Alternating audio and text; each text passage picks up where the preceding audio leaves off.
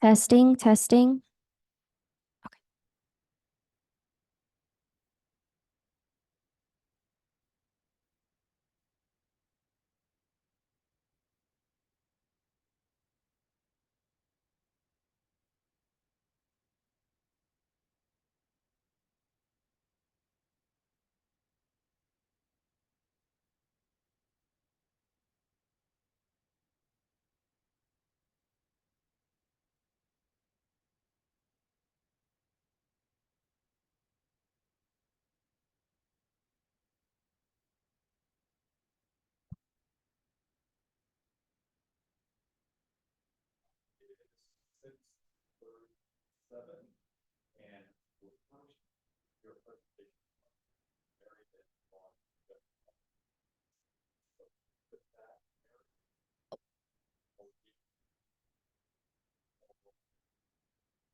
Chair Giuliani, Vice Chair Rossi, Present. Commissioner Quaid, Present. Commissioner Ho is absent. We have a quorum. Thank you very much, Mary.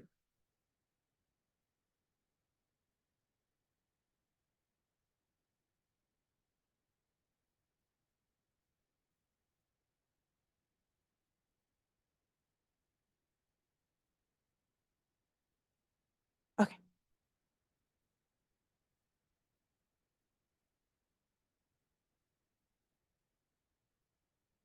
Mary, I understand we're the last to see this. I'm sorry, Chair. You saved the best for last? We're the last commission to see this? You're the last commission of the month, so. Of the month? Yes. Okay, perfect. Thank you. Please continue. Thank you, Chair. Good evening, Commissioners. Mary Haddad with the City Manager's Office. Thank you for having me this evening to briefly provide a presentation on the commission analysis item that was taken before the City Council earlier this month. Just to provide some background on this project, earlier in, let me make sure this clicker is working. There we go. In about 2 years ago, in 2022, city staff received direction from the council to take a look at all of our city commissions. At the time, we had 14. And we took a look at different opportunities for efficiencies, effectiveness, meeting best practices. And we brought a pretty robust analysis before the city council through a study session in February of 2022. Following that study session, we were given direction from the city council to come back in April with some recommendations. And at the time, what we did was absorbed 3 commissions into one. So the Youth, the Animal, Parks and Recreation Commission were consolidated into what we know today as the Community Services Commission. We reduced the frequency of our Public Art Commission. We increased our training efforts. And then also brought back our Commissioner Congress that we hope to see you all at on June 20th. So there was a couple of directions given at that time. And then 2 years later in May of this year, we received direction from the City Council to bring back this item to take a look at another angle of analysis really focused on time and costs associated with commission-related work. So we brought that item before the council on May 1st of this year. Had a really great, robust conversation there, discussion there between the City Council, and we're given direction to come back and solicit further input from our commissioners, from our staff liaisons, and see if there is any appetite for any other possible absorption opportunities or just increased efficiencies overall as we look at best practices and continue to implement those. So just as a recap to what our commissions look like today. So in 2022, we had 14. Today, this is what the makeup of our commissions look like currently. So we have 4 under the Community Development Department, 3 in Public Works, and then 1 kind of distributed between the other departments. So this is what our commissions look like as we see them now. So in preparation for the analysis brought before the City Council on May 1st, we put out our initial survey, which really focused on the time that our dedicated commissioners spent on commission-related work. As you can see here, there's a significant amount of hours that our commissioners spend that we're eternally grateful for. And we took a look at how this translates into the annual number of commissioner hours between all of the commissions. So this was a chart that we presented to the City Council that night. Just wanted to do a recap here on what we initially came out to solicit feedback on. And for this current analysis that we're planning to bring before the city council in June, June 18th is what the day is looking like tentatively right now. We're coming back to you and soliciting input on your plan process, any recommendations on improving that process, if there is an appetite for any absorption or consolidation opportunities, what that might look like, and then getting that feedback from the commissioners. And then overall, just any best practices based on your experience as a commissioner that we as staff can look at for implementation. So we've done outreach in a couple of different ways. We had 2 virtual input sessions earlier this month. So one on the 13th and 16th. We had Vice Chair Rossi at one of them, which gave some really great feedback there. So thank you, Vice Chair. And we also had another survey that's out that will be closing this week on on June 1st. So we extended that timeline just to make sure we get the furthest reach possible. And then in the meantime, I wanted to come out to all of the commissions during the month of May just to have some FaceTime and solicit some feedback in person. And then, of course, always available via phone or email if that's a more comfortable outlet for any of our commissioners. But just wanted to take the time to come out and see if anybody had any thoughts on this analysis as we prepare for the city council. Thank you so much. Don't go away yet, Mary. Any questions from the DS? Ben, any questions? Cynthia? Sheila? So this presentation doesn't include what was presented to council, which showed the Finance Commission, the number of hours spent by staff preparing for the Finance Commission. I saw what those hours looked like, and I do feel like they were misrepresented. And I've given this feedback to you already, Mary, but it looked like what was included in those hours included the preparation of the budgets and the reporting that actually has to be done regardless of if the commission is in existence or not, because it's what's required and what's required for the city council to see. So I do think I'd want, if that is going to be represented, that I'd want to see that shifted to looking at what is done specifically for the commission and not putting in all of the hours to prepare a budget. I do also want to say, as far as efficiency is concerned, I would, and I think our group has said it repeatedly this past year, the PowerPoint presentations, I think, are something that would be changing the way they're done would be more efficient for the staff, because what's happening is, and for us as well, we receive binders with hundreds of pages of information that we go through, and we're going through it page by page. And then we sit down, and instead of being able to go through the information that we've actually reviewed, we're presented a PowerPoint presentation that oftentimes has not used the exact tables and reporting that's in the binders. So now all of a sudden we're looking at new numbers and being asked to evaluate based on numbers we've never seen before and formatted in different ways. And that's not really fair to us, but then it puts off our discussions, and it kind of just breaks up the flow of the material that we're supposed to be reviewing. Sorry, I've got another point, which is on the commission plan. I think we've also said throughout the year, and I guess we'll sit down and work on it, but it'd be nice to see, especially for this commission, there should be a cadence to the year of how reporting is done and provided and what we look at. So by the time we get into the budget season, things aren't new to us. So we have firm understandings. And there are a lot of things that we had said, like we'd wanted to look at the water fund and sewer fund and golf course, the enterprise funds as a whole. And we never had an opportunity to do that. We should be looking at certain things coming in, insurance fund, before we hit the budget to see. So once we're there, we're not asking questions there, but we've had a chance to actually analyze these things in the months preceding it. That's all. Thank you. Thank you. Thank you, Vice. Sheila, appreciate that. Any other comments?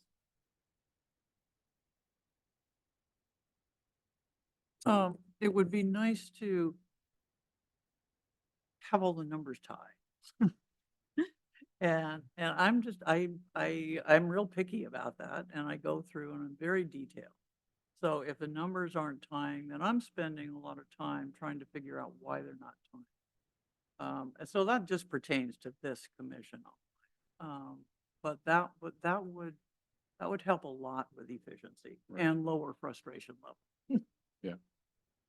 Thank you. Yeah. Yeah. Mary, one more comment. It may be hard to call out the numbers of the amount of staff time, these, as Sheila suggested, that would be applied anywhere to the creation of the budget and then preparation for our meetings. So an asterisk with that being called out would be helpful. It's some of those hours were going to be used for the creation of the budget and reporting and everything else that has very little to do with what preparation for these meetings.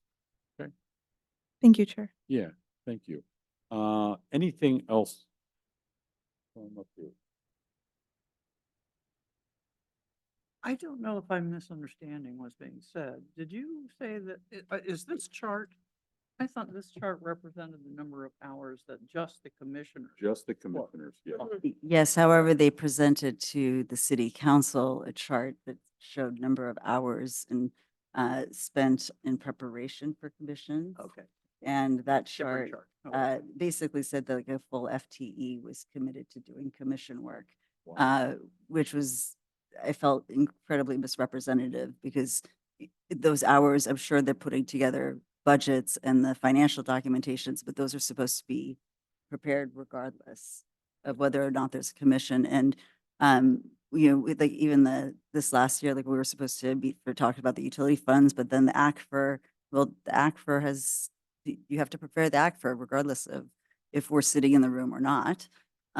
So I think if it's looking at staff time for the commission, it needs to focus on what are they doing special for the commission. I felt like we asked for things and were told no repeatedly. So that's why I was like, I'm not sure what special work was done for this commission. Mary, just take that as feedback and we Sure. appreciate that. Anything else? No. Any general comments on this particular portion of our agenda? Anything on Zoom? We do not have any public comments for this agenda item. Thank you very much. Mary, thank you. Thank you. And good luck on your work. Thank you so Appreciate it. much. Thank you for being here.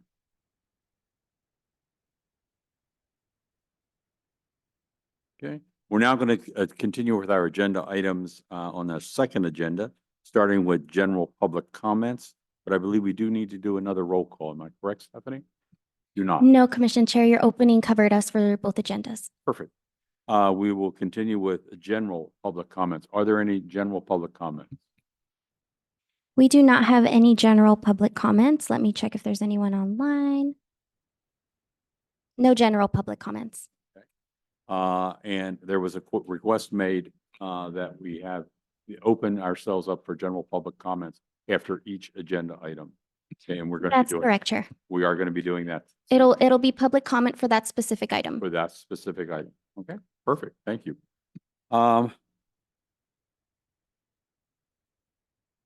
Third quarter report for fiscal year 2023 to 2024. This is as of January through March 2024. Hi, Terry. How you doing? Good. Welcome. Good evening, Mr. Chair, Commissioners. Perfect. Harry Kim, Finance Manager. I'd like to present the third quarter financial status update. So before reviewing the status update, I just want to provide a brief overview of the trend in our revenue and expenditures. If you look at the bottom of the revenue and expenditure table, you see that overall, the city's revenues for fiscal year 2024 have remained stable compared to fiscal year 2023. Pardon me, Terry. Can you direct us to what you're looking at so we can follow you? Please? Right, that's the second page. Right underneath discussion and analysis, you see a table, green color. Is that page 6 Page 5 or 6. Okay, page 6. in the agenda packet? Right, and the title of the table is General Fund Revenue Summary, 9 of 12 months, 75% of fiscal year complete. We're there, page Okay. 6, right? Right. Got it. So the difference between, they appear to look at the bottom line, you see the difference between fiscal year 24 and 23 is only about $82,000, which is less than 1%. And we are on track to meet our revenue budget for the year.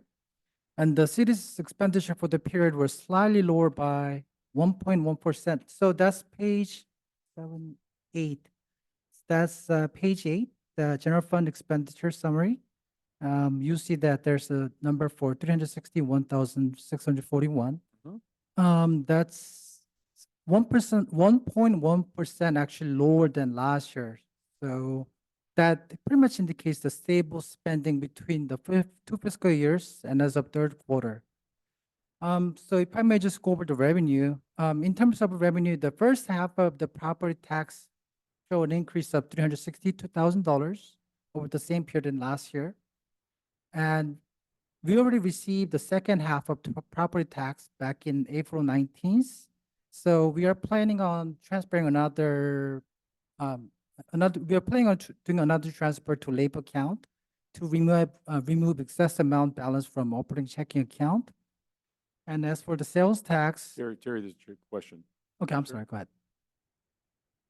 I'm just trying to follow for a second. I wanted to say really quickly, just, it's not meant to be a nitpicky comment on this table, but the way this table is put together for the revenue summary is different than it is done in the budget, both the 23-24 budget and the proposed budget and the ACFR. And I do think that's something that needs to be fixed for next week.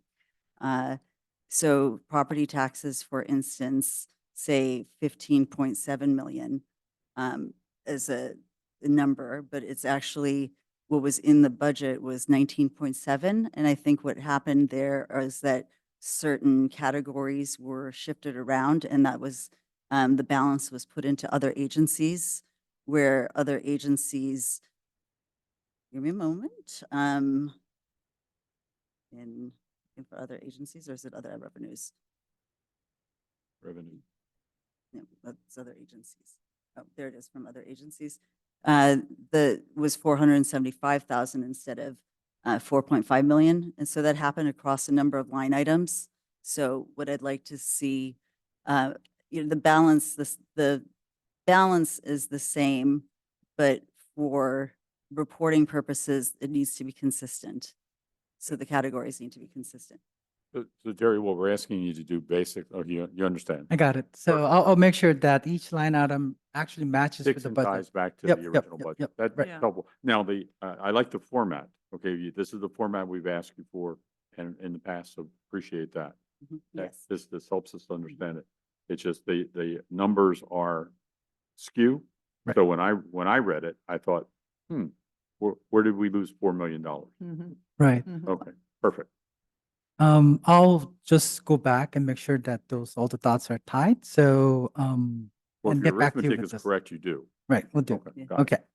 Well, Right. it's categorization. Yeah. Oh, yeah, And, categorization. and I can actually tell you exactly what happened, which is that I believe under the way we have it in the budget, highway rental, homeowner exemption, supplemental motor vehicle in lieu are under property tax in our budget.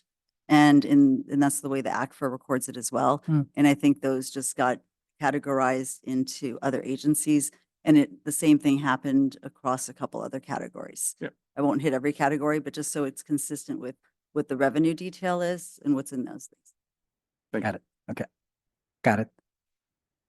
So back to the sales tax. So the sales tax actually went down by 400,000. 400,000. That actually has to do with December sales. So if you are to take a look at both Bradley Burns and Measure A, we see that December figure for this fiscal year, December figure for last fiscal year, it just went down substantially. So I guess people didn't shop as much this fiscal year. And also, as for UT and franchise, they also went down. I guess that's because people are using less utilities. But good news is that there is an increase in use of money and property, such as interest income and revenue from other agencies. The opposite, the decreases. So overall, the revenue compared to last year remains steady. So if I may just go to the expenditure side, the city's expenditure for the period was slightly lower by one. Any additional questions about revenue? No. Sheila? No. Thank you, Terry. Okay. Go ahead. So as far as expenditure goes, our expenditure for this fiscal year actually is slightly lower by 363,000 compared to last year. Also indicates a stable spending. As typical, some of the department increase their spending while others decrease, all within approved budgetary guidelines set by city council. And the difference between city manager and the management services, they almost offset each other, and it is due to reorganization. And following city council's directions, departments have prioritized hiring staffs, at the same time minimize expenditure in travel, training, professional service, and the notable events are City Council's contribution to $12,000 to South Pasadena Rose Float Association, and addition of department expenditure for library and surety bonds in Finance Department, increased spending, personal expense in management services, increased activities in public works on various programs and projects, and higher citywide landscape maintenance expenses due to increased vendor costs. And as for library, there's higher personal costs and increased expenses for ebooks, library cards, and CDs and DVD covers in the library. So with that said, the finance department will continue to monitor spending, address unanticipated needs for the current year, and help ensure that departments adhere to the approved budget. That concludes my update on the budget status. Do you have any questions? Any questions, Commissioner? Okay. No, Well, thank no, you. So no, wait. Oh. So it's not really so much of a question, and I believe this is a little bit more directed to Mr. Miller. And it's something I believe the ad hoc finance committee will also be looking at in July. But one of the challenges, so one, it's great that we have a quarterly report. Let's start with that. Thank you. But the formatting is getting closer to some extent on the tables. But what's hard to tell with this is, especially looking at revenues, well, revenues and expenditures are both not, as stated, not even. So it's hard to tell just based off of having the budget to actual, when you're looking at an annual budget, what's happening there. To say, okay, at 75% into the year, is 55% too low, or is it what we expect to see at that point, because all of these property tax revenues come in May or June. And that's something that we haven't had much of an accurate understanding of. And there are, two ways to do that, which is either to, when you create the budget, do it on a quarterly or a mid-year sort of basis. So you say, we're expecting at this point in the quarter, this is what we're expecting on revenues, this is what we're expecting on expenditures, so that we have something to compare it to and say, okay, yes, this is where they're supposed to be at this point in the year. Or you do it to showing what happened last year at that same point in time. And I think that would bring much more clarity to this, because it's very hard looking at these revenue projections without that information to understand if there is, in the expenditures as well, under or overperformance in these areas. So what I'd like to recommend, and I think we'll continue recommending it, is to get more refined in that process. I also pulled up, and I'll provide this to Mr. Miller, but I, pulled up examples of a good mid-year sort of financial reporting, actually from Clean Power Alliance. So you'll also get to know what Clean Power Alliance is doing. That shows how, in addition to doing that, they also provide their statement of net position and statement of revenues and expenses, so that it's working towards, and statement of cash flows as well. So it's working towards what's going to happen in the aquifer. So I think it would be something creating efficiencies. Is the point of the reporting isn't just to for us to kind of view, but it's to help you guys be on track for your end of year and audit. So there were two things in there. One is to continue to expand and refine the reporting. I'd be curious to know, do you, given what you've done, the analysis that you've done, if you feel like those numbers are reasonable, and if you're on a trajectory that is going to get us to where we need to be, or if there's going to be more or less, that'd be helpful, Terry. John, just for a sec, and then, so thank you for getting us where we are, and thank you for again what I heard Commissioner Rossi asking for, and what I'm asking for is a little bit more subjective. This is subjective conversation. This is what you believe is going to happen between now and the end of the year. Okay, so backed up by facts, but good analysis. So thank you. And then the second thing was some formatting that we're going to share with Scott Miller as he begins to offer counsel to us, and then you'll be able to take a look at that also. Okay. Good. Anything else? Thank you. John, go ahead.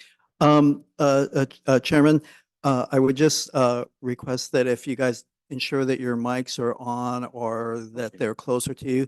We just noted we really can't hear you back there, and so we're worried about the recording, Perfect. period. Okay, I'll have to use my outside voice, right, Armine? Okay, well, I'll begin using my outside voice. Thank you. Anything else, folks? Your big boy voice? My big boy voice. Yes, exactly. Okay, do we need to ask any public comments after this particular? Josh, please. 30 Yes, seconds, one 30 public minutes. comment, Mr. Betta. I'm sorry, say again? One public comment from Mr. Betta. We knew. Yeah. I like this young man. I could have worked with him. He's got a great haircut too. You're just jealous. But I'll tell you what. There was a sharp end of the spear around here, and there has been for 3 years, and it has to do with financial reporting. And it reflected everything in this chambers that was a hammer and tong fight with Mr. Downs over financial reporting. My point is this. Terry does not get paid enough to be the tip of the spear in the most important function, an area of failure in the finance department today. He's an in-between with messages that are actually being sent back now to Dr. Miller. It's a tremendous unfairness to him. I disagree entirely. Been to a lot of medium-sized cities that I've been director at, and I would never ask someone in his position to do this, and I think it's unfair. I think it also clearly, in my mind, related to the departure of Sue Lee, who was forced to be the tip of the spear in an organization with failed financial reporting, and she did not make enough money to do this. She had other opportunities, and it took her away from the most precious thing that she was hired to do, which was to manage a general ledger that had been broken for 15 years. I speak to you, Armine, in this. The deployment of these personnel, and to Scott, has to be fair to where they find themselves in the organization. Let him grow, let his hair grow out, let all those things happen. When he's ready to be finance director, he is responsible for a comprehensive dialogue with you about financial position. And respectfully, Mr. Terry, thank you very much. Thank you. Any other general comment? No other public comments, Mr. Chair. Oh, wait, let me just double check online. Nope, we're good to go. Do we need to ask for a motion? Yes, sir. Okay. We need a motion to, let me get the proper nomenclature here. This was actually just a review, so there is no motion required.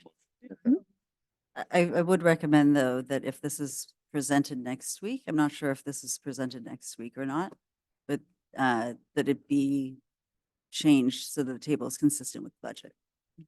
Yes. Terry, do you know if you are going to present next week? Okay, I'll double check. yeah, it may not need to be at all.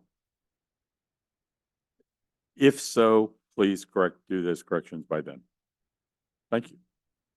Appreciate it. Thank you, Chair. Review of the preliminary fiscal year 2024-25 budget and CIP. A couple of things here. Folks, I want to remind us, we are here to prepare. Thank you, Terry. Appreciate it. We are here to review and work with the finance team as they prepare for our working session next week. There will be some questions asked. There are going to be some observations made. If they are, please take note of those, because at closing comments today, we want to make sure that our finance team has a comprehensive list of the requests that we are making and the edits that we would like to see made in anticipation of that meeting next week. Also, remember that the materials for that meeting on the 5th need to be posted. Armine, please check me on this. They need to be posted by tomorrow? Tonight. Okay. How much more fun can we have? I don't, I don't think that is even I possible. don't think that's possible. Yeah, I think that would be a grave mistake. I'm just going to say that now. yeah. So, Good evening, Chair, members good of the evening, commission. Maureen. What we are doing is preparing the materials. Really, most of it is reflective of what you're going to see tonight. Right, The additional document that we intend on doing early next week is a follow-up from tonight's discussion. right. You're going to see us taking notes so that whatever comes out of the discussion tonight, we will include it as an additional document for the council workshop that's happening next Wednesday night with all of you. Okay, so it's a I- working session on Wednesday. So what you're gonna do is you're gonna, and this causes me a little confusion, okay, a little concern. Absolutely. You're gonna offer the documents we were seeing this evening, plus an ancillary set of documents or an additional set of documents with reflecting the input that you get this evening. It would be a memo to council. I think it's important to document the discussion that's taking place tonight.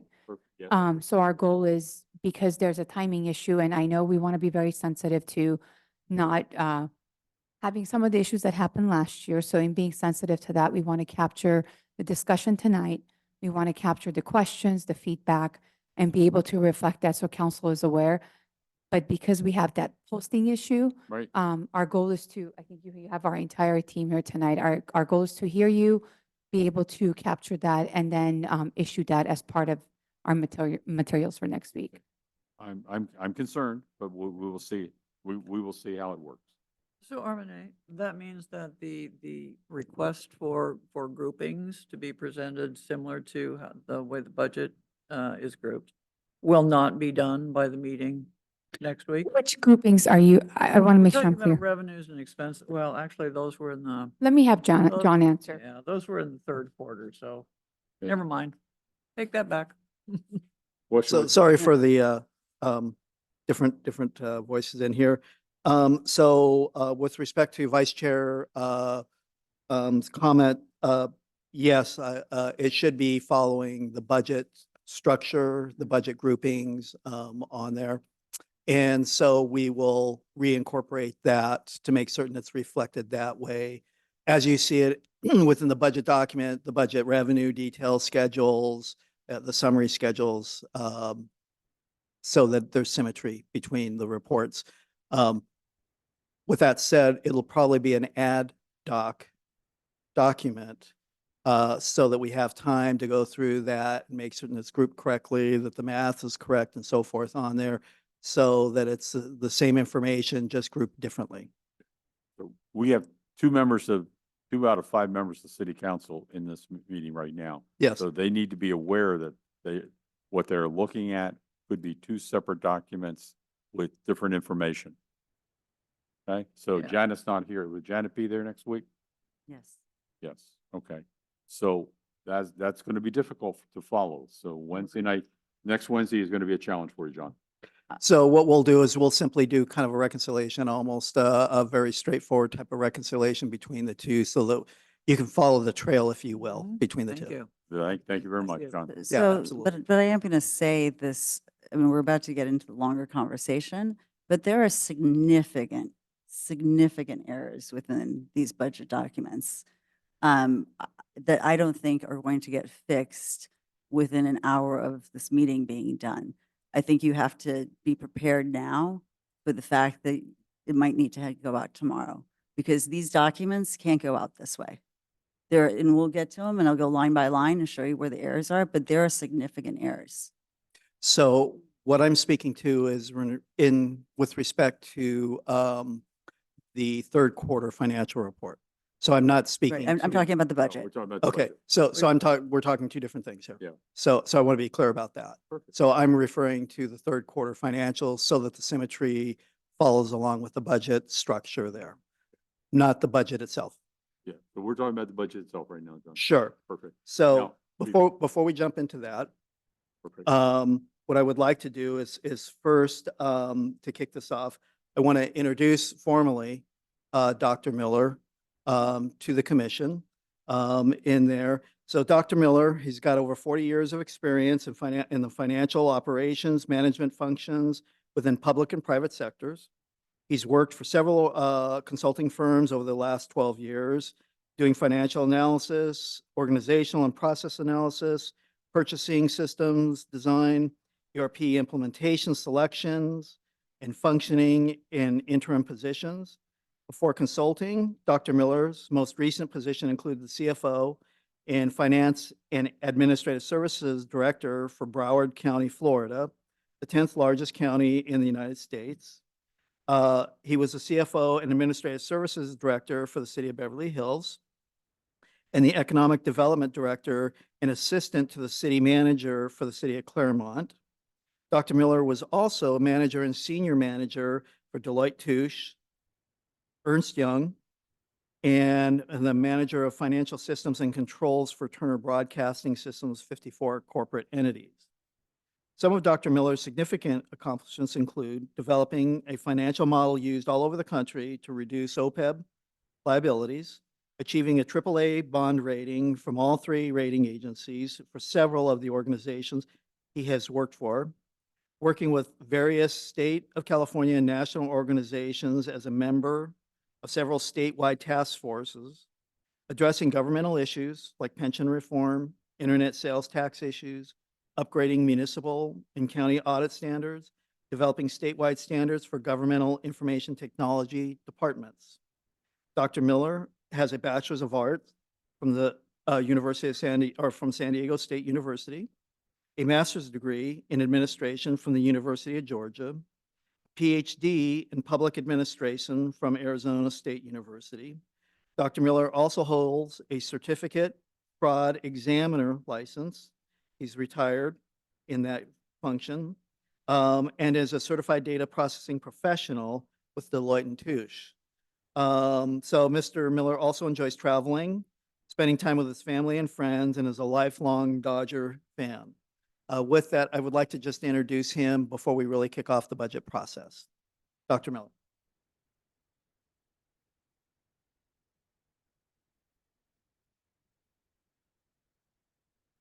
Good evening, Commissioners. This will be one of many times you'll be seeing me. I'm looking forward to working with all of you and with the City Council and the City Manager and the Finance Department in trying to move the city forward and to provide the best financial reporting and also the most accurate numbers we can. As the Commission has pointed out over the last year, there are issues that need to be addressed with a number of the functions in finance. None of them, I think, are staff related. I think we have system issues that need to be fixed, and I've got the commitment of many people.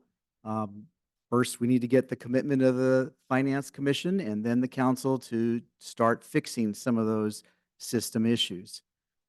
But my pledge is to be as honest and open communication as I possibly can. If the commission outside of the meetings ever need any information or want anything, please feel free to contact me.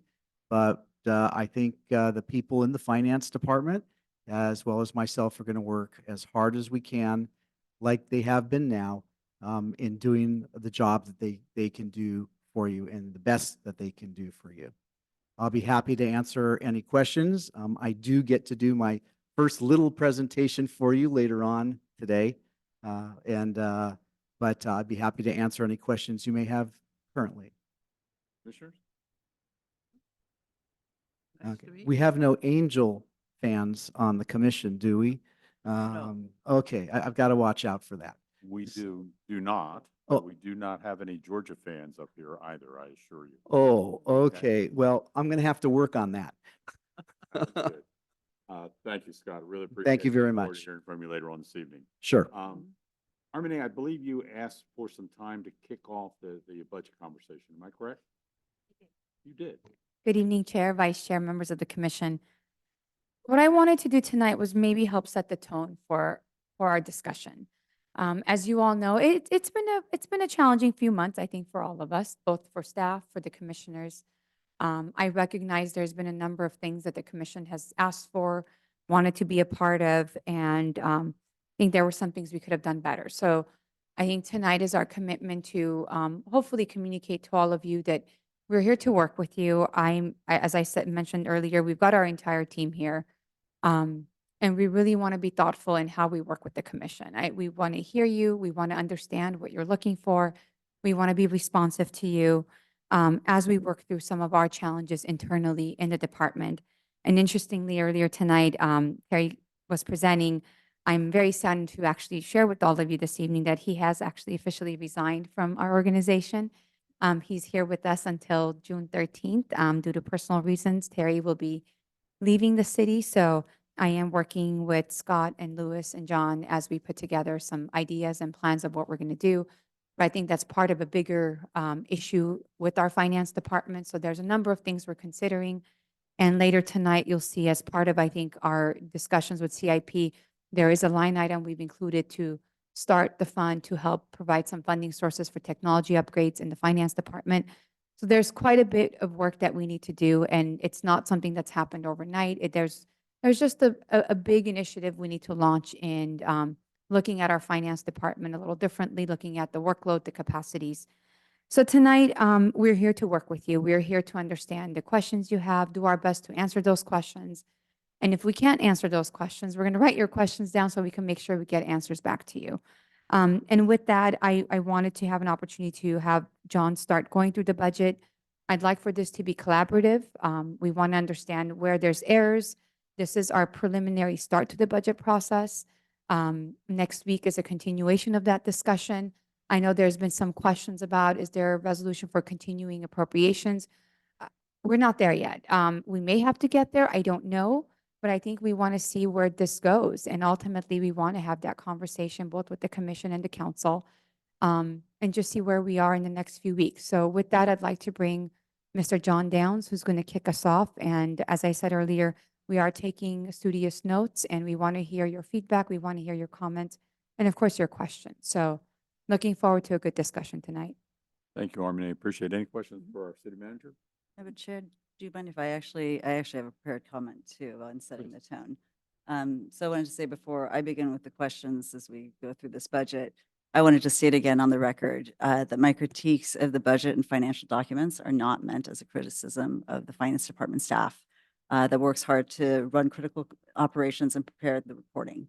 I understand that the staff has been desperately trying to maintain operations despite significant systemic issues, including a department that was dismantled and never fully restored, a revolving door of finance directors, inconsistent direction and training, an outdated ERP system, and a lack of adequate internal controls. I know all of these things to be true, and we have numerous consulting reports and an ad hoc finance committee report from 2022 that also say those things.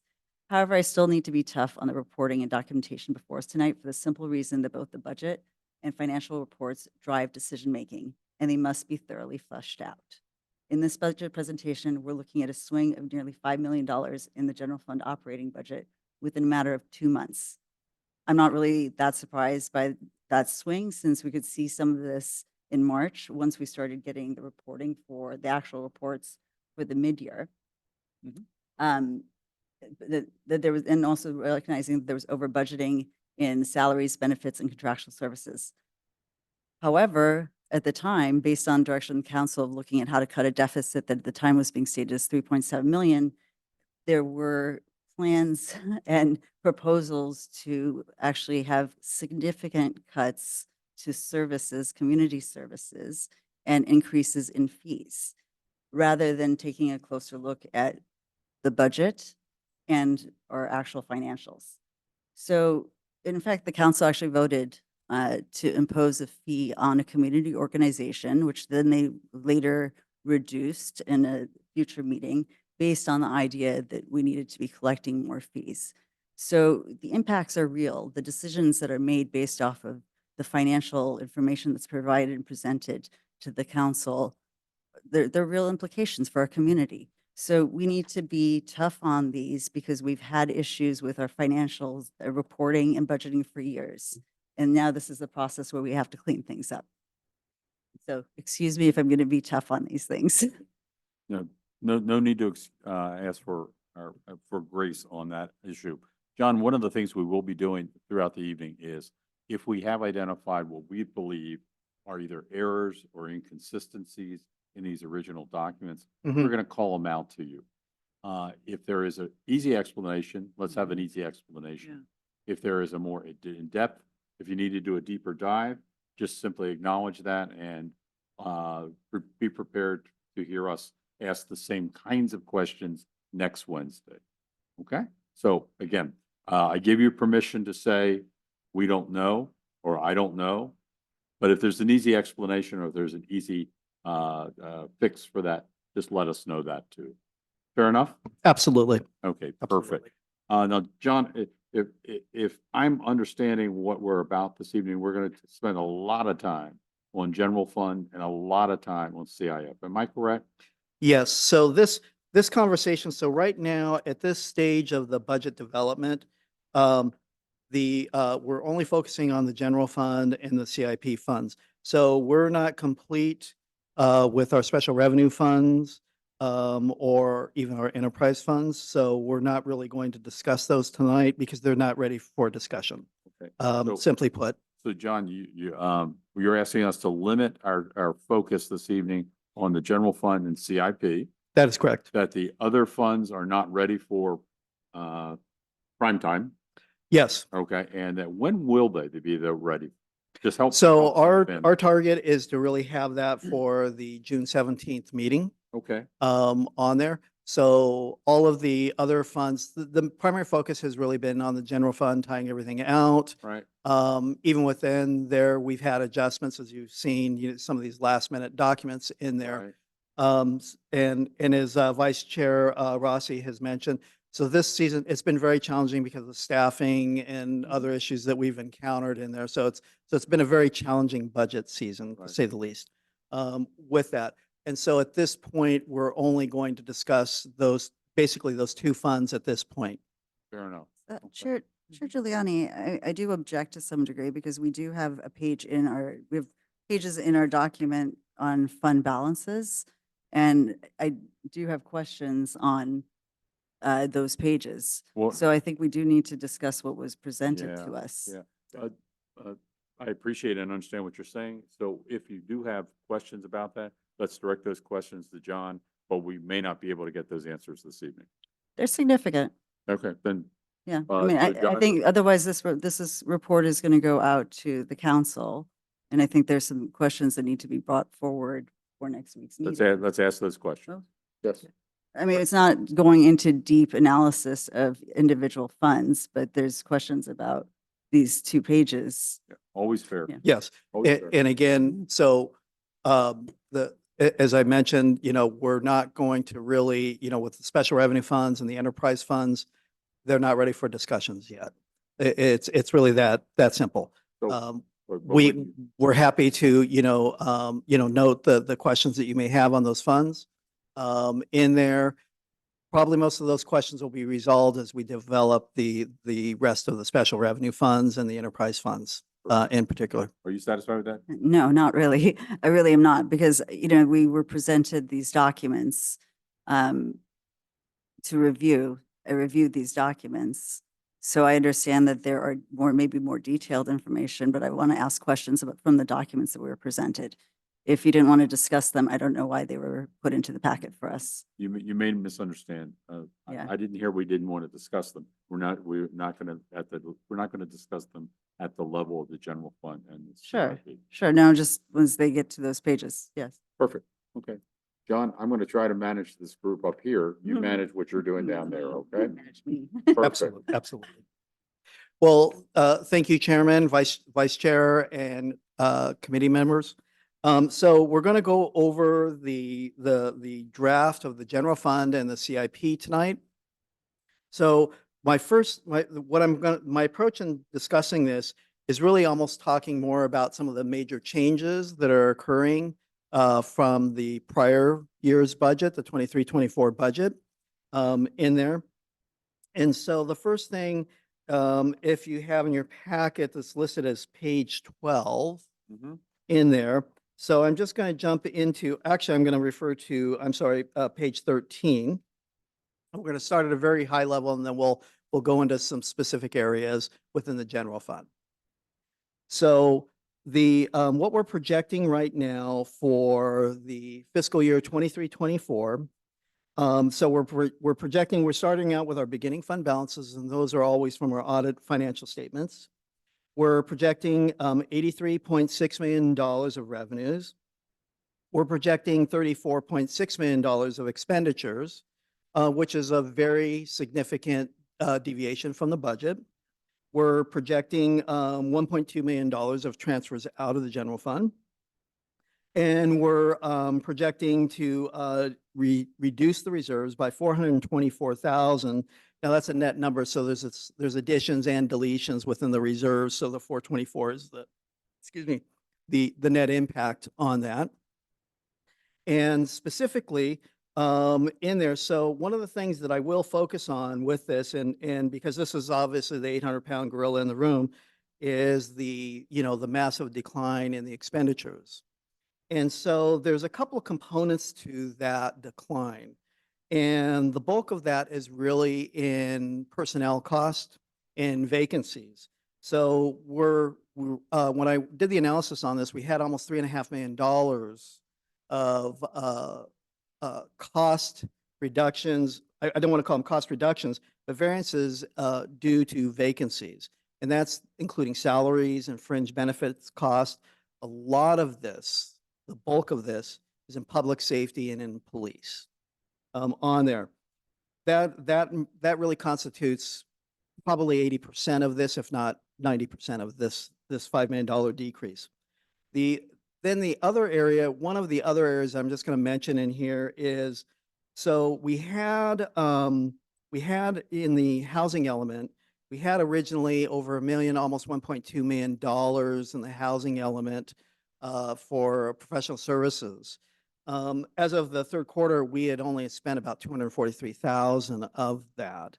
And the projections from the department is only indicating that we're going to spend 500,000 of that $1.2 million figure. So That's total, 500,000 total. yeah, so we're looking at almost like a $700,000 variance just for that one single line item.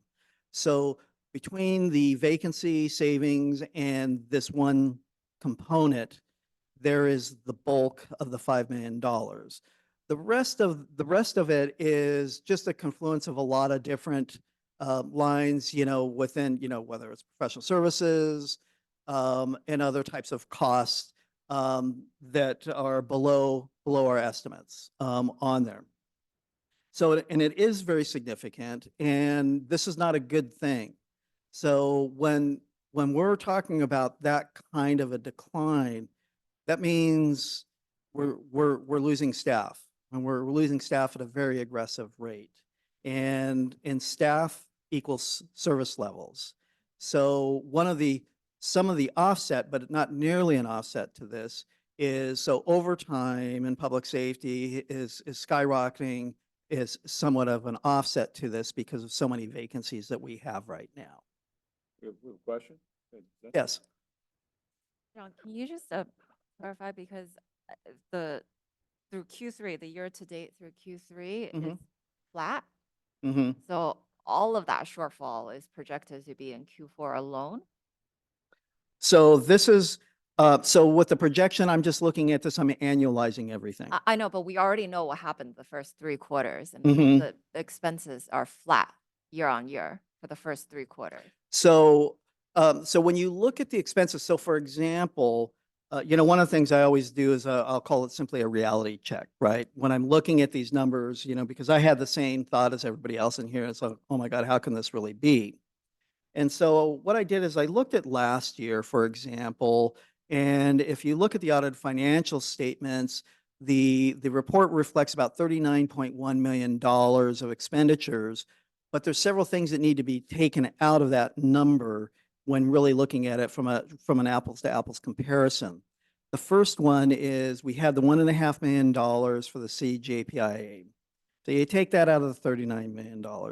Then we had a GASB implementation. It's referred to as GASB 96, and it's referred to as a subscription-based information technology agreements.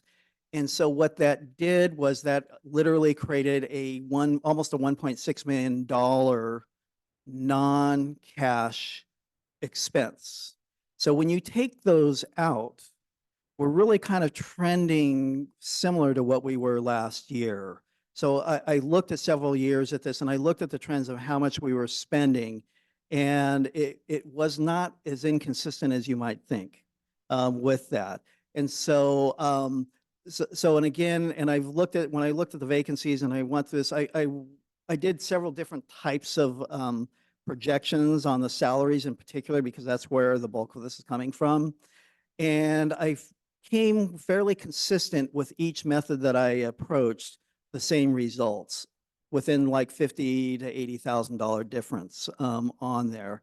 So, and again, because I had the same concerns, it's like, oh my God, how could this really be?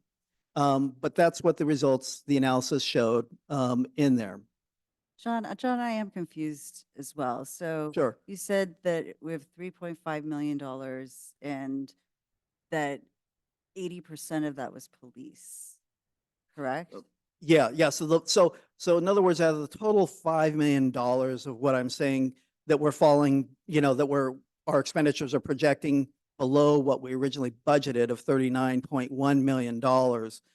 The bulk of that $5 million is really coming from vacancies, $3.5 million, and the bulk of that is coming from public safety.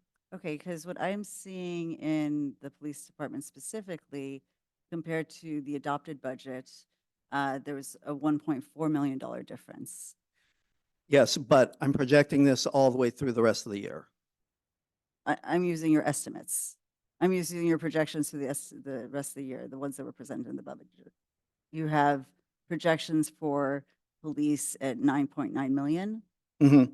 And you had adopted budget last year at 11.39, and then the actuals the year before were skewed because you had the CalPERS increase. That was So in there. yeah, so for Right. 22, 23, they were skewed. Yes.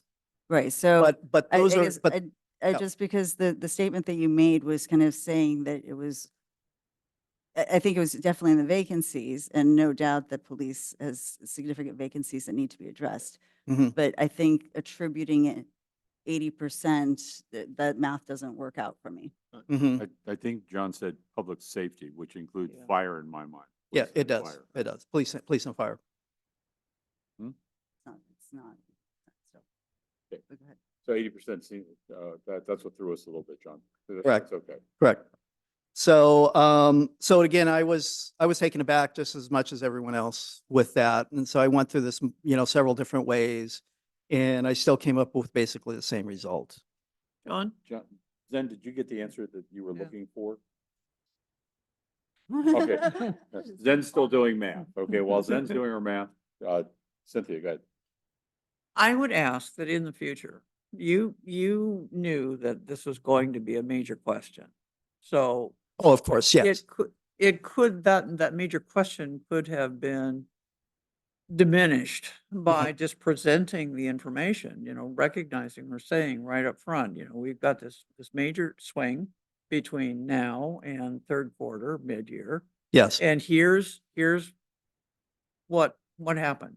Here's here's where we go. Here's what happened to make us go from this number to this number. the Right. current Sure, sure.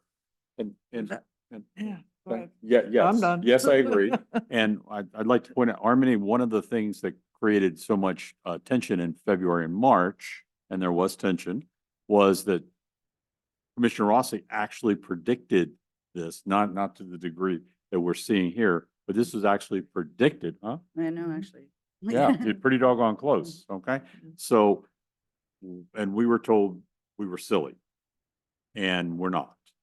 So it's going to be important to reestablish those bridges. And I appreciate your effort this evening, and we're going to continue to work at it, okay? Thank you.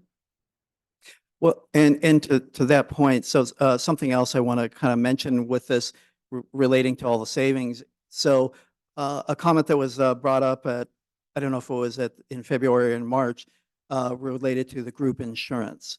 So in the 23-24 budget, the group health insurance.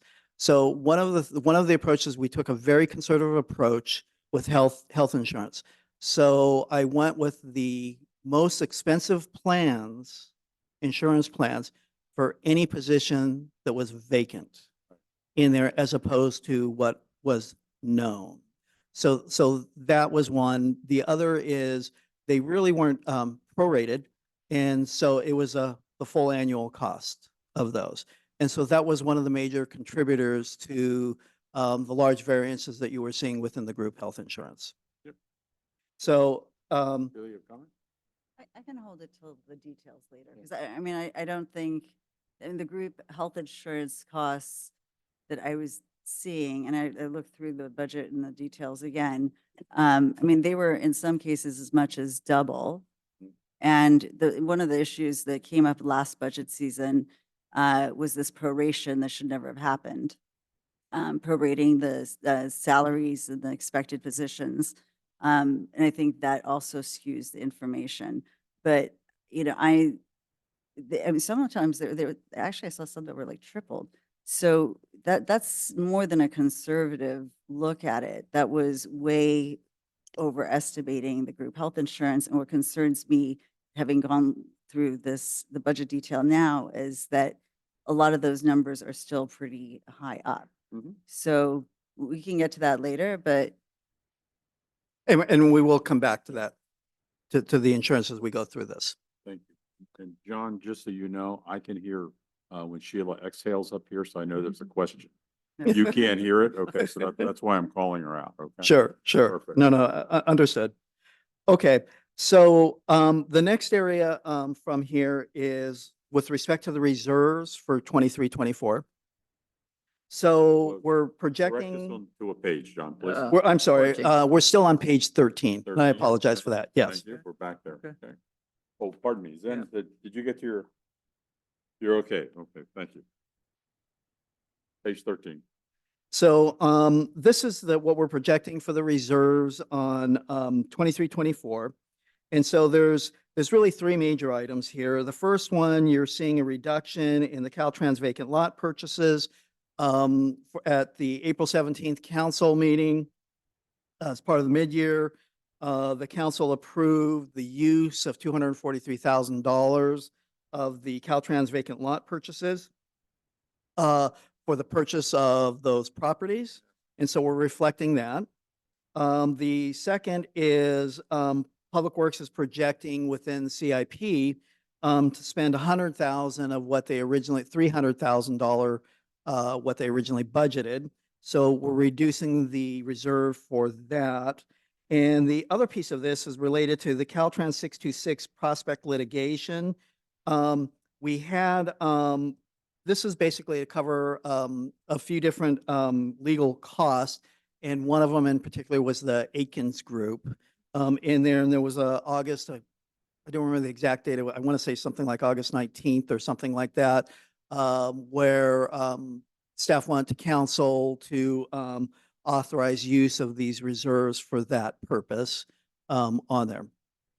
So that's for the reductions on the reserve. And then on the other side of it is with respect to the stables, we're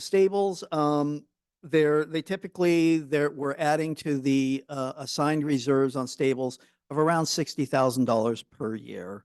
And so what you're seeing is, so in the prior year, it was 62,000 at the end of the year. It increased to 122, and now we're reflecting that it's going to grow by another close to $60,000 by the end of this year. Rolling into 24, 25, I apologize. So we're reflecting our beginning fund balance and revenues of 40.9 million, expenditures of 40 million, and transfers of 767,000. And then in addition to that, an increase to the reserves of 100,000, and that was due to both the ad hoc committee and the finance and the city council direction to set aside a $1 million reserve for financial sustainability for unexpected costs. And so we originally had $900,000 in this reserve. And so we're simply adding an additional $100,000 to it in there. So, but several things I want to point out now, and before I really jump into a couple of other things with respect to revenues. So one of the fundamental changes that we're proposing is with the use of the SLRF funds. And so if I don't know if everyone recalls when we were originally at mid-year and we were talking about that, you know, there was going to be a $3.7 million jumping into the general fund balance. So part of that was $2.3 million of transfers. So, and as I mentioned in several different meetings, that those were discretionary activities, right? And with one exception, and that was the funding of the lighting and landscaping district. And so one of the things in here, so we're basically stripping all of that away except for the lighting and landscaping district. And so what we're doing here now is, and we have another schedule that we'll get to regarding SLRF, but so we're basically proposing to move those activities over to SLRF because they're one-time discretionary things, and just doing the core subsidy to the lighting and landscaping district for the difference between its revenues and its expenditures. So of the $767,000, 765 of it is really related to funding the shortfall in the lighting and landscaping district. There's a few thousand more that's spread among a couple different funds in there, but the bulk of it is to fund the lighting and landscaping district. And John, correct me if I'm wrong, we had that lengthy discussion after Ted's presentation on lighting and landscaping, where we determined that the only way to address that would be to put a ballot initiative out, and the city council decided not to do that. Am I correct? That is correct. And the view was, I believe it was Councilmember Braun who mentioned that several years ago that there was another initiative, and it failed miserably. It was like a 60 some odd percentage vote against it. And so with that result and the sentiments of her and the rest of the council, they just simply came to the conclusion that they don't really think that's a viable option. And so therefore the general fund should be subsidizing the shortfall. So this transfer out is predominantly lighting and landscaping. It is. Right, It is. But from what I understand, I mean, lighting and landscaping, you're talking about the entire city and street lights and trees and whatnot. And so Correct. it is just an operating expense. Yeah. So I mean, we can refer to it in different ways, but the lighting landscaping tax, that district tax, was actually to supplement the operating expense. Yeah. So I mean, it's two different ways of looking at it. Sure. It's an ongoing expense. Every city has trees that they have to take care of. Every city has lighting that they have to take care of. Not every city has a special tax for that. Right. And that is correct. And even in other agencies that I've been at, rather like for, you know, street maintenance districts and things like that, they've always have run deficits where the general fund has had to come and make them whole. It's just a question of to what degree. Well, and you know, one of the things as we're reviewing the policies again, realized that, I mean, we're supposed to be holding $2 million a year from the general fund going to street improvement fund. That hasn't been happening. That was said in the policies that the council back in 2013, 2014 had directed $2 million a year to be Okay. transferred to the street improvement fund as well. Just something we can talk about during the policies time, but Let's it's do just that. something to keep in mind too. Thank you. Sure, absolutely, absolutely. Thank you for that clarification. Appreciate it. Yeah, absolutely. So with, so with the 24-25, we're just simply reflecting that we're going to increase the fiscal sustainability by 100,000 to get at that $1 million threshold that the Finance Commission, the ad hoc committee, as well as the council gave us direction on. Yes. Okay, so now what I would like to do is move over, let's see here. Move back to page 12. And these are just simply the revenues for the general fund. And Is it possible to hold off on this since it comes back up again on page 34? let's see, on page 34. So, and one of the things I want to note really quickly, since we're on it, is this table does Yes. not match page 34. So page 34 is where you see this exact same table again, but the column for actual on under 22, 23 doesn't match. So let's Oh, see. sorry, I guess actually that's There's- gonna be the there- and there- expenditures. and there's Sorry, that's the actually a good reason. expenditures. That's the expenditures. Yeah. Yeah. So I want to, is it possible to stick a pin in this until we're ready to go into the revenue and talk about detail as well? Sure, yeah, absolutely, absolutely. Okay. Okay, so let's see here. So one of the changes, so again, talking about SLURF, if we can go to page 18 for a minute.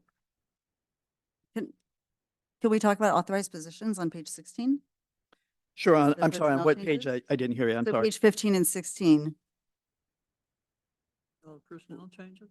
So the 15 and 16 Yes, is just kind of going a little bit in order in the way what's been presented. sure, It's in there. absolutely. So on the authorized positions, I am going to have Louis Frosto, Management Services Director, who oversees HR, Human Resources, to speak to that. Welcome back, Louis. Good evening, Finance Commission, Chair, Vice Chair. We have page 16 is what I'll be referencing in this conversation. So for this fiscal year, in the proposed budget or this preliminary budget, you'll see that the staff is recommending that we keep our authorized positions status quo. The reason for that is because the authorized positions are classifications that have been approved, developed, and significant staff and consultant time spent on developing those job descriptions and classifications. And so once we do that work, we like to keep those as options available for future years, even if we might not be using those classifications for whatever reason in the coming year or in the coming 2 years. It's really like taking these, think of them as books and just putting them on the shelf.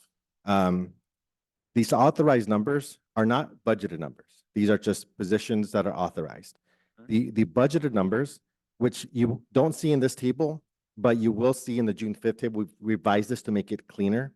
The budgeted table will show a reduction, a temporary reduction of 7 FTEs in your budgeted numbers. So in terms of budgeted numbers, you're looking at 166 full-time people and 70 part-time people. Louis, Yes. how many people were budgeted last year? I don't have that number, so I need to go back and look. So I think one of the issues that I've had with this authorized versus budgeted positions, and I'm totally fine with keeping authorized positions as the menu, but the way it's been explained to both our commission and to council was that you have authorized positions so that you have a little bit of a menu of choices in positions. Yes. And so you can say, oh, this position, we want this without having to come back to the council. So there was never necessarily an intention to fill them. I think talking about, but then I've heard repeatedly throughout the year, vacancies talked about from authorized positions. And a lot of confusion has come around this issue. And so it needs to be clear and distinct. These are the budgeted positions. So I feel it's a little disingenuous, quite frankly, to say that we are reducing positions We're to not. 166. How many positions were budgeted last year? And that's a problem that nobody here can tell me that. Well, we can get you that information, Vice Chair. We don't have that. I don't have that information right now. But We have it. I consider that to be a really big problem that no one has been able to tell us how many positions were actually budgeted for with this entire year, right? We've heard authorized positions over and over again, but how many positions were actually budgeted for? Because that's what we want to evaluate. The other thing that also needs to be brought in is, Mr. Downs actually did it last year in the budget, in the back of the budget, showed that some of the positions, like what positions are attributed to the general fund and what positions are actually costed out to the other funds. And I think that's something that needs to get kind of consolidated in a way so that we can see it and then have an understanding when we're looking at the general fund expenditures, how many positions are in there versus, the ones that are being funded by other funds. So when I went to look at the analysis a few months ago, it was confusing. I had no idea what the positions were. So, So yes. We have, thank you, Sheila. So let me play back to you what you just told me, okay? My translation. I'm just, I'm not translating, I Hmm. apologize. There are 173 authorized positions. We believe that we're going to actually fill, if we are 100% at capacity in terms of personnel, 166, did you say? I think I want to make, if we could take a couple of steps back because I'm not, I want to make sure that we're all on the same page. Please. When we're talking about budget positions, we're talking about funding. Okay. Yeah. So when you look at the personnel budget, if you look at the bottom line number, Right. we're budgeting for 166 full-time positions. Okay. That doesn't mean that throughout the year, you're not going to have 167 positions, 168 positions, 169 positions. That number is going to fluctuate because there's a couple of different mechanisms in HR and that cities have at their disposal that allows flexibility to the city manager to operate the city. There are things like cross-filling or underfilling. Right. And so I'll give you an example of a situation in my department. We are underfilling 2 higher level positions to fund a lower level position in a limited term or temp or contractor capacity. When we do that, our numbers temporarily inflate. But the funding in the budget is, and I'll have to get you the number for last year, but this year's 166 people. When we talk about authorized positions, we talked about this internally a lot, actually, and we understand the confusion and we agree with you. We're going to change the approach and how we display the information, and really the menu, so to speak, is going to live as an attachment at the back of the budget, and we're not really going to reference it much because it causes confusion. And we're going to reference moving forward our budgeted numbers so there's consistency, so there's clear understanding. Going back, when we're dealing with part-timers, it's even more confusing because part-timers, the way we have to budget for them is based on FTE count, like 0.5 of a body. But the reality is that there are some part-timers that work literally 8 hours a month, and there's some that work, a couple hundred hours a month. And so when we budget for these people, we're really looking at a bucket of money for part-time hours based on classification. And so we have to do quite a bit of manual work to try to get our number to be in line with the amount of money we need for hourly work for part-time employees. And so these numbers of part-time positions of 70, that's technically the number of bodies that we have on the books budgeted. But that number really, it serves the purpose of giving us the dollar amount that we need to fund part-time operations. And so that's kind of where it's extremely confusing, but I just want to make sure that we're talking about the same thing. 166 people are budgeted. This includes proration. And Vice Chair, you talked about not being a fan of that approach.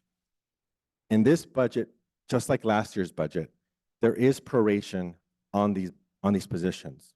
So there are positions that are funded partially, and there are positions that are funded fully, depending on its vacancy status and its recruitment status, similar to what we did last year.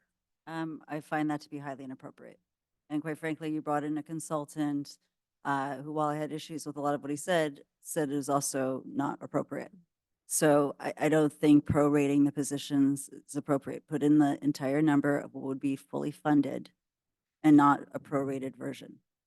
And then that's you do the vacancies and estimates of vacancies off of that. Part-time, I'm not really concerned about. Part-time is a tiny fraction of the overall salary and wages number. But having a much, more refined understanding of how many positions are there and what's budgeted for those positions, and that's for going forward, right? It's not just about this year, it's about next year.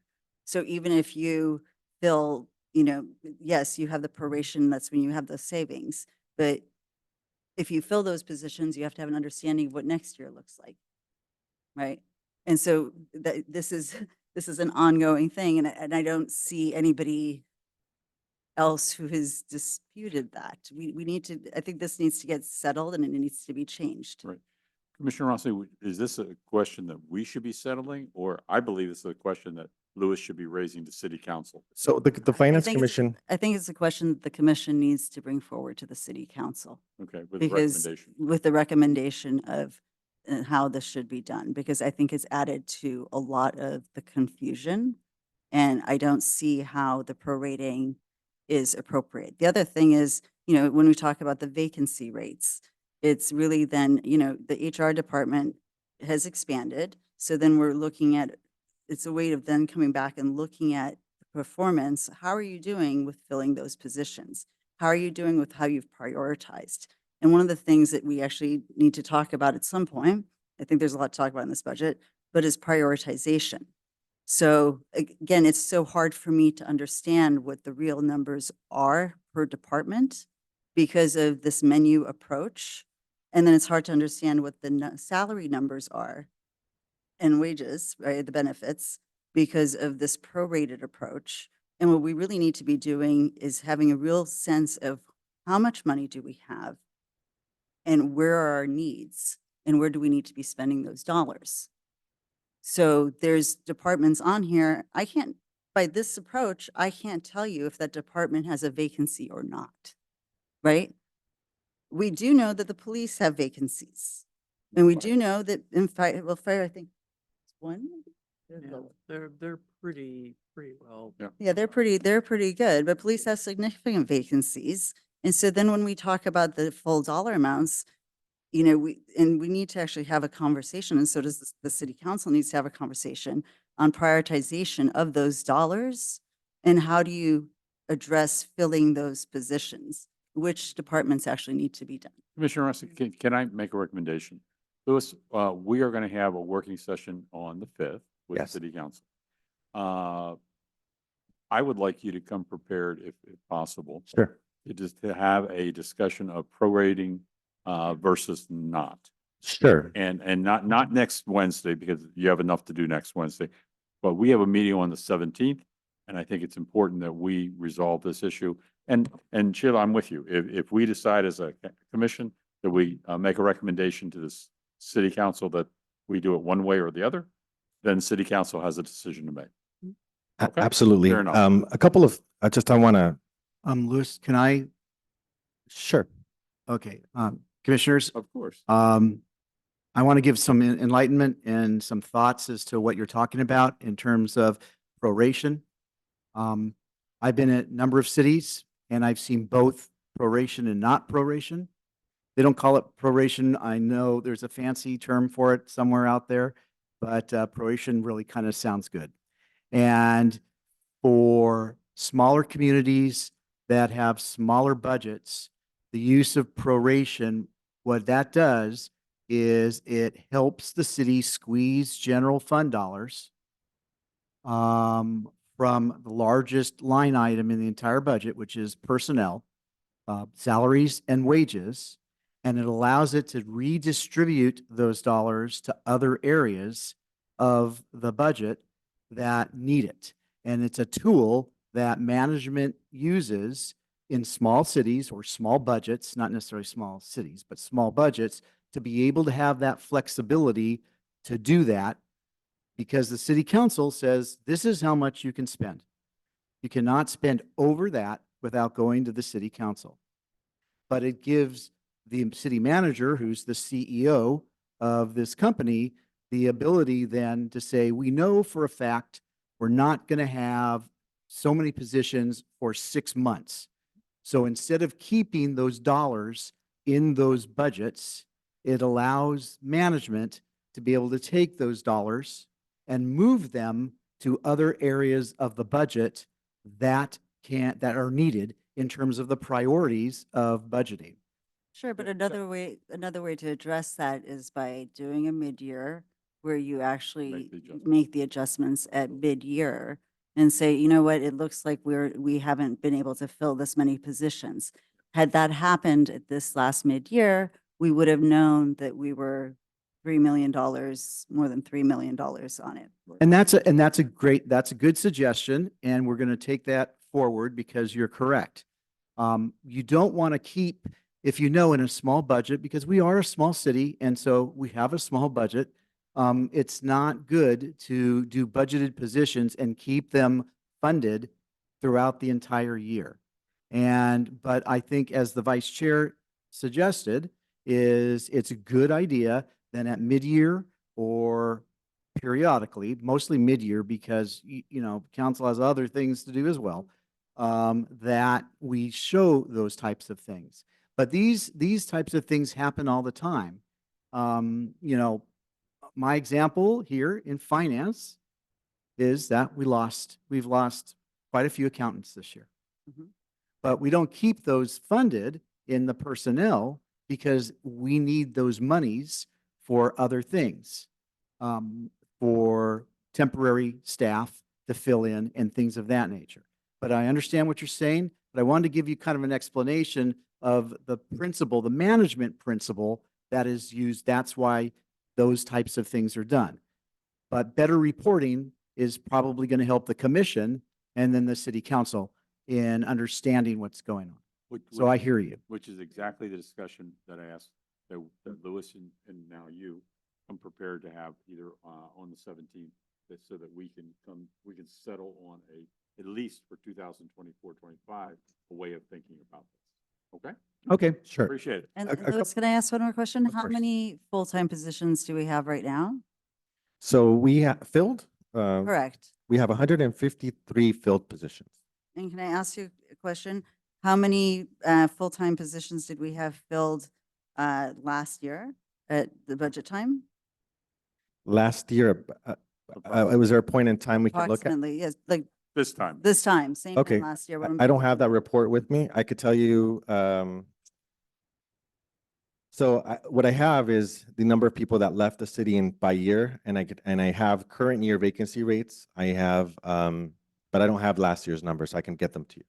Thank you. Okay, Thank you. thank you. And so you brought up a couple good points, Vice Chair, that I want to just circle back on. I want to make sure that you have the information you need to do your work. So you mentioned that identifying where positions are charging is important and for you to do your analysis. We do have a pretty simple table that shows the allocations by GL for each position, and we can provide that to you. That wasn't provided here in the Right, packet. but I believe it was done based off of authorized positions versus budgeted positions. It was done on budgeted positions. Okay. Okay. Well, we'd love to see it. So we'll provide that to you. We also do provide a monthly, and if you're not getting it, I can make sure that you do get it. We do provide a monthly vacancy report to the city manager. And I believe that goes to the city council. So if you need a copy of that, we can make sure that it becomes part of your, That of your vacancy transmittal. report is budgeted.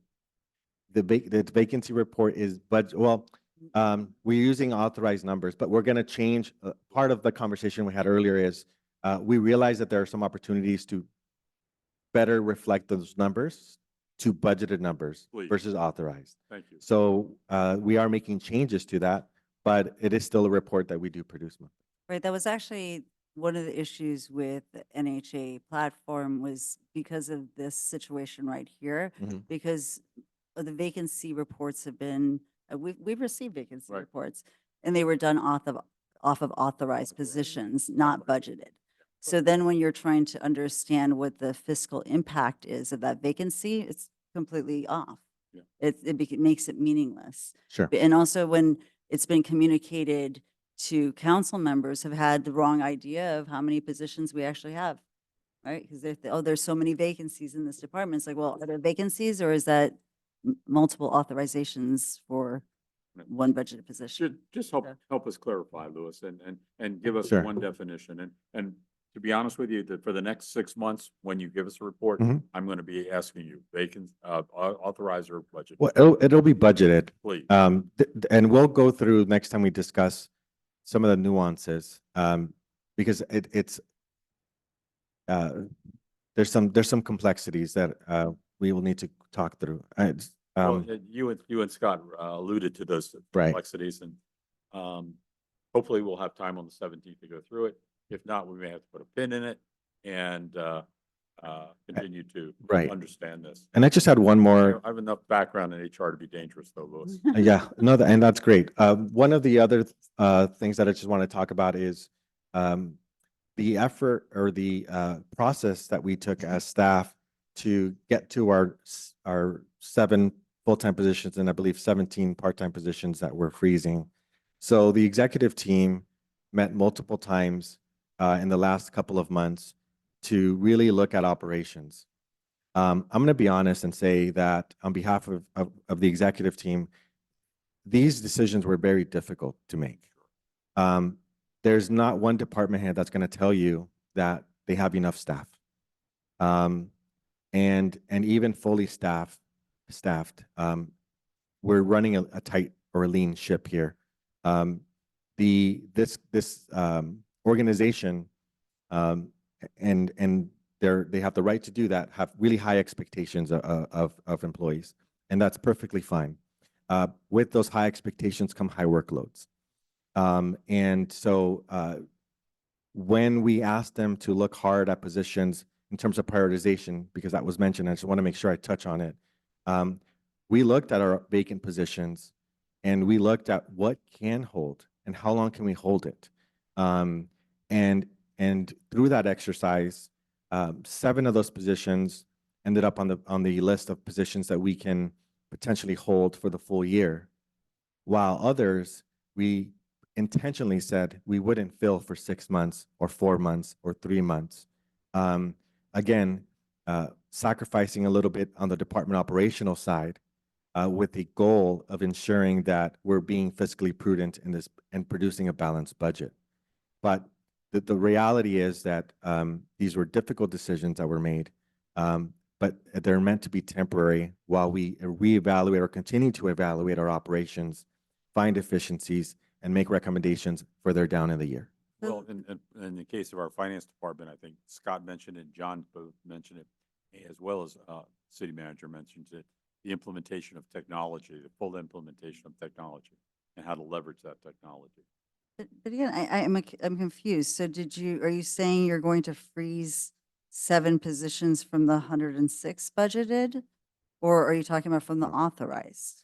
No, we start with our authorized number. And from that authorized number, we pull down and we froze 7 positions. Okay, but So- what were the budgeted positions last year? And I mean, this is, I don't know.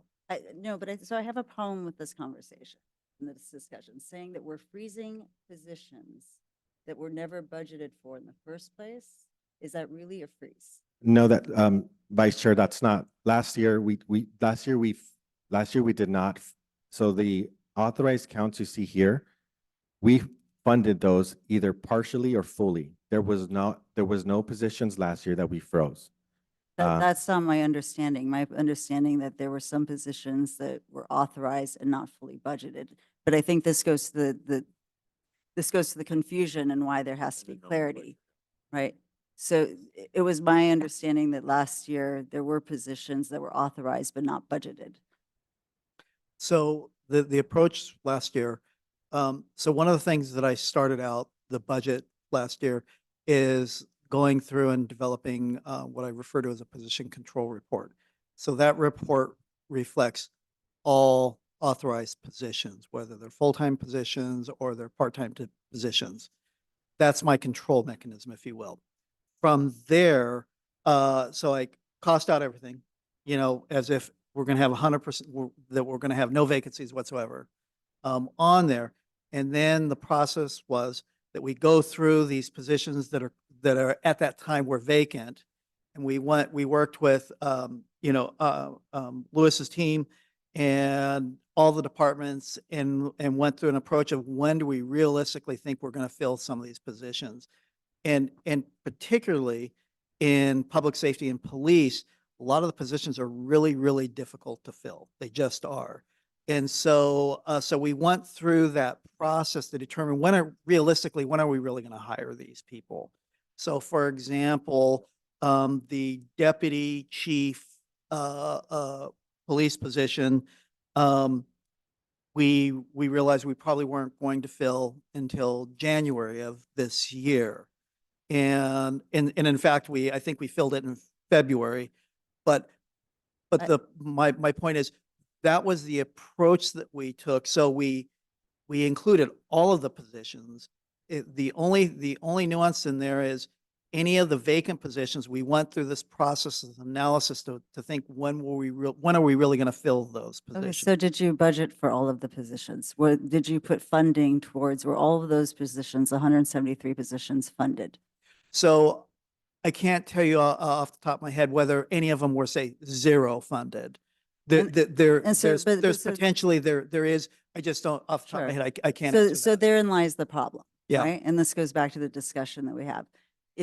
It's too difficult to go unless you go through workbooks and analysis. When you have 173 FTEs, it shouldn't be difficult. But authorized positions, you should know, or let's say you have 166 budgeted positions, it shouldn't be difficult to say how many were budgeted for.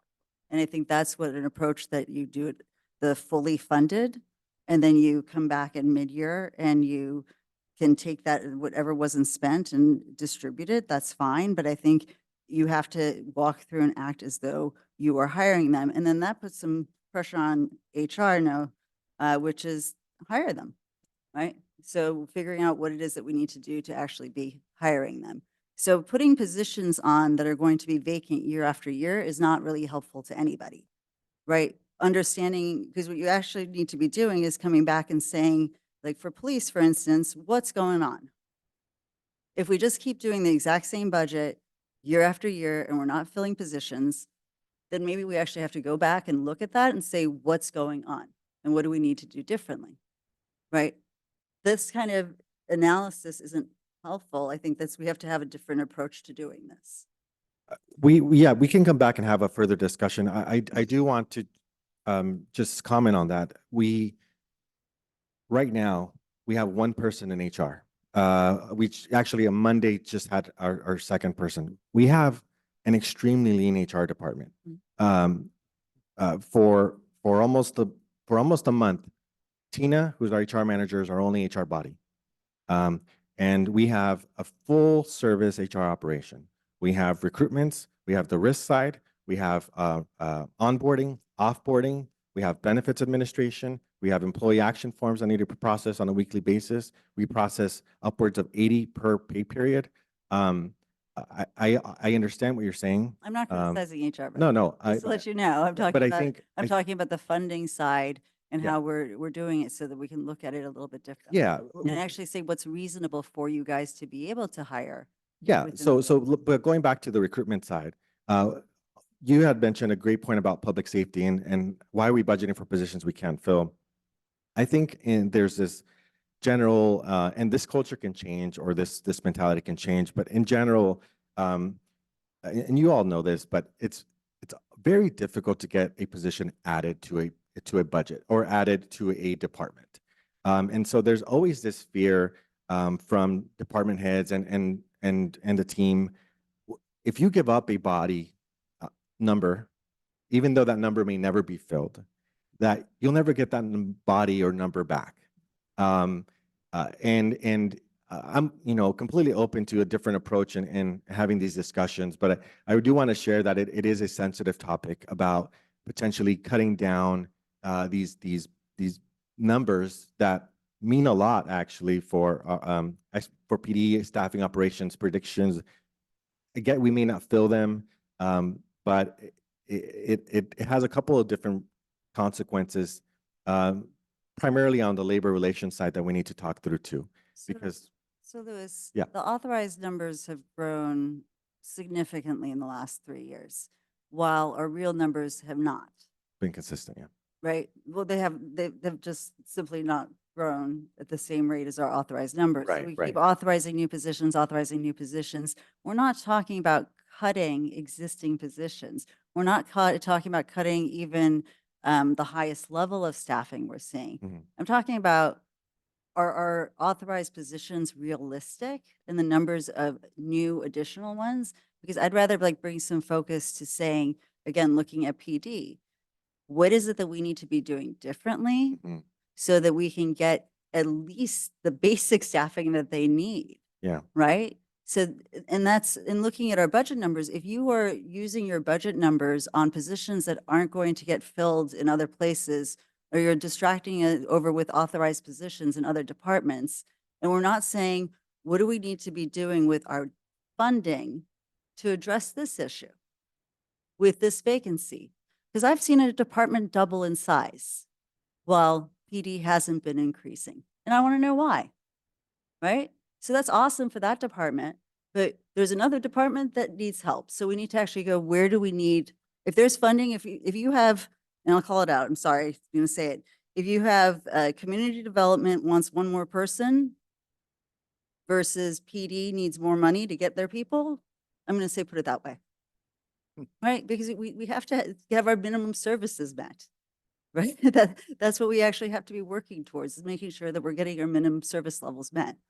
Right, and now that's a great point, and I think that comes down to also to, and I think that I think there was a lot of conversation during the ad hoc times about looking at operations and what's needed and what services are, and it's always important as we talk and have these conversations to associate services and programs to people, and when there's a reduction in one area, there's typically a reduction in service or programs that typically or impact to them that has to occur at the same time.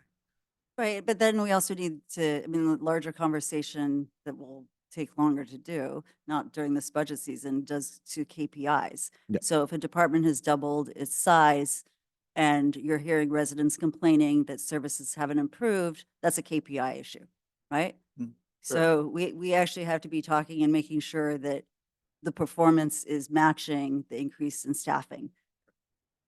Right, and we do have to talk about like, how do we develop efficiencies through that? But that's, again, that goes back to, instead of just simply taking budgets from last year and regurgitating, what I see a lot of this budget this year is regurgitation of last year's budget, is saying, how are we thinking and prioritizing our spending to meet the needs that we see we have, to address the weaknesses that we have, and to go for growth opportunities. So that's what, and staffing is the same. It's not just about trying to like add to your potential head count. It's actually saying, what staffing do we need that brings value? And I'm very focused on value-based outcomes, right? What you're putting dollars towards it, I want to see the value that comes out of it. Thank you. That was a very good philosophical conversation. Louis, let's get back to your report, please, and help us to understand. No, I think that was a good, I mean, it was. Yeah. really good conversation. I think I have a better understanding now. One of the things that I'll come back or I'll make sure I transmit some of the information that was requested tonight. We're going to or update our vacancy report. I'll also provide you a copy of a recruitment tracker so you guys can see where we're at with recruitments. And then we'll provide you the allocations for budgeted positions. Right. That was a request. Another thing, the missing one. There was one. The issue of how we are reflecting. Oh, budgeted numbers for last year. Yeah. So I'm going to review what the spreadsheet that we used to do that. And it's my understanding, and I could be wrong, but I believe because last year, if I remember correctly, we did quite a bit of cleanup, John and I, and doing some historical. The numbers that were published in the budget books in previous years were not always accurate. And so it was extremely difficult to kind of figure out what was authorized and what was budgeted previously. It was, it was a monumental effort. And what we talked about last year was, I think we need to do a reset, or we think we should do a reset, which is how we developed the position control report that we use now. And so we used last year, I get there was years before that. I don't know how much I can trust those numbers. But Neither do we, Louis. we decided that this PCR, this master personnel control report, is going to be the baseline where we can track changes moving forward, where we can look at what's authorized, we can look at what's budgeted, we can look at recruitment status, and each person has a serial number, so to speak, so that there's controls in place, so that we don't accidentally hire two people for one position. Because when we do a requisition, and HR, you're probably familiar with this, but when the department has a vacancy in their department, they submit a requisition to fill it. That requisition process now includes that PCR number, so that we can go back and see what position are you actually trying to fill. And John and I look, is it budgeted? Do we have the money for it? Are they authorized positions? And if the answer is yes and yes, then we approve that requisition and start the process. That control was not here before a year ago. So Louis, you just used a comment, you just used a phrase that confused me. Are they authorized or budgeted? They need to be both. It be both. And I hesitate to even say the word authorized because I don't want to confuse anybody, but they need to be both. They need to be, and when they're budgeted, they're authorized by default. But there's some cases when they submit a requisition and it's for, let's say it's a new classification. And I don't hate to get into the weeds of this stuff, but let's say there's a need for a position that doesn't exist. It's not authorized. They might have funding. They might have positions that they're trying to underfill or cross-fill with this new position. And so it triggers a whole different process for us. It means that we have to develop a job description. We have to do a salary study, a comp study, and then come to council with a job specification along with the proposed salary, right? And then we approve the requisition to fill because we've gone through that process. But there's controls now to ensure that the bodies that we're bringing on, there's funding for. And that was not the case prior to 23-24. That process, that check and balance was missing. Thank you. So I just want to make sure. And Louis, I just want to add on to one more on the philosophical side, Sure. which is the reality is we're seeing a demographic shift happening, and it's a significant demographic shift. And we're going to have struggles, industries across the board, because there are going to be fewer people in the workforce than there are people in the community, right? It's just the major retirement that's starting. That's coming, yeah. Right? No, it's It started. really It's already started, yeah. started. And you're going to see it as the baby boomer retirement Mhm. phase. You're going to see it over the next 10 years heavily. So we have to start thinking about that and addressing it. And one of the things that we were talking about, efficiencies and things, so since I called poor community development out, I mean, one of the things we talked about in our ad hoc was the need to look for efficiencies within departments. Where do we need to be investing resources, and what are the things we need to be cutting out for the staff? Because they have a limited number of staff that we can have. So again, driving value. Maybe they're doing things in ways that, because it's just historically been done that way, and we need to reconsider if that's the right way to be doing it. Maybe there's ways that we need to be investing in the right technologies or whatever. to be improving it. So that's what, like, Right. I'd like to see the budget shift from regurgitation of last year's budget with a 3% increase to what do we actually need to be doing? This is a guiding strategic document. And that's exactly what a budget document is. I think one, if I can add one more philosophical point to that is that requires, I think, an intentional investment in, I'm going to say, cutting a piece of the pie and dedicating it to innovation. Because the way that the budgets traditionally work, and including this one, we are just trying to operate, and I want to say almost survive. We're just trying to get the work done, and so when you look at the line items, I mean, there's nothing. I mean, very rarely. I tried to bring some of that last year, and I actually did. I brought a lot of significant software upgrades to the city, but short of like those one times that are there, there's a lot of, almost all of the operational expenses are really tied to day-to-day things. But without a dedicated slice of the pie to, because there's no capacity in-house to do that kind of analysis. It typically would be a consultant or we'd hire another body to focus on finding those efficiencies. I would love to say that we had the capacity in-house to do it, but I don't know of a department that does, to be honest with you. In the spirit of cutting off the philosophical conversation, Yeah, we're not even close to the right. middle of our budget. We got real numbers to talk about. Yes, thank you. All right. I would like to add one thing. So we definitely can show, budgeted FTEs. Will take us a little bit of work to compile that. We do have that data, because obviously that's the basis of our personnel costs. So, and breaking it down into the different funding sources, so for example, some positions have multiple funding sources.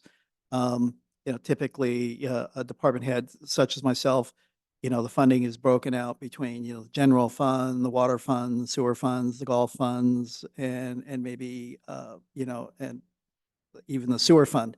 Other positions, they're more of a direct correlation. They're just funded by the general fund, or they're just funded by the water fund, type of correlations. So we can produce that. It's just, it will take us some effort to do that. So we have it in, in our massive data, whatever data files, if you will. It's just the resources to do it. We hear you, and we're not asking for it tomorrow, John. Yeah.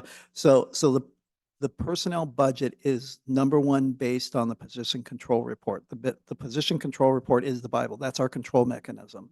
Everything flows from that document out. So when I'm costing out positions, every single one has a PCR number. Every single one on there. One of the things we're thinking of taking a different approach, as Louis mentioned, is particularly with part-time positions, seasonal positions, rather than in the past, it's been, this position will have, so many hours for that position. We're now almost thinking of it as you have a bucket of hours and a bucket of cost. And so this is your constraint. So, you can have some positions where, as Louis mentioned, they're only working 8 hours a month. Others are working, 500 hours a month. But the bucket remains the same in terms of total hours and total cost. And so the thinking, we're beginning to kind of change our view and take that kind of approach. So in matter of fact, in our next iteration, as this draft evolves, we're actually thinking of deploying that approach for the part-timers. I appreciate that, but I think I'd really like to have the focus on the Yeah, FTE positions full-time and just equivalent. keeping Sure. it simple. Like I understand I didn't understand the complexity. I appreciate understanding the complexity behind it, but I think for the purposes of like the reporting, I think keeping it much simpler and straight lines so that we can easily read it and understand. I wanted, before we leave this page, I'm done with personal things, Steve. The table for the general fund operating expenditure by type, it does need a header for it because it's 20, like it's budgeted versus actuals versus it doesn't have any of that in it on page 16. Yes, you're absolutely right. And that's an And- oversight on my part. Sure. And then on, so you have the categories, by the fund categories. The 2913 is not consistent with the ACFR. I think that was budgeted, but that's not what the actual was. I'm for sorry, could you 2026. repeat that one? I The apologize. Other expenses, the transfers out is not considered consistent with the ACFR. The transfers out for the ACFR, was 1.292. So the other expenses Where are you? on there, 16, still page 16, this Yeah. table. no, and it's a valid point. The Okay. other expenses is really kind of a catch-all. In other words, so in the audited financial statements, we had, we have I'll call it this, non-cash transactions. So I mentioned like this GASB 96, it's a subscription-based information technology agreement pronouncement and how they want those reported. And so we've already recorded those expenditures in the normal way, as invoices are coming in or we're paying, monthly subscription fees. This is what they did. It's a reclassification. Sure, no, but I'm looking at the ACFR, which has the subscription lease acquisitions, and that's a positive 1.4, and the Correct. transfers out were a negative, obviously 1.2.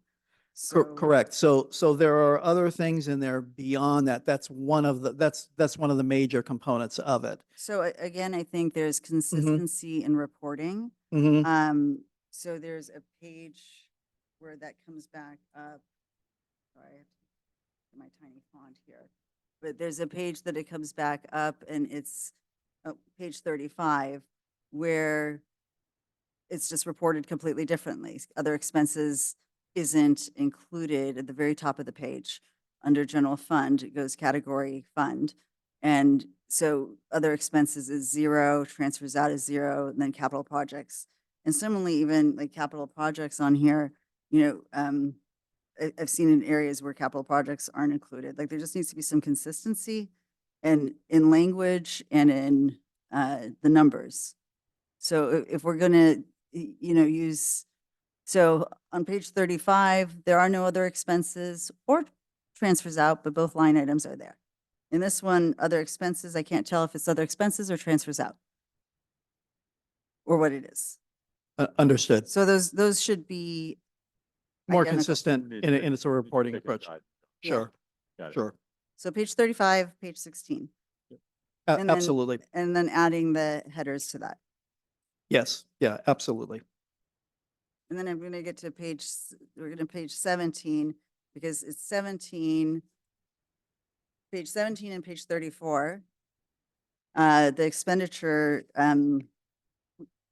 so you've got the expenditures by department on page 17. You flip to page 34 and the actuals for 23 are wrong, the entire column. I'll give you guys all a Yes, second. what probably had happened there. So one, absolutely. There was probably the wrong column was shown in here. So this was probably at a point in time developing estimates as opposed to the actuals. Right, right, But it is an error. right. It is an error. And then for efficiencies for reporting, there's got to be something process in place where you're using the exact same, there's some sort of checking to the tables that are used. So, I mean, because they're identical tables, except one has a significant error. I was working off of the one page 34. And I'm like, wait, why didn't you? I was looking through the ACFR. I'm like, none of this matches. And then I went and I was like, oh, there it is. But making sure that, yes, they do actually tie to the ACFR. But the rest of as the well. columns do match. Well, the previous actuals There. did match. I think the rest of the columns. No, no. well, they don't No, they quite don't. all. The Yeah. adopted, do Yeah. not. So the efficient way to do this would be to copy and paste the one single one over instead. I don't know if the two were done, like, I don't know how that would work, but it should just be the exact same one instead of having somebody having to check two different tables, Right. right? And it may simply be in the printing process that the wrong file was grabbed. I don't know, I'm just purely speculating, but the bottom line is they should be matching and it really should be Right. tying to page 17. So it makes it hard to know which Yes, numbers, if they don't. yeah, match or to lack review, of yeah. match. No, no, absolutely. So I was actually so focused on the actuals, I didn't Yeah, look at the numbers. yep. Yeah. John, I have a little picky thing. Yeah, no. More picky. It's tiny picky.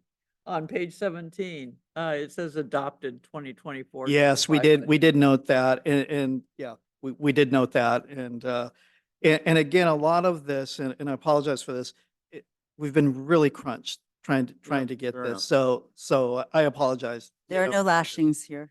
But, Oh, you but get it. yeah, Okay. no, we spotted that in a couple places, and so, yeah, it should be proposed. So John, where should we go from here? 'Cause Sir? Let's see, 1 second here, let me just kind of make a note here.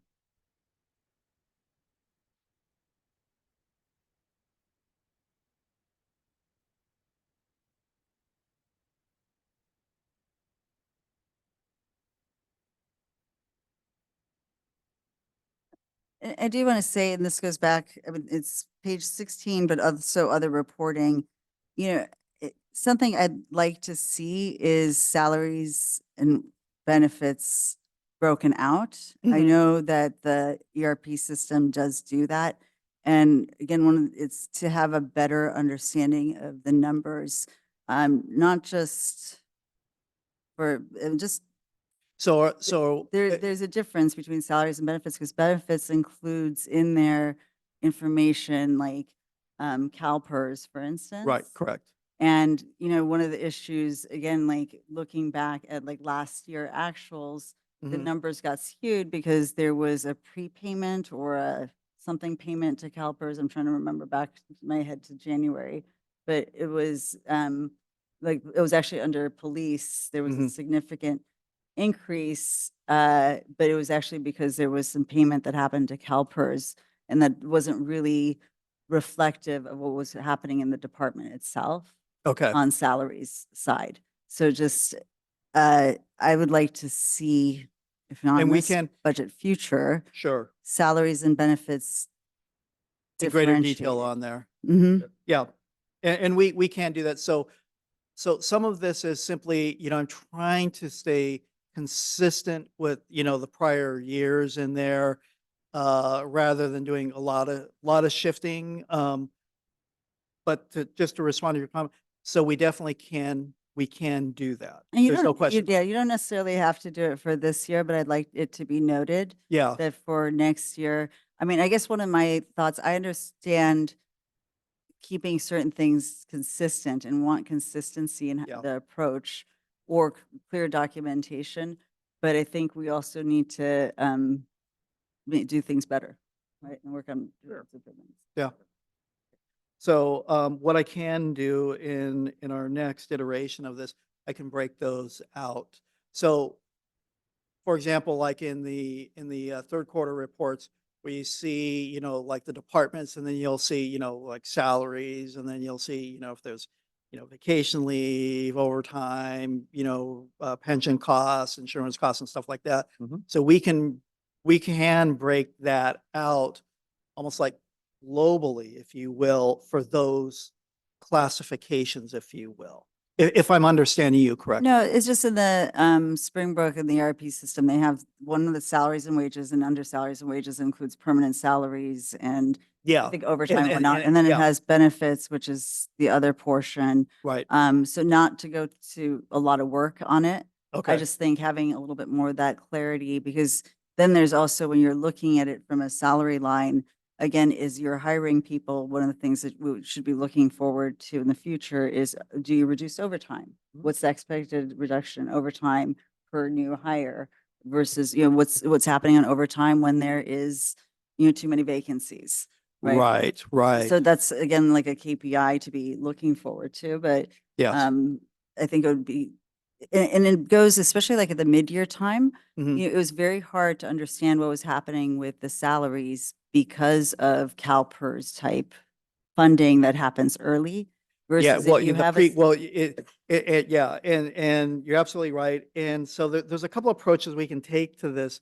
So when we pay it up front at the beginning of the year, they give us a discount. And so usually we want to take that discount absolutely. on there.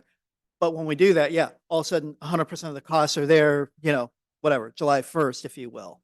And so there's a couple approaches to that. One is we can just simply take that total cost, spread it over 12 months as opposed to, just the one time, whatever, well, we're recording 100% of it.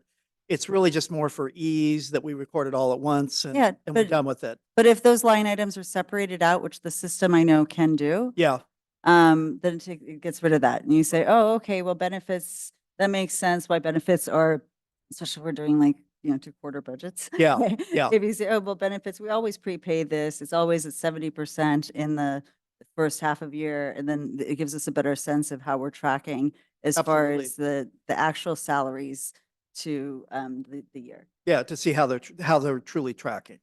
Yeah, absolutely. Okay. Let's see here. So, and I will note that on the discrepancy on the 2 pages there for 16 and 35, and then also 34. I suspect that probably what happened is in the printing, one of the pages got messed up or something. They grabbed the wrong schedule for that. But I'm just speculating on that. So, but nonetheless, they need to be in agreement. As long as we're on that subject, if you go to page 38. Did you say 39, 38? If you go to page 38. 38, 39, and 40, the actual column for those pages, they don't match. So if you look at every other column, the expenses by category and expenses by program, 40. We got 21, 22, 23. so you'll 44, see, estimated 45,446, 45,446.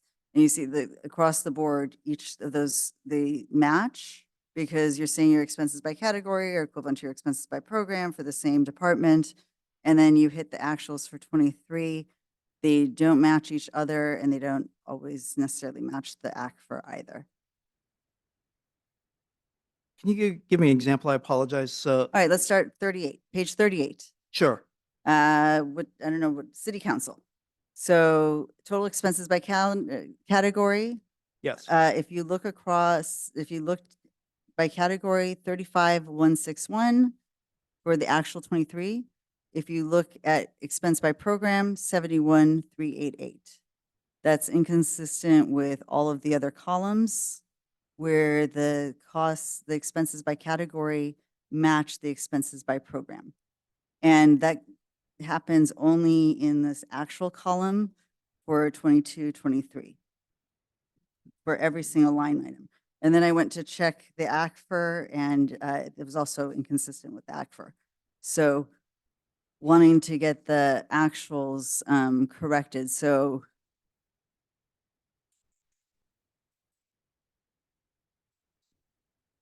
it's every single department. Sure. Just So- go down that column, every single one.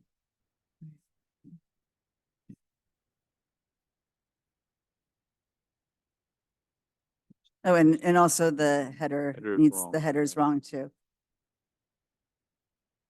Let's see, is it picking up? Can I ask you a question? Yes. What was used to generate these reports? So we basically were using Excel Okay, for generating all of the budget documents. okay. And is that partly because like the ERP doesn't do that? It's not really, it really has not been set up for budgeting. We did purchase in last fall budget software. Okay, Because of the turnover, we haven't been able to implement it. okay. Period. So let me look at this because, yeah, I see your point there. Let me see what's going on with that. I don't have an answer for you off the top of my head. I'd really have to kind of dive into it and look into it. I'm sorry. And what else? Let's see. So that's, 1 second. Let me just kind of make a note here. I apologize. Well, in page 37, there's, so I have to be honest. Johnny with us? I didn't double check all of the funds to the aquifer. I did actually do the beginning balances to all the funds.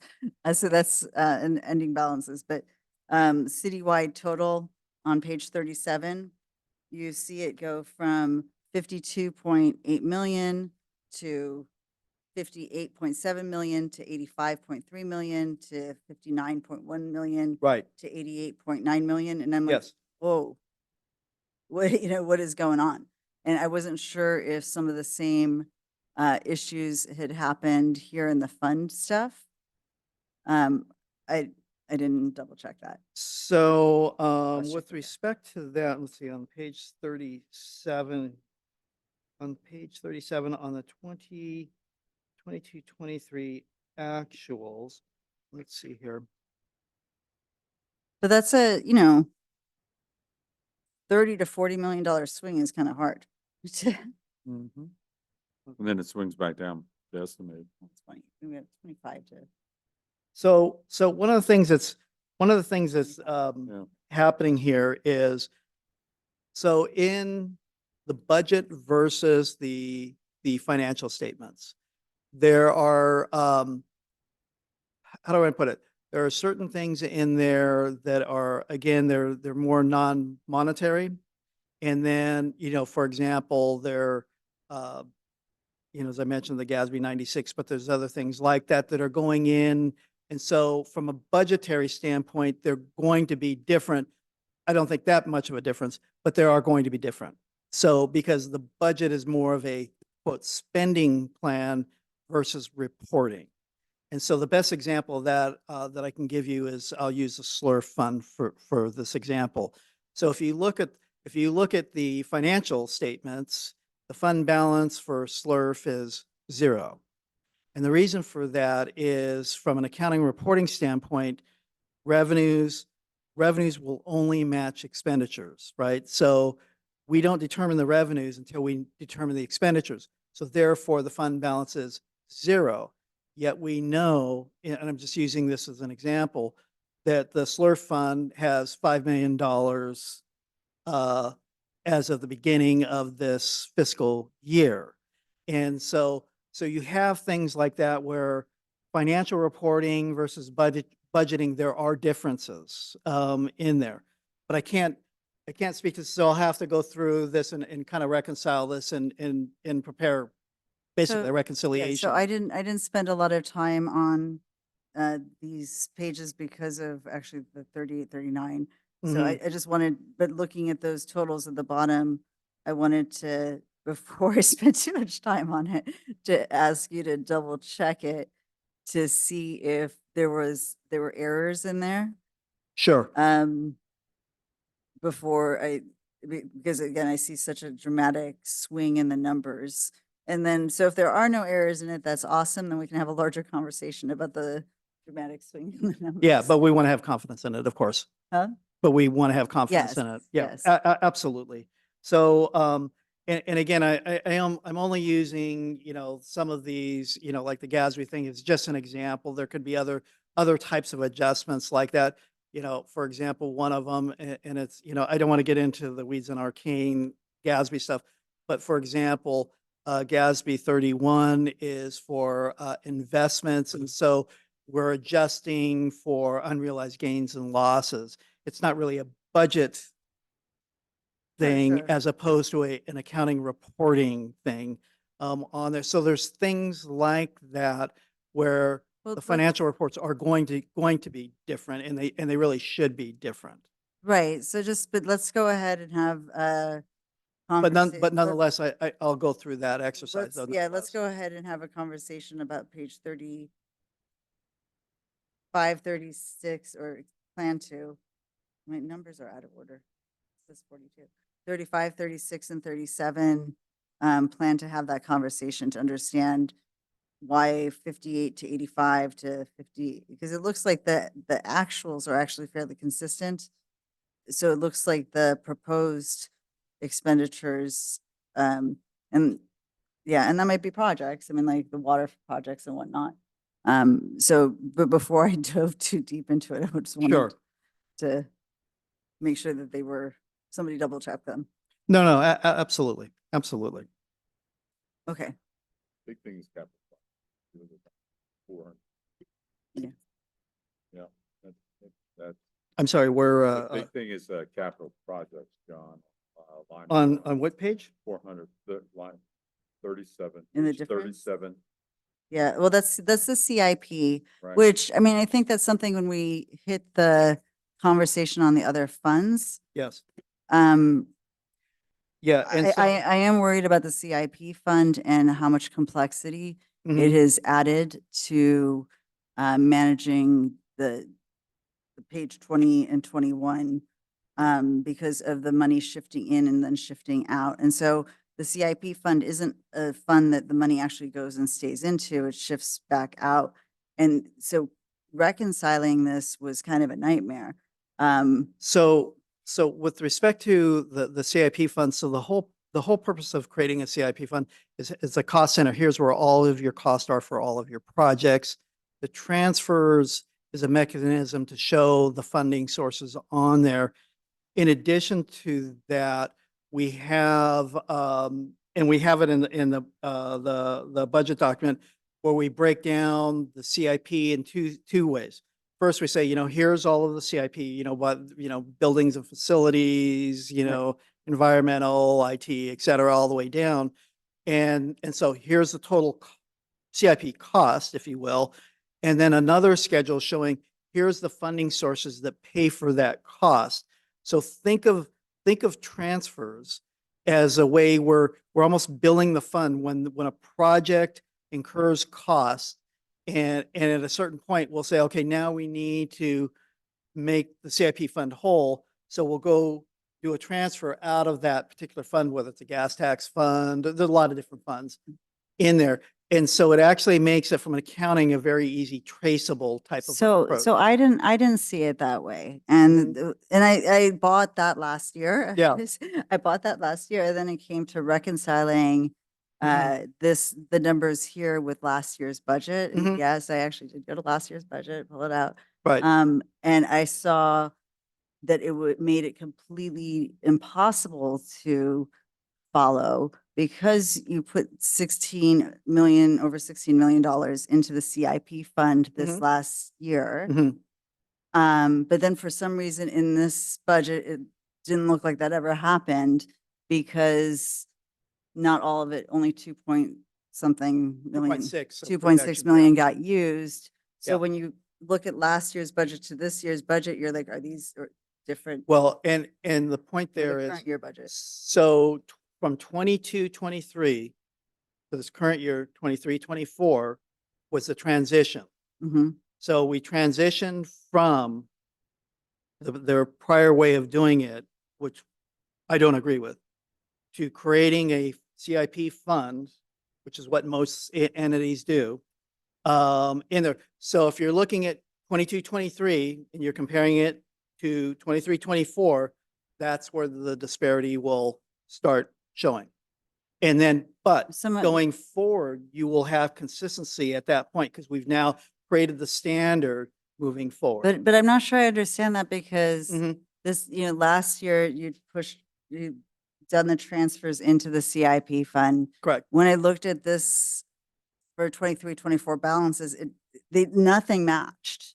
Nothing was even close to being what happened because so little of the CIP money was actually used. So, and part of that, I mean, that's another real budgeting issue too. Are we budgeting for things that we're not going to get to? Right. So, Yes, so right. are you over budgeting, creating too much of a wish list with the Yes. budget instead of saying, this is what we think we can do, given the resources that we have Yeah. to actually get it done? Yeah.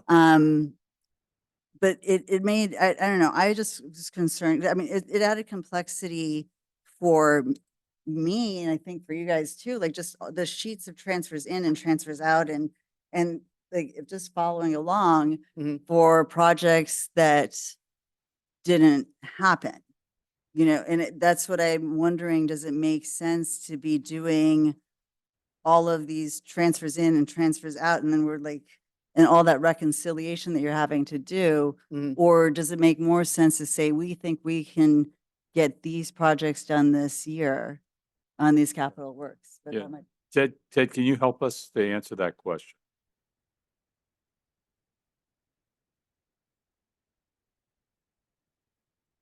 Good evening, commissioners. I think I understand the concern. And certainly this is a complex and, as we discussed at our special, meeting, uh, very nuanced issue. Um, I, I, I think that we can discuss a little further the concern with making so many transfers. However, for many of the projects, there is a need to represent them in the CIP for a number of reasons. You know, for example, transportation projects being associated with funding agreements that should be represented in our budget. So I'm happy to discuss this a little further, but I want to be able to shed some light on your concerns. Well, I mean, I think part of it is, so the CIP this last year, there was the 16 million, 16.5. 16.5 million, swept in to, and only 2 point, So, Something so the was budget was 16.5, but they're projecting to actually spend 2.6. so I guess one of my questions is, why was the budget so high and what happened? So there's a number of answers Uh-huh. to that. We tried to address that in our last session to talk about all those issues. Mm. It's not so much, there's a number, so to answer what happened, well, one example is about the number of resources we have to actually complete some work, so staffing resources. We had whole divisions that weren't really full of people, and for our, in regard to our transportation position, we just were able to fill that right at the beginning of the fiscal year. So um, there's some of these projects have to be funded in the CIP, even if we don't have a staff resource on hand to actually implement the project. But so I think you're thinking about two different things. There's a CIP budget plan over here. They're talking about the CIP fund. So I understand there are things that you say, okay, we're going to be budgeting over 5 years or whatever, and it's coming from these different sources. The CIP fund is an annual fund that like it zeroes out at the end of the year. No, no, it does not. What happens is it flows into a balance sheet item at the end of the year. So basically, from an accounting standpoint, we have expenditures that are pooling in the fund, and as projects get completed, they get moved out of the fund and they go into their Okay, classification. so John, if Yeah. you go to page 20, I'm sorry, go to if where? you go to page 20, 20. Fund 400, Yes. the beginning balance for Fund 400 for fiscal year 23 is $0. The ending balance for fiscal year 23, 24 is $0. And Mhm. if you compare it to last year, what was budgeted for 23, 24, there was $16 million that was put in to that fund. Mhm. And all of these transfers happened across all of the other funds Mhm. in the budget. All of those transfers got backed out. So So it made it almost impossible to follow from last year's budget to this year's budget. so So 20 that's different than the CIP budget. I totally understand the CIP budget and the different funding sources. It's actually just trying to understand the fund accounting side of it, that, putting, one, I don't know what happened on for this one for page 20, because last year's budget clearly shows that there was a capital improvement project fund that had more than 2.6 million in it? So, so we initiated the CIP fund. And in that fund, the way that it functions is we have these costs that we're appropriating within the fund. So say we have whatever, 10 projects and they're $1 million each. So we're appropriating $10 million into the CIP fund. As activity happens, that fund will retain, has those costs. And at the end of the year, say out of that $10 million, we've only incurred costs, I'll just arbitrarily, I'll say $5 million. But if those projects are not complete, what happens is they go onto the balance sheet at that point. So and where you see that is you see it in audited financial statements. But we created the fund and it really started, for all intents and purposes, in this year, in 23-24. So this is the first year of the fund's activity. I understand, but it affects the fund balances and the accounting for all the other funds in a pretty messy sort of way before you're using them. So, well, so we're not really reversing. So to your comment about the transfers, so for example, in the $10 million example, and we actually incurred $5 million of cost. So you're not, so we have the budget, here's these budgeted transfers going, from these different funding sources. When the costs come in, that's the only time we're actually going to do a transfer.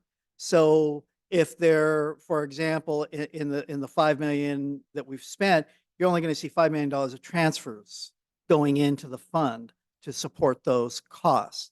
And so what it does is those revenues, and it goes in, and so it's considered other sources of revenue or other sources of funds. However, that offsets those costs, so the balance is going to be zero at the end of the year. So in other words, those sources of money offsetting the expenditures, you're going to have a zero balance at the Okay. end of the year, So- always. So look, here's my concern. And before you created the CIP, Mhm. right? I looked again last year's budget, and the ending balances, the estimated ending balances that Right. were presented for 2023. So June 30th, 2023. Mhm. You always expect budgeted numbers to be off from the actuals, Yes. right? Absolutely. But there was a $4.6 million swing on not including the general fund, just all the other funds Mhm. between what was estimated in last year's budget and what the actuals were according to the ACFR. You're referring to 22-23?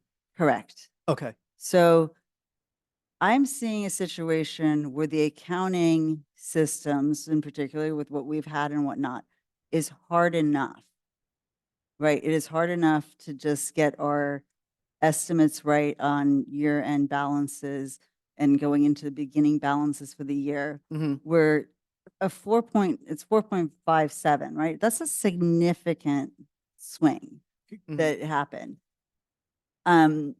Is it possible for me to offer some perspective on this that might be helpful? It's different from the CIP. No, I understand.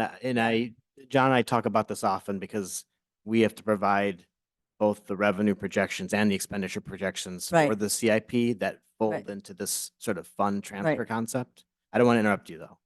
No, I mean, I guess I'm just trying to say that that's without the CIP having been implemented, there's significant accounting issues happening. Can I offer something, John, and then you can Sure. correct me? Sure. So, in the past, the way this was handled, as John had mentioned, was that we would have individual fund CIP accounts. And so for a project that had multiple funds, you'd have multiple accounts. And the difficulty with that was because of the delay between expenditures and revenue, receiving revenue, we would get negative balances on our accounts. Mhm. And if the city never received reimbursement for those or never sought reimbursement, you'd be left with a negative fund balance. And that's the problem that we had. And we've actually spent quite a bit of time recovering past reimbursements now before those funds lapse in order to correct those negative balances. So one way to correct this was to create this transfer Fund. scenario in which instead of directly relying on um, expenditure accounts that were tied directly to a fund, if we created this 400 account and deposited money into it through a transfer, Mhm. you can't bring that negative because there's no money to go negative on. But it it separates you from having this by fund reconciliation, and that's why John is describing that on the balance sheet side of it. Yeah. He has to show the end of the year distribution back to the funds so that you can see which funds have been spent. Because otherwise, if you're spending from one 400 CIP account and you're accessing three funds, it's not ambiguous. It makes the It's billing of abstract. this You don't know quite which fund you're difficult. spending from, so you have to go back and sort of redistribute back to the funds to show that. Okay, A so, good example, if I can give one more, of course. a good example of this is on page,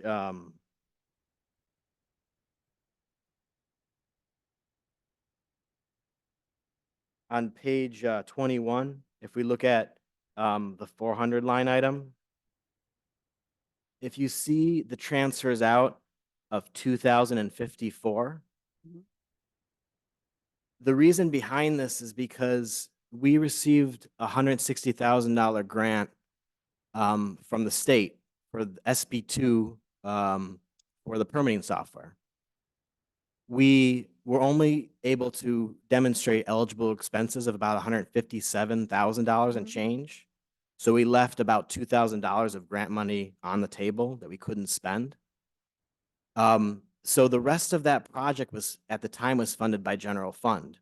So we have to show that We're putting the money we have to back. put the grant money back so that it doesn't draw on the general fund that extra $2,000. I don't know if I'm explaining that correctly, but No, no, that's what we're trying to show. I understand. I'm just, so I'm trying to solve this problem. So you budgeted, again, 16 million last year, and you spent the 2.6. 2.6. I need Yeah. reading glasses. And now you've budgeted that 16 million again this year, and that required all sorts of fund transfers. So the question that I have is, do you think that you're going to be able to spend that $16 million? So I'll answer that the same way I'm talking to council members about this, is that that's our goal and that's what we've programmed, not just internally, but with other funding agencies. That could slip absolutely. We could spend maybe 50% of that. So have you budgeted for the appropriate resources to make sure that you get, and do you have a benchmark number that you're looking for getting? Because otherwise, what I'm seeing is, again, if you keep throwing the same $16 million up every year. Well, like- I get it. And we're looking on two issues that we wouldn't mind your advisement, because on the first issue about how we've configured this transfer, obviously we're trying to solve a problem and not try to create another one. So Mhm. we're trying to solve the problem of this negative balance issue. Now on the resource issue, I'll share with you like $3.6 million of this $16 million are transportation projects that we were fully prepared to move forward with. Mhm. We lost our one and only transportation staff member 2 weeks ago, completely unexpected, after we committed the budget. We've already got these funding agreements with Metro. Mhm. Now, I think the better question is, what projects should be prioritized without removing them from the budget so that we can ensure we're spending on those projects and dedicating resources to those projects above other projects? Because in many cases, it wouldn't make sense to deprogram that project Mhm. with the swing that we have with staffing. Obviously, we're going to try to refill that role, and we posted the position the day Right. that we had someone leave.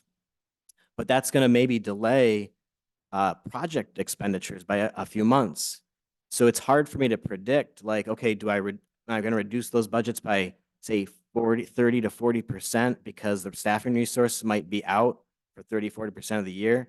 And that the turnaround time to do that with another agency could be like 8 months. So it makes more sense to commit to the funding and then prioritize where do we focus and try to achieve 100% expenditure. But, with a staffing situation the way it is, we're probably more like looking at like maybe 50%.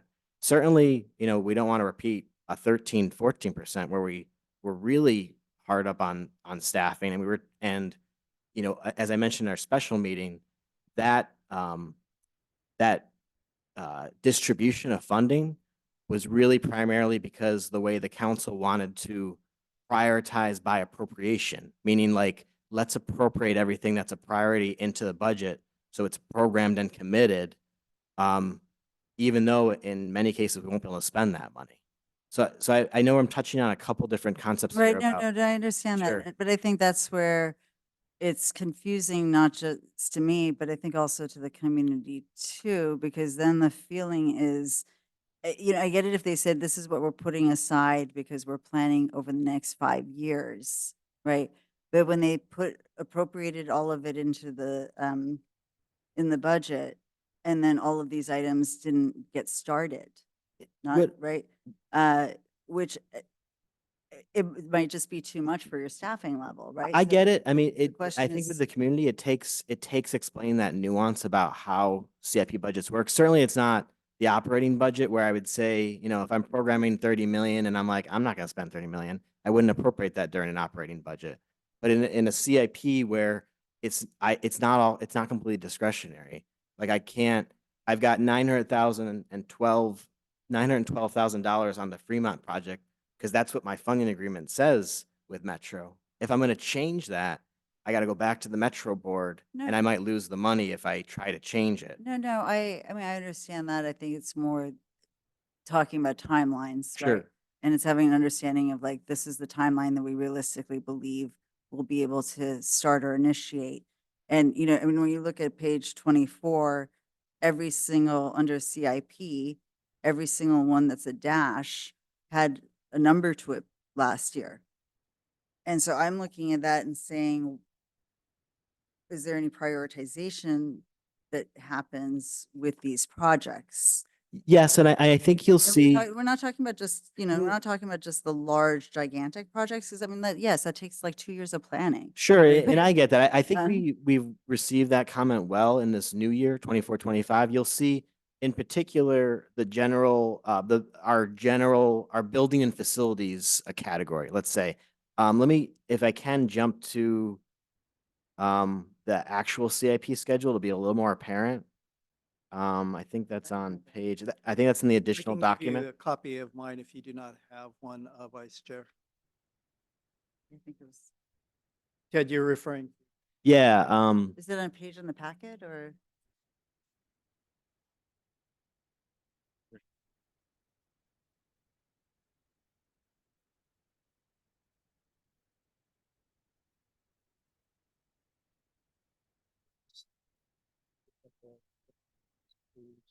Like Yeah, this one? Okay. Yeah, and so this is the first half of it, and then the last half right here. Okay. And just kind of real quick, this was the original 23, 24 budget. This is what they project to spend. This is how much they're planning on carrying over. Any new money, 24. so if you have that Okay. Yeah, open, 'cause I thank like you, one page John. of this. Um, had- So Yeah, got it. so just as a quick overview, as John had mentioned, your leftmost column is our 23-24 budget.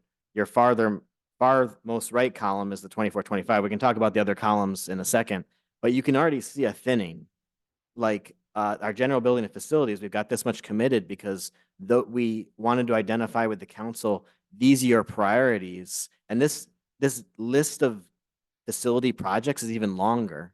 We didn't appropriate those other projects that were lower priority. What we're doing now is even prioritize even further to address that concern, to show you that, well, we're not going to prioritize a $1.7 million budget for facilities. We're going to prioritize a $970,000 budget for facilities, removing, a half a dozen projects from the list to be in a later fiscal year because that's the prioritization. Now, can we achieve these? Yes, with the appropriate staffing. We believe we have that now for building and facilities. That unfortunately that can change on 2 weeks' notice, no pun intended, but that's what we're trying to accomplish. Okay. And do you feel like you have the appropriate staffing in your department now to accomplish the 16 million? I'm not just building facilities, but for the 16 million budget. I'll answer honestly, no. But we're trying to strive to do that. It's not a matter of finances. It's a matter of staffing resources. You mentioned yourself the ability to retain staff in any organization, not just public service, but private Right, companies right. as well. And Public Works is the other one that I think needs some prioritization on figuring out how to. Yeah, absolutely. staffing So, it's not to say that's a foregone loss that we can't do anything about it.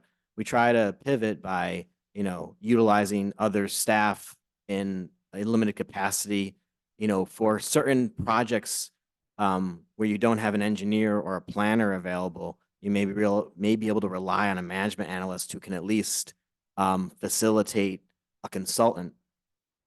They can do the project management end of it, and they can rely on a consultant for technical expertise. And so we rely on consultants for, to fill in those roles if we can. And then we shift back to a staff member when we can get the staff resource filled.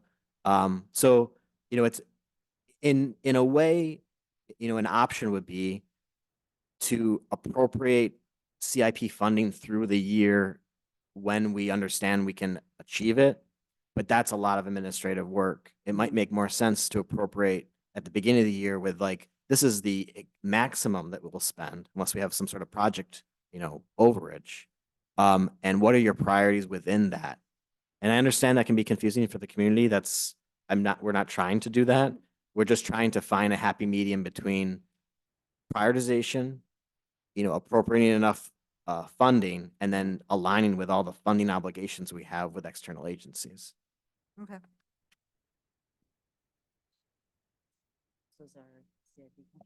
So something, Yes. It's- something I is would there like to anything kind else of, you want to add to CIP? yes, there is. Yeah, So something, Pardon me. Thank you. I wanted to bring up related to that, if everyone goes to page 18, this is one of the several things that I am proposing to change for the 24-25 fiscal year for the budget. So the first table up here that you see with the 1,004,000, these were all projects that were originally general fund funded. So in the 23-24 budget document, when you see the transfers out of the general fund of the 2.3, these were a component of that $2.3 million. And so there's time constraints on the use of the state local fiscal recovery funds. And so this is a perfect opportunity to utilize those funds to pay for these discretionary projects. So I'm advocating that we do that we utilize SLRF money instead of the general fund. So that's number one. Number two, the table underneath it here is kind of a brief reconciliation of the SLRF. I hate that term, so I just call it State Local Fiscal Recovery Fund. So we originally received 2 tranches of money from the state. So because we're a non-entitlement entity, meaning our city has a smaller population than 50,000, rather than receiving money directly from the treasury through the ARPA funds, they allocated it to the state, and then the state distributed the money. And that's the reason why it's referred to as state and local fiscal recovery as opposed to the American Rescue Plan Act. Now, with that, when the state released the money, they released it in 2 tranches. So we received $6,059,000 over 2 years, of which in 22-23, we've spent 1.1 million. We're projecting to spend 218,000 this year in there. And I'm proposing that we use 1,004,000 from these projects that were originally designated to be funded by the general fund on there. But So I just want to clarify, because Sure. I was wondering about this, because these were approved in last year's That is correct. budget. Yeah, that So is is that correct. also part of the reduction or change It is. between the two? Okay. So Yeah, this it's a was- major change. So that's why one of the reasons our expenditures this year went down. Yes, One, that didn't get yes. spent, but second, it's being now to do it over here. Yes, yes. So in addition to that, where you see the asphalt truck, the fire assessment, the command vehicle, and the library RFID, these were all part of the original 23-24 budget where we were planning on, we had appropriated almost $3.5 million. These were a component of that. And so these are not going to happen in 23-24. We know that. So, but they will happen. Which ones aren't going to happen then? The asphalt truck, the fire assessment, the fire command vehicle, and the library RFID project. Okay. So, but my point in this is, but they will happen in 24-25. And my point is, even taking those into consideration, plus the $1 million, we still have $3.1 million of unprogrammed. And Right. so this is one of the things that I'm going to be presenting to the council as well, is I'm proposing that what we do with that additional 3.1 million, that what we do, so you can use this money for any municipal service, number one. So what I'm proposing is, because we have a time limit on this of December, so we either have to spend it by December 31st, 6 months from now, basically, or we have to encumber it and it gives us another couple of years. When I say encumber, I mean, we have to have contracts in place. Okay. So Let me kind of finish the train of thought on there. So we know that's not going to happen. So to protect this money, what I'm proposing is this 3.7, that we use it for the general term municipal services, which it's totally allowed to do in the general fund in this year. And what that's going to do, it's going to, and I hate to use this word, but I'm going to use it anyways, artificially increase the fund balance in the general fund. So it increases that general fund balance. But then what we do is we offset it, we put it into the reserves, and we give it some name, whatever, special projects, whatever we want to call it.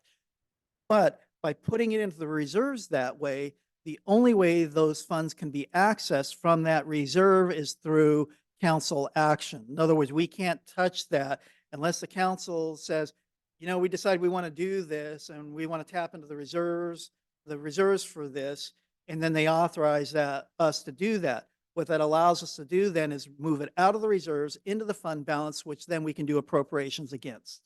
Okay. And because of the time constraint, that's what I'm proposing. So we're still retaining it, but we're retaining it in a different way. So John, there's two questions sitting here. Then, no, I've got questions. and then, okay, so Sheila, go. No, at the same. Oh.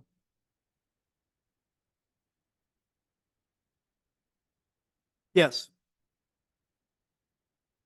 Right. Sorry, Yes. going from the 3.7 deficit to the 4.5 surplus, $1 million of that 4.5 surplus is because we're moving $1,004,000 That is out of correct. our expenditures into that. So it's Yeah. 3.5 of operational surplus. Yeah. And Correct. so, The other so side, the just to 3.7, clarify. you know, it basically occurred from this. So the original 23-24 budget. Wait, Yeah. wait, John, hold on a Sure. second before that. Did these projects, the proposed SLR funded projects, did they get done already? No. So what you're seeing in the top table, Yes. the top these are table. they've done some work on these projects, but these are the residual balances that they have not spent on these projects. So for example, the original CD permit management software, I want to say, well, here, I actually, in that CIP schedule on that other page, you can actually see what the original dollar amount of that John, do we was. anticipate spending it by the end of the fiscal year? Well, also, I'd like to know what got started, like what didn't get started on these. Sure, Because they are ones that are coming out of this year's budget. right. And I'd like to know, like, what were things that we didn't, like if they've already started the process and you've got contracts and they're moving along. And Yes, these are residual balances versus what are the full numbers? sure.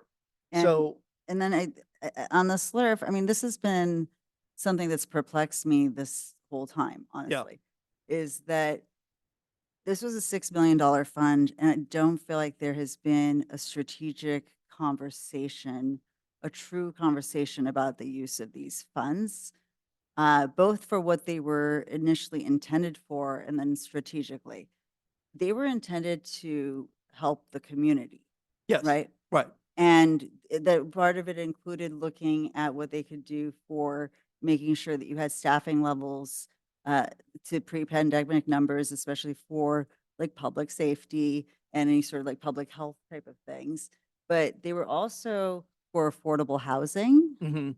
So we have some affordable housing issues that are there that we Okay, need to talk right. about. So there's also looking at replenishing unemployment trust funds. There is improving ventilation systems, which would be like the library HVAC system. There's housing stability, which would have been actually like in the housing element, one that didn't happen. So like, I guess and there's mental health, right? So, and I also saw like in the line item somewhere, the teen center looked like it had resources taken away from the teen center. Our teens are struggling. And that is a direct impact from COVID. And so I am kind of concerned that like nothing seems to have gone towards Those that. original intentions. Yeah, some of the original intentions was Yeah. to help people with the fallout of the pandemic. I mean, you have the teen community is definitely still struggling. Like their anxiety and depression rates are through the roof. Seniors, I'm sure, are probably getting more feelings of isolation. I think the general community as a whole. So I am concerned that like these options haven't been brought forward to anybody. I mean, our discussion, we've never really had discussions. We have, we're not, but what I believe I hear John doing right now, he's creating um, So, a, so a- what I'm proposing is a mechanism to put these in reserves. To allow us to so do that we're that. just simply preserving it Right. and not running up against the clock. But May I I- would like to see the city council actually understand what some of the initial intentions were, and they don't understand that because I've spoken to them and they said, no, nobody ever presented us with a list of items that they could be used for. So, May I I mean, chime I in? went, Because we did. I did the research myself. Vice Chair, I do want to chime in because I think we have had changes on council, we've had changes on staff. But I do recall over 2.5 years ago, when the funding first became available, the council at the time did have discussions. They did talk about ways they wanted to allocate certain pots of money for certain things. And they did it at a high level. They didn't go at the level of detail that you're describing. Well, but did they know that those were the things outlined by the SLURF fund? Yes, for we had use? extensive Did they know that presentation. like affordable housing was? We had extensive discussions at that time. And at that time, what council did do, from what I recall, they did categorize certain areas that they wanted to focus on. I do think that since then, and with the timing limitations, I think it's a good time to revisit that because they didn't go in that level of detail. We did present them and at the time, it's important to note that from the origination of what was called ARPA, that took a lot of changes. Initially, when ARPA was first introduced, it had actually very specific limitations of how cities could use it. Mhm. And the original ARPA had limitations specific to pandemic-related expenditures and efforts. And within a short period of time, federal government changed the rules related to that funding source and basically said cities can use it for so much more. We did have a lot of discussions around that topic at the time. Some things we were able to use, but at this point, and I think that's a discussion we're hoping we would have both with the commission and with the council is exactly what you're talking about, the strategic thinking. We have a pot of money. How do we want to start thinking about that? Because we do have some limitations of timing. And I think it's an opportunity for that kind of thinking because we certainly don't want to lose the funding. Right. So as you're mentioning the different types of areas, that's really what we're looking for. And I think John is proposing a mechanism where we can protect the funding source, Yeah. but create a way that all these different ideas that you may have, other commissioners or Yeah, council yeah, so- members, Yes. and needs from the community. Yeah, so these, I mean, these are directly actually looking at SLURF and then going, okay, how could you apply it here? But I think it's, the community has not seen any benefits of the SLURF funds. Yeah. And I think you have businesses who have struggled, you have community members who have struggled. And I'm just trying to figure out, and then we have these pressures for things like affordable housing and housing stability. So, and even like library ventilation systems, right? So it's looking, I guess I would like to see the conversation around SLURF with the council include, these are the categories, and to think about it with some of these original intent categories, because I think our community is still challenging. I want to see something back. I mean, restaurants struggle to stay open. Businesses are struggling. So that was actually originally one of the ideas on the table in the original discussion did include business assistance grants. Mhm. At the time, that I think, I can't speak for the council at the time, but they were given, there was quite a bit of discussion that happened, but I think we have somewhat of a new council. We have, I think, we're hearing a lot of different feedback from the community. So timing is really good for us to have this level of discussion. And I think what I'm hearing from you is that as we introduce that topic at the joint meeting coming up, it would be important to maybe lay the foundation of how SLURF was originally intended to be utilized and see what kind of discussion we can have both with the commission and the council to prioritize community needs and ideas for funding. To get us back to the topic at hand, though, John is suggesting a way to ensure that we do not lose. Exactly. So let's put a pin in that. Do we agree to John's strategy on how to protect these dollars? I agree with you, Sheila. We should be forcing our city council to have a conversation about how we should spend the dollars that John is saving for us. I agree with the contingency that is actually mapped out and is going to happen, so that the city does, I understand the budget process might, there's enough stuff happening in the budget. I actually believe that this money deserves an entire session on its own, with the city council, finance commission, and also like even community input a little bit. But I think the SLURF monies deserve prioritization and attention to, if we put it into the reserves, I want the council talking about it now. You know, I want them, so, and not maybe June, because June's crazy, Yeah. but then say, okay, the council will have a discussion, we'll bring in community input even, and understand like what the community needs are. Because our community, we have a large percentage of the population, by the way. You guys got hit by filming, so did a lot of our community members. Yeah. Right? A lot of our community members got hit when the industry turned and the strikes happened. Right. So I guess I just want to see, and I don't have any preconceived notions on how to spend it, but I'd like to see something that goes towards helping the community as well as helping our infrastructure situations and benefiting our staff and whatnot. Like, it just, if we could do it with With intention. yes, but with the council will sit down and have a working session, whether it's July, August, or September, and actually program this out. Yeah. Because they've been kicking this down the road, because quite frankly, they haven't had committed time to it. Right. Just Yeah. in their defense. So in our, in this moment, yeah, this evening's problem is, do we agree with the recommendations John is making on how to protect these funds? That's the question in the moment. If the answer is yes, then I think your question should closely follow that, because we have our mayor sitting here amongst us. We need to agendize that, Madam Mayor, and make sure that conversation happens in a future city council meeting. I think we have a meeting next Wednesday, and the SLURF funds is going to be on the docket for Correct. next Wednesday. So I think the recommendation that I would make is that they be presented this plan with also With the ideas. with the idea Yeah, of yeah. having a future meeting and dedicated to actually going through and programming out the monies and understanding what the different categories and the initial attention was. I think we're all in violent agreement. So, John, move forward with this concept, make sure that it is part of the conversation next Wednesday. And the asterisk next to that would be, John is saving us the money. John is giving us a strategy for saving us the money. Correct. How do we spend $3 million over the next number of years? Strategically. Strategically, yes. Strategically is something you be internalized differently by different people in this room. Right. But create a strategy for spending those funds to the benefit of the community within the context of how they were intended. Correct. Sure. Okay. Definitely duly noted. Thank you.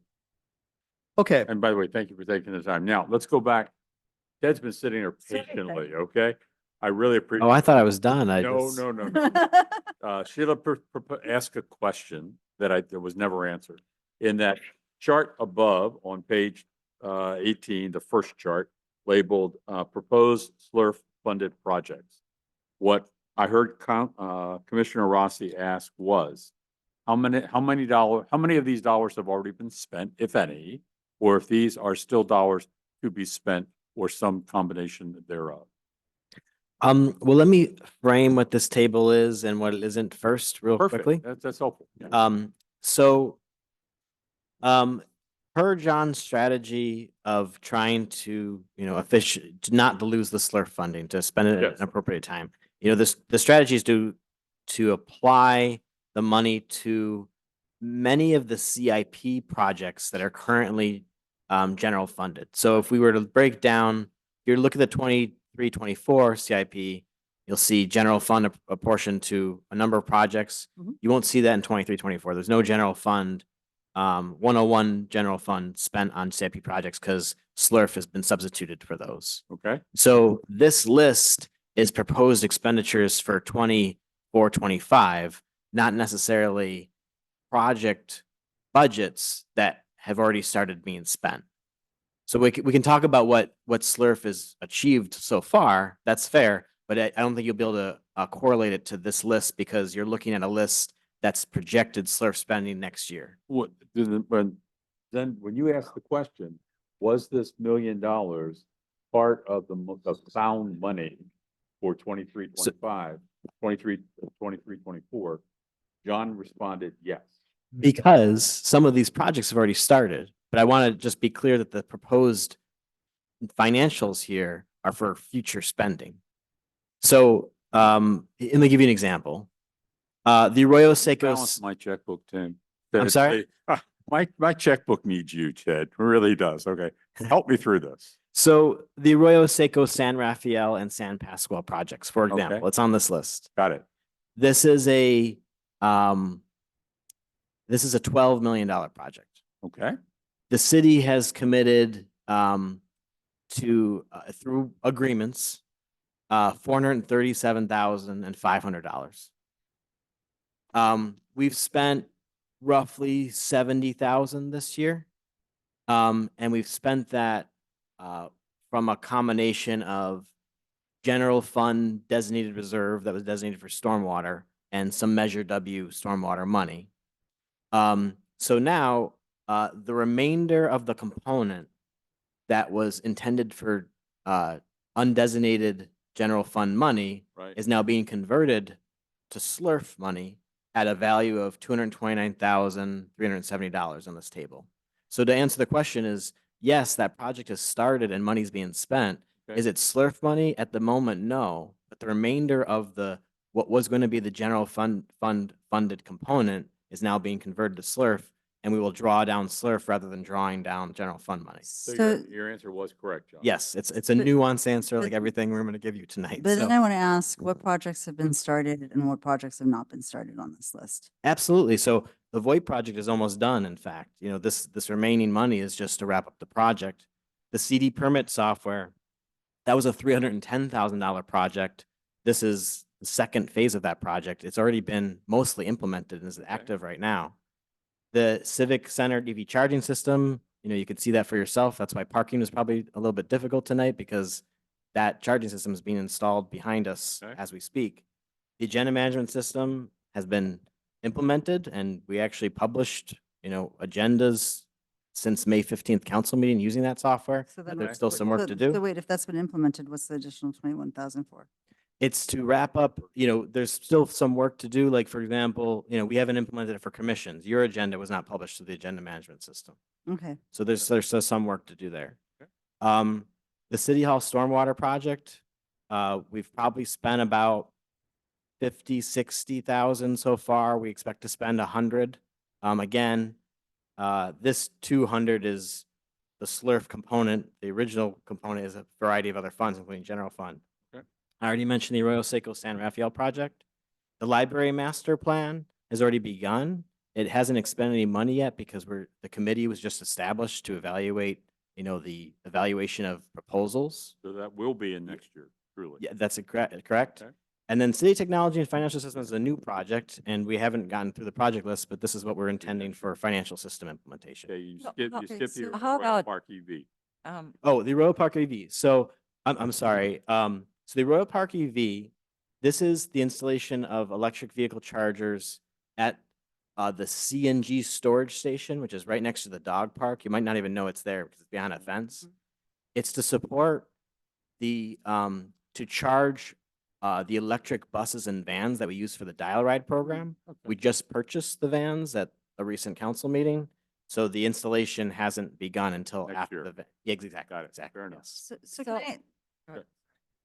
So back to the whole, this $1 million, roughly how much of this million will get spent in Q4 of this year? So between March and end of June, right? To know what is really coming, like Yeah. budget versus, Well, again, none of Just this roughly. million is appropriated for 23-24. It's appropriated for 24-25, no, right? no, some of it is, well, the SLURF money hasn't been appropriated, but a lot of this was appropriated in the 23-24 budget. I guess one of the things, maybe you're asking the same question, what's the rationale of taking it out of the current year budget that you already have the appropriations for? Well, let me correct that. I think there's just, we've got so many great ideas here. They're kind of, It's not a great idea. I mean, that's a direct question. So what is the purpose of taking it out of the budget that you've already? what I mean by great budgeted idea, to it means look at like it? great questions associated with the ideas. So, for example, the city civic EV charging system, it's a $300,000 plus project where you're seeing right here the appropriation for 24-25. But your question, I think, is related to So, how much no, is being my Ed. question, spent. I guess, is Oh, we're coming back again from just that swing and actual spend, expected actual spend for 23-24. So none of this million was ever in the 23-24. This is all actually 24-25. So this No. is not actually coming. No, that's not true. That's not true. Is it? No. No, these So were, this is a it. lot of these projects were So that's budgeted, what, a lot of these projects were budgeted for in 20. but this, started. part of this, And started. yeah, I know they were started, but was that full, like, They were budgeted they- for. the- The library master plan was Yeah. budgeted for in the last budget. that's what I that's thought. correct. Yes. But then you are So saying that it's in the the 24, VoIP 25. The VoIP was. If I could, budgeted for I in could help 20. clarify. So what they're saying is to make it look like this year's budget wasn't so bad. They want to take out this portion and put it into the SLURF fund to help balance this last year's budget. I think mean, I'd I like, don't think that if I was, could characterize this again, let me interject. So, the library master plan of the projects that I've listed here is one of the few projects that I mentioned has not started. So there's no expenditure. So you are correct to say that $150,000 of general fund money was budgeted in 23-24, not used. The project, we're carrying over the funds, and now we want to use SLURF funds instead of general fund money. Right. For the exact reason John mentioned, which is to preserve the SLURF fund. No, but why? You're going to be preserving a larger chunk of the SLURF funds anyway, so why move over pieces that have already were appropriated for and budgeted for instead of looking and saying, okay, now let's look at the SLURF fund cleanly? because we're Sorry, talking about just two really quick, ideas. Finance Commission, we're having a really hard time picking up voices. Sorry. Especially when you turn so around to speak to, hold on, sorry, I just want to make sure. These mics, unlike when the council's on, they have a bunch of amps that amplify the voice. So if we could speak closer in. Thank you, appreciate it. Let me share two ideas here, and I think this will help. Let's look at these two as two separate ideas. If I can return to the additional document real quickly for the CIP document. Do we have that No, document? no. Yes, that's the look, doc, because no, I want to show you that money, what you're talking about. No, wanna show you. look, no, I understand. The money was appropriated from the general fund already in this last year's budget for a number of these. I don't know all which ones weren't. I don't understand the reasons saying let's use SLRF to cover it, except to say to help balance this last year's budget and to show that shift. If you don't mind, I can No, explain. No, hold on. I strongly disagree with this route. Because we already said we're going to take it out of the general fund. We have a good, solid general fund balance. I don't want to see what happened last year with the obsession of keeping the general fund looking the same. So these are projects that they already started. So I'd rather see SLRF monies actually some strategic thinking behind it instead of quick, let's put SLRF money to it so we can preserve our general fund and not have a discussion. Sure, I understand. I think what you're saying is a policy advisement issue, which is apart from what I'm trying to say. I was just trying to explain the dynamic of the carryover to answer Zen's question. Sorry, our city treasurer's question. So I understand what you're saying. I don't have an answer for the policy advisement of how to use the SLRF. I think that's a larger discussion. What I was trying to key in is to like how mechanically it's working to both, number one, carry over long multi-year projects, and number two, preserve SLRF. So we understand that. But didn't we take money out of a stormwater reserve? Yes, yes. Didn't we take, okay, Are we, so wasn't it like did. 200,000? I'm sorry. So wasn't it like $200,000 that we took out from? So the stormwater original, reserve? so the original reserve was 300 and we're drawing 100 out of it for this purpose, right? So why don't we use the stormwater reserve to pay for the stormwater reserve project and instead of using. You the absolutely city hall? could. I think the point, and it's really two different ideas that are coming together, is that you could do that. However, the risk is if you don't use the SLRF, and that's a good use of SLRF because you can spend that money now, then you may lose the SLRF. That's the idea. Well, Well, no. then we'd lose all of it. Then we would lose all of it. Then entire idea and concept of having it set aside for the 3 million, then that means you're losing all of it. Totally understand, So- but I think you have to, what you're weighing are you're weighing two challenges. Is if we wait to determine the best use of that money, which is completely valid idea for the community's, benefit, you risk losing that money. So, yeah, so Ted, I think where I hear, and I think that you're going to see one of the few moments when Commissioner Rossi and I are of one mind. What I think I hear her saying is instead of taking 3.137 million and putting it into this holding account that John has identified, make it 4.137 and put it into that holding account, paying for these items out of the budget as it currently is outlined. Am I correct? Yeah. Okay. See? And then I think we need there's- champagne right now. well, Come on, there guys. are there are certain items that haven't been started, which I think Right. can be brought forward as these are things that can be paid So- from the SLRF funds. But I think it needs to make sense. So, John, this is another option for. Sure. Okay. For the discussion, For the absolutely. discussion on Wednesday, this is another option on how to handle these SLRF funds. Okay. Absolutely. So it puts more pressure on our city council to come up with $4 million worth of things to spend it on versus $3 million. The other benefit of this, and this is more indirect, but so on one hand, the view is, okay, we don't want to lose money. And so this is a way where these are projects that are eligible to do it. And so the recommendation is, okay, let's go ahead and do that.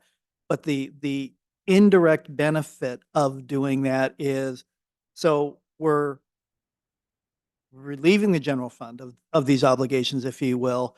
So the general fund fund balance will naturally increase as a result of it.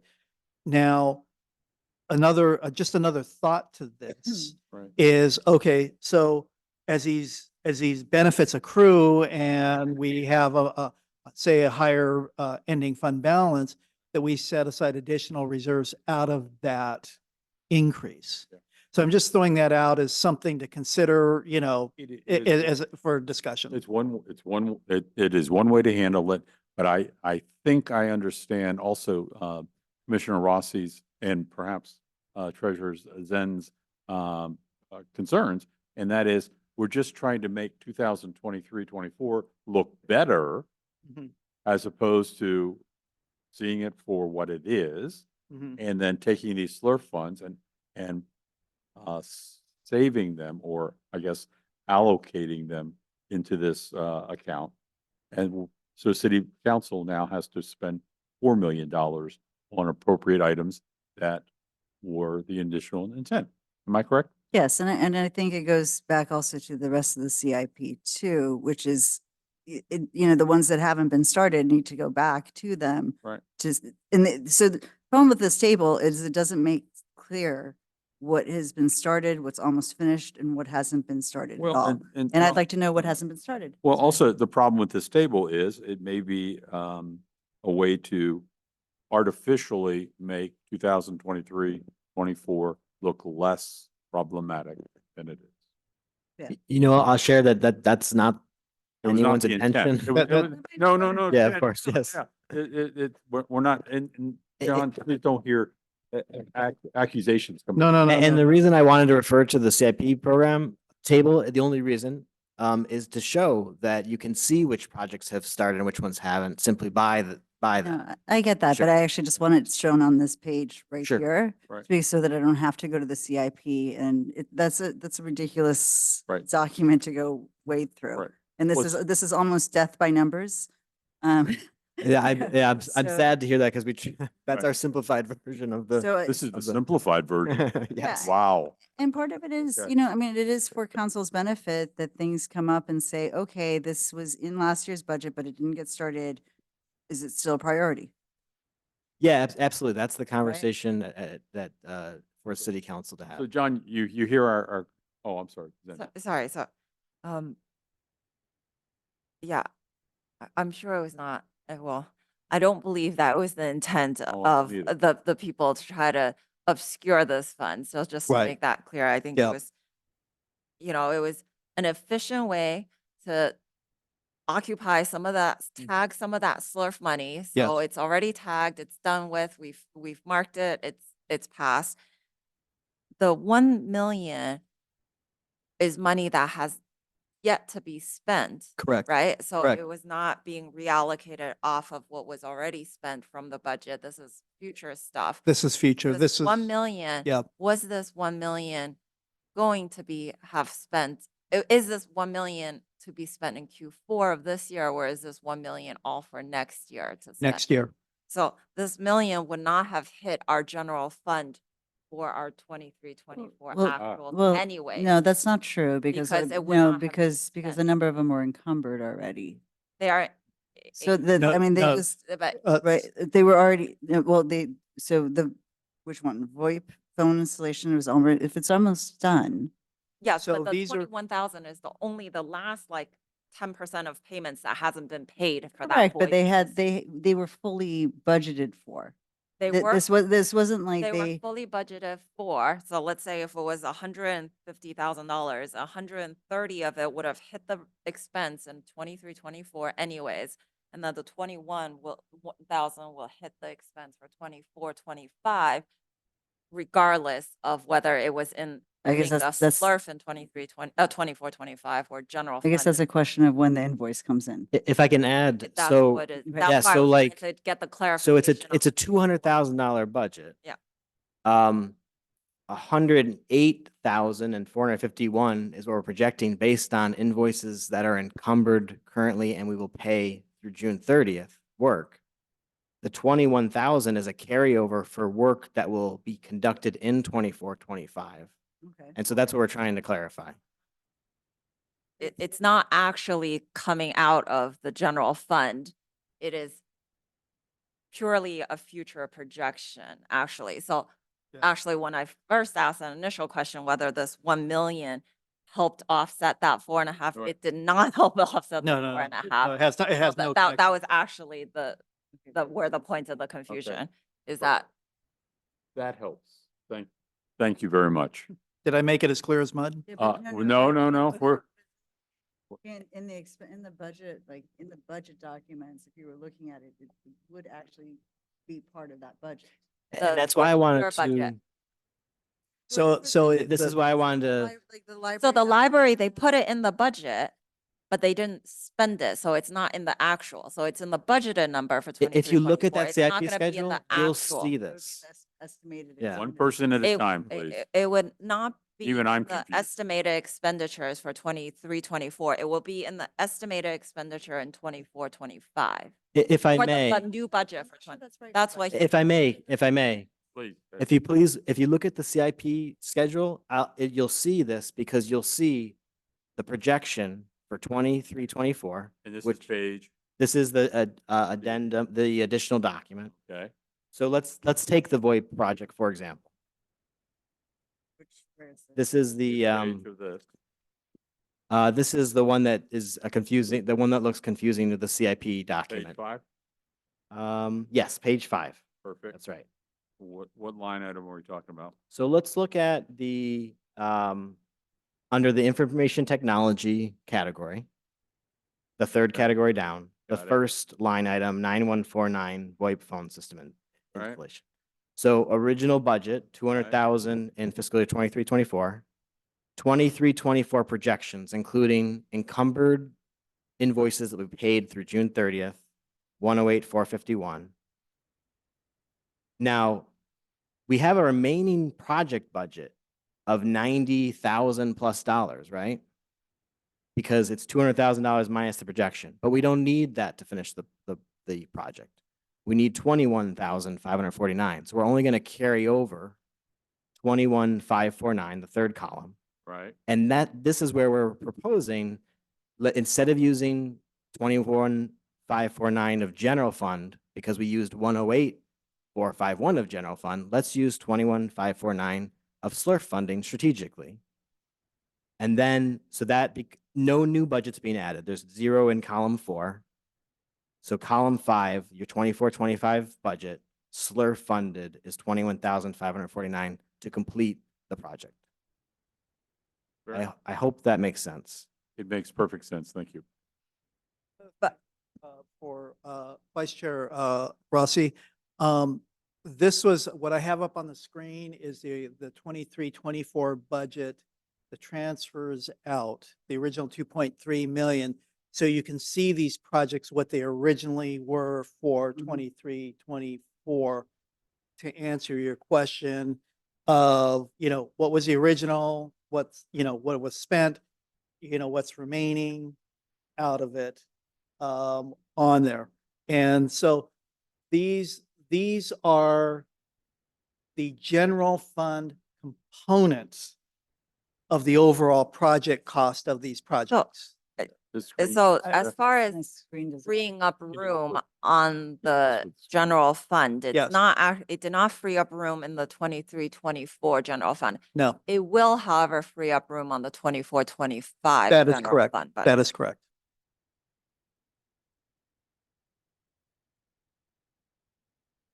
I mean, like, I think it just should be presented to you. council so that they're clear of what projects have, I think it should be presented to the council next week so that they're clear what projects had already been budgeted for in last year's budget, what had already been started and in some cases, or almost to completion.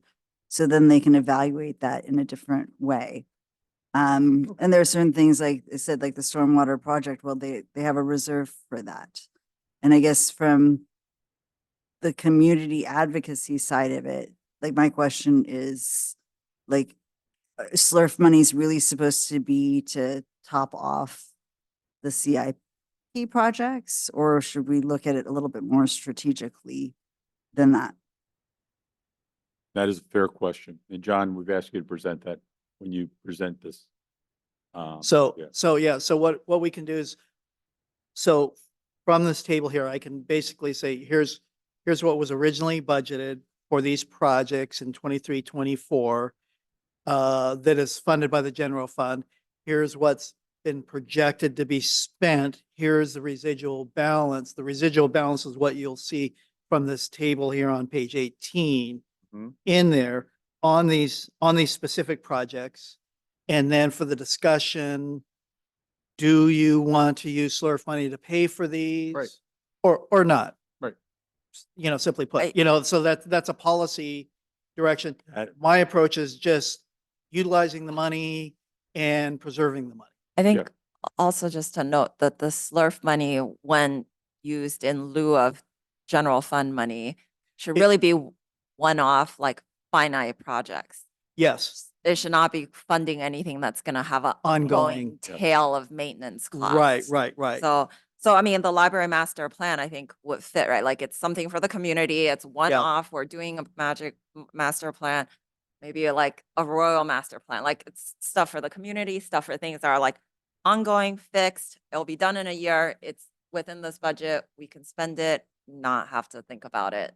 Like Yes. not having to think about ongoing obligations that this then obligates us to going forward when we don't have SLURF anymore. Yes. Sure. I mean, I guess one of the things I saw, the community services budget was one of the few budgets that repeatedly got cut.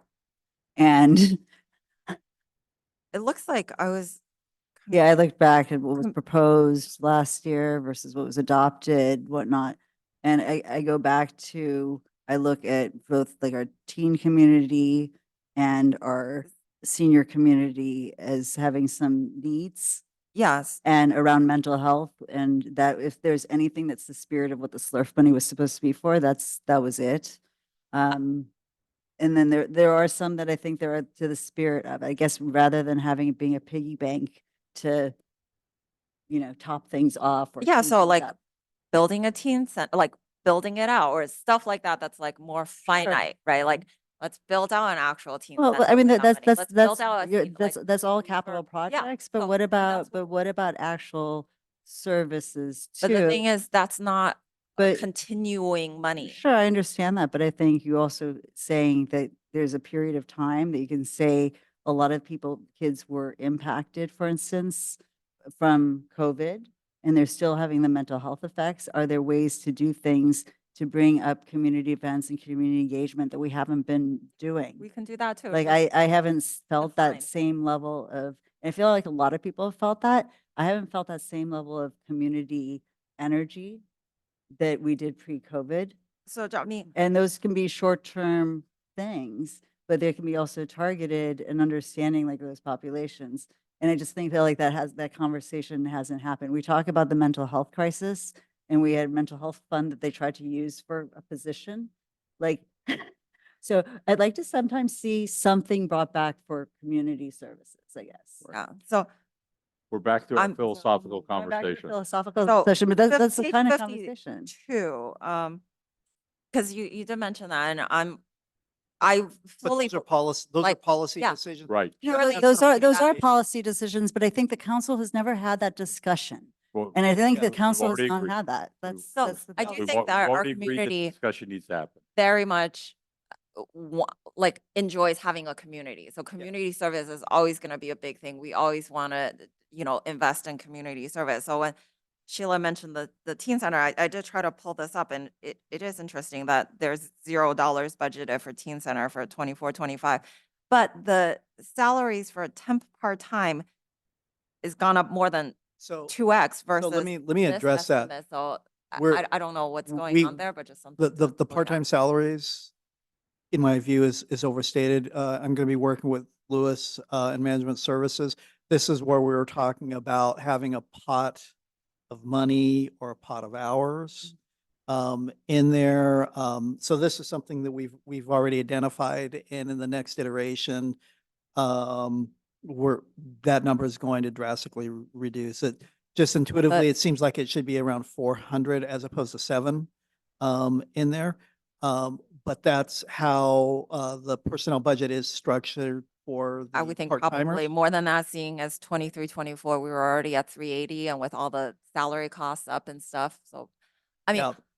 I'm saying we should invest in community services, just Mhm. make sure everything's getting Right. it's Well, fair. I just want them to have the balanced. conversation, and it's not just community services, it's, how are our businesses doing? What are support systems we can have for the community?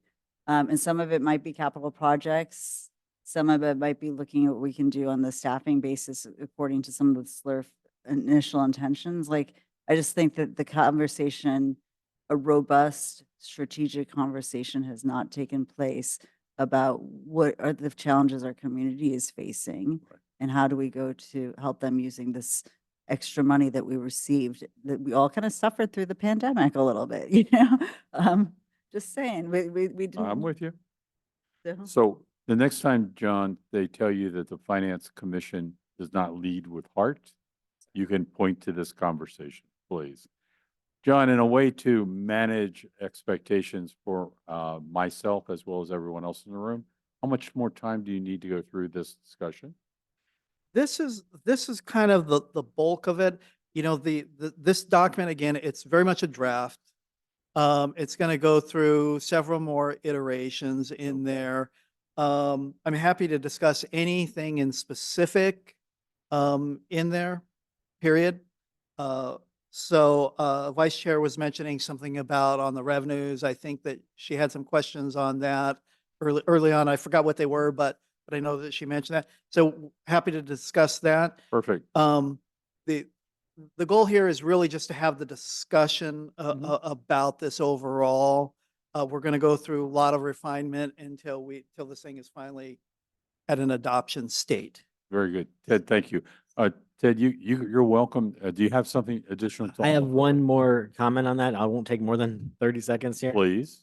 So I just want to basically give you a heads up that in our previous budget, we really addressed CIP projects and SLURF projects separately. But now that this is a combined conversation, you will see a few adjustments to the CIP table to show, for example, the library RFID project, a Right. previously committed SLURF project, representing it in the CIP table as proposed SLURF funded. Is right now it's not in the CIP table, and it will be because we want to show everything together.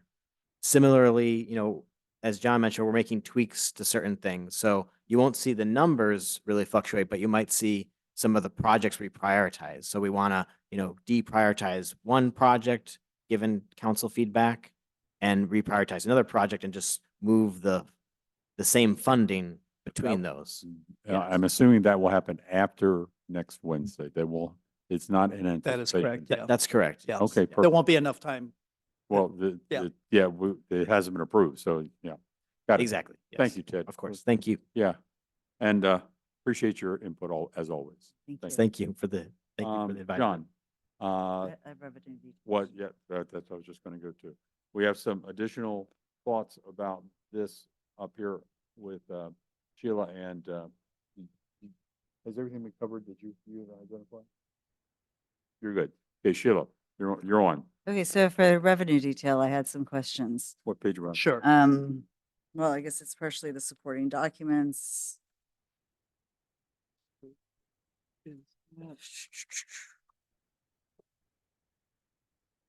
I don't know which supporting documents it is. Give me 1 second. Of course. Here it is. Okay. So, It's on one of the supporting documents. got it. Okay. Okay. All right.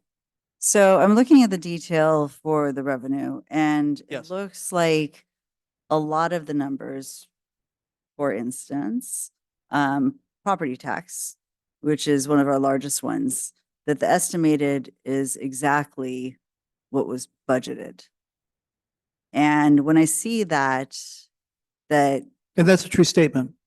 it's exactly to the dollar to Mhm. what was Yes. budgeted. Right. And, Okay. and so just so you understand the logic when I'm going through this on some of these. So in particular, property tax and sales tax, So we receive forecasts from a consulting firm, HDL. They provide this type of service throughout the state. They're the largest consulting firm that does this type of thing. And so I rely on their forecasting because they have very sophisticated forecasting tools. And so with these, what I periodically do is they do updates periodically. And the property tax doesn't really fluctuate that much. It's a very kind of stable stream as opposed to, say, the sales tax in there. And then in addition to that, HDL, they're fairly conservative with their numbers. So even, for example, in 22, 23, I came in probably several $100,000 higher than their estimate in there. So you're absolutely correct with my projection Okay. for this year for that reason. For that line item. Yeah. So, but I guess one of the questions I have, I went back to the NHA model. Okay. And they actually say the same thing for property tax. So Okay. you're on the same page on property tax. But their revenue projections for 24, 25 were lower in total Mm, than the revenue projections that you have on here. And so you have revenue projections of 40,994,000. right. And they had revenue projections of 40,020,000. Okay. There was like one of them, which was a strange one that they said the formula differs from the majority of expense projections, and that was from revenue, who uses the money in property Yes. was a big change. Yes. So I guess what concerns me is seeing so many of the line items. I understand the property tax and where HDL comes in, Mhm. but when I see a lot of line items where the estimates look very close to What is budgeted? what was like exactly Yeah. what was adopted or Mhm. what was budgeted, Yes. then I like how deep was the analysis of the estimate or where the estimate's coming from? Sure. So from an accuracy standpoint. So in general, I'm using different methods on some of the different revenue streams based on the nature of them. So for property tax, sales tax, I'm generally using HDL for that. Others, I'm looking at historical, I'm looking at trends, I'm looking at growth patterns, things of that nature. There's somewhat of an art to it, but what that really means is just my experience in looking at these But- numbers but- and but can- my interpretation of it, if you will. But can I ask, I mean, we have 5-year projections on the revenues. Like, why not use the 5-year projections for those? Well, Or at so least as a baseline, like, I don't the- really use, and I mentioned this early on about NHA. That's really a forecasting tool. I don't really use it for budgeting. the And whole purpose is a forecasting tool for budgeting. It's a 5-year. I would never use it for budgeting, ever. And the reason why I say that is because it's kind of, the forecasting tool always needs to be adjusted. So even this year, Of course, it always needs to be adjusted. I Mhm. guess my question is, but it is a 5-year forecasting tool. yes, The whole, and it's a platform, and the whole point is to be able to adjust it. But they did put in mathematical modeling and 5-year forecasting. So it's weird that we would go hire 2 5-year forecasting people, Mhm. and then say, but we won't use their forecasts for any of our revenue numbers. It seems a little. And Right. that is correct. That is correct. That's a correct statement. Yeah. So, and the reason for that, there's a lot of reasons for that. I'm constantly looking at information in real time. So that's number one. Number two, for example, on a lot of the revenues, the departments, they have like whatever it's charges for services or whatever the nature is. They are kind of the boots on the ground and they have the best sense of what's going on, whether it's film permits or planning fees, plan check, building permits, et cetera, on there. They're going to be far more accurate than anyone. But you can make changes to the platform. Well, So I guess, yeah. and I guess I go question the accuracy though, if the estimates are exactly what was budgeted. So then if- I don't understand Mhm. what basis you're making your projections off of Mhm. if we don't have the actual like our estimates aren't really reflective of what's happening necessarily. So if you compare the projections that I made last year, I came within $218,000 of my target, out of, $39 million. So that's, in my opinion, hitting the bullseye Okay, on but there. Mhm. And, so for, and so there's for- always, wait, there's always here. faults, Let- there's always flaws in different things. Um, Nonetheless, I've been doing these revenue estimates for decades, and I'm just going through and intuitively, I'm doing different methods. I'm looking at trends on some of them. Other ones, I'm using external sources. For example, I have projections from a gentleman named Michael Coleman, a very well-respected legislative analyst. I use him for like gas tax revenues, SB1 revenues, and different things. On other ones, for example, Measure M, Measure R, I get estimates from Metro. They give me estimates of what we expect for our allocations from them for these different programs that we have. So there's a variety of different sources that all flow into this, and these things are very dynamic. So they're changing constantly, and even NHA would have to rely on these same sources and these same methodologies on there. So normally, coming back to your point on the 5-year forecast, every year, normally I'm going to reset that forecast. So whatever they had, for example, what they were projecting for 23, 24 is now going to be updated with our results as in addition to what we're budgeting for 24, 25. Yeah, but that's So it's always going to be a moving target on Well, that, and- and and- truing it up, quite And- frankly. And John, correct me if I'm wrong, we still have not gone into validate all of the numbers in the original NHA report that was given us. Yeah, and So we don't know if those numbers are correct at this point. that is correct. And I have not had any time No, we. to analyze the Not a NHA criticism. model Well- at all. So I really can't speak to it much. So I didn't say use it for the expenditures for a reason. Right. Because in the model, they have the wrong period reporting for their mid-year. So they have the wrong thing there, but the revenues, I wasn't sure. Yeah. So I wasn't sure if they were using the right period for reporting from the revenues. It seemed fairly close. That's what I can't tell. And quite frankly, I can't answer that question off the top of my head. I do not know. Okay, I mean, I think that it is a forecasting tool, and part of the idea for it was to be able to Utilize it. visually help Yes. with budgeting. Yeah. So I'd like to know if, I'd like to know if the revenues at least are accurate, and I'd like to know if we're going to have them Yeah. fix it. You know? Didn't city council direct, Yes. John to use the forecasting Yes. tool? Okay. Vice Chair Rossi, I can answer. Actually, what you're asking for is similar to what council had asked for. So I think what we're doing as we speak, John's primarily focus has been budget. So our energy has been focused on putting together a preliminary budget and starting that process. But on the back end, Scott, Lewis, and I are working on understanding the modeling better. And if you recall, very recently, council approved for us to get some training videos from NHA. We've just received those training videos. We're trying to figure out the effort that that's going to take to go through and understand the model and be able to utilize it effectively.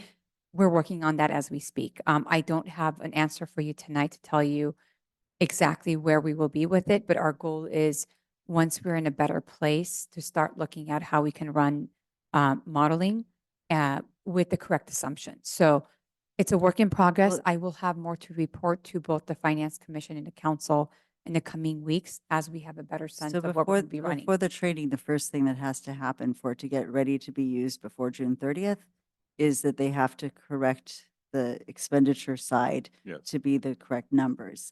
I think it's a very useful tool, and for a number of reasons. And I've offered my services that I'm happy to sit down and walk through it because I have spent a lot of time looking through their supporting documents and the details that they have. It's not just that there's a platform, but then there's the information that the spreadsheets that were used to build the platform. And so I'm happy to like walk through it. But one of the things that is I really like about it, forget the dashboard for a moment. The dash is pretty and it's cool, but there is the information that comes into it on the budget and into some of the details for revenues and expenditures. I mean, those are things that we have said, or at least I've said, are items that should need to come before. Well, I know the ad hoc, the 2022 ad hoc or 2020 ad hoc said it for sure. There are items that the council needs to be seeing on a continuous basis in the budget process. And these are the very large items that tend to, from a cost accounting perspective, get spread out and it's hard to see and it's hard to look at, like group health insurance, like general liability, like any of our insurance, yeah, but utilities, right? Legal services, that they needed to see someplace consolidated so that they could start making better decisions around some of our choices, or at least be aware of how these major items are increasing.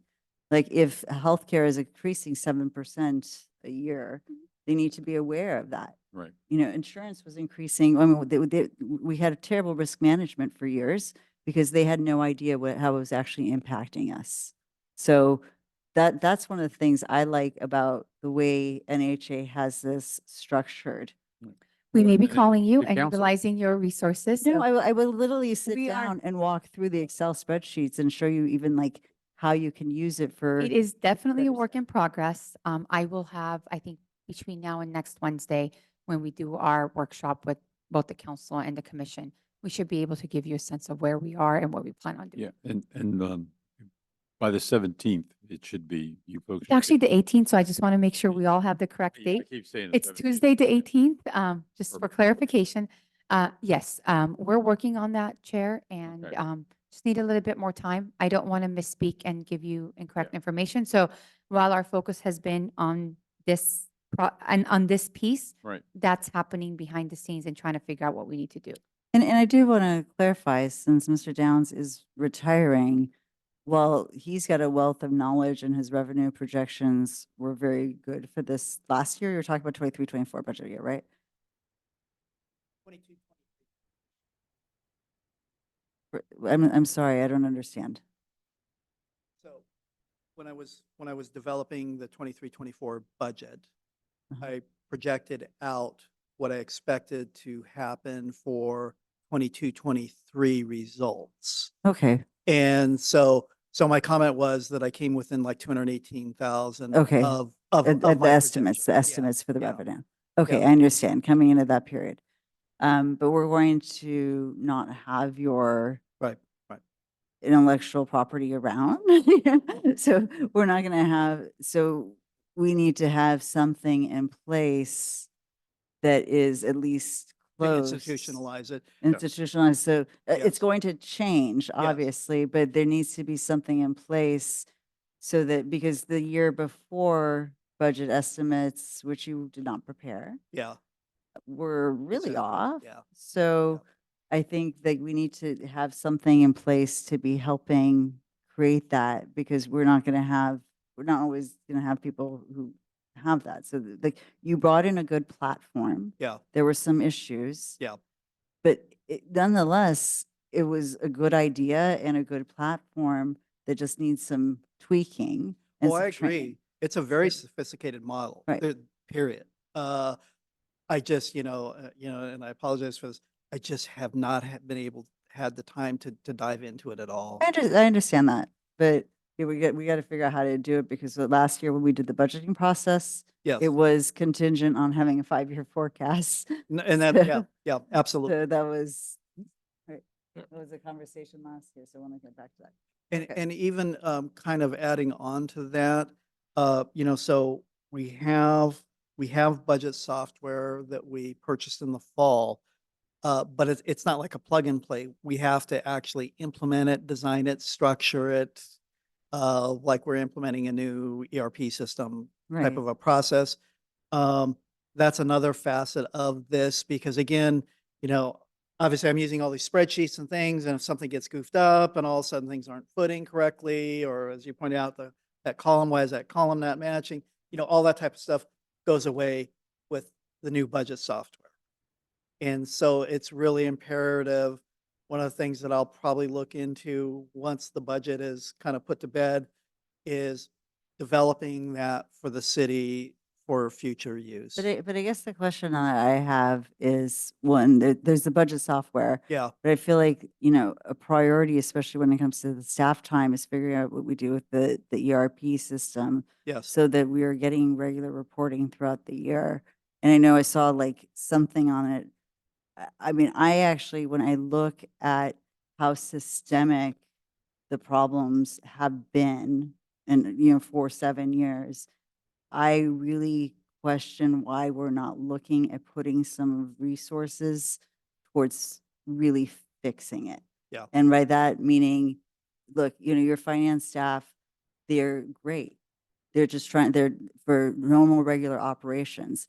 But the reality is that we had a fire.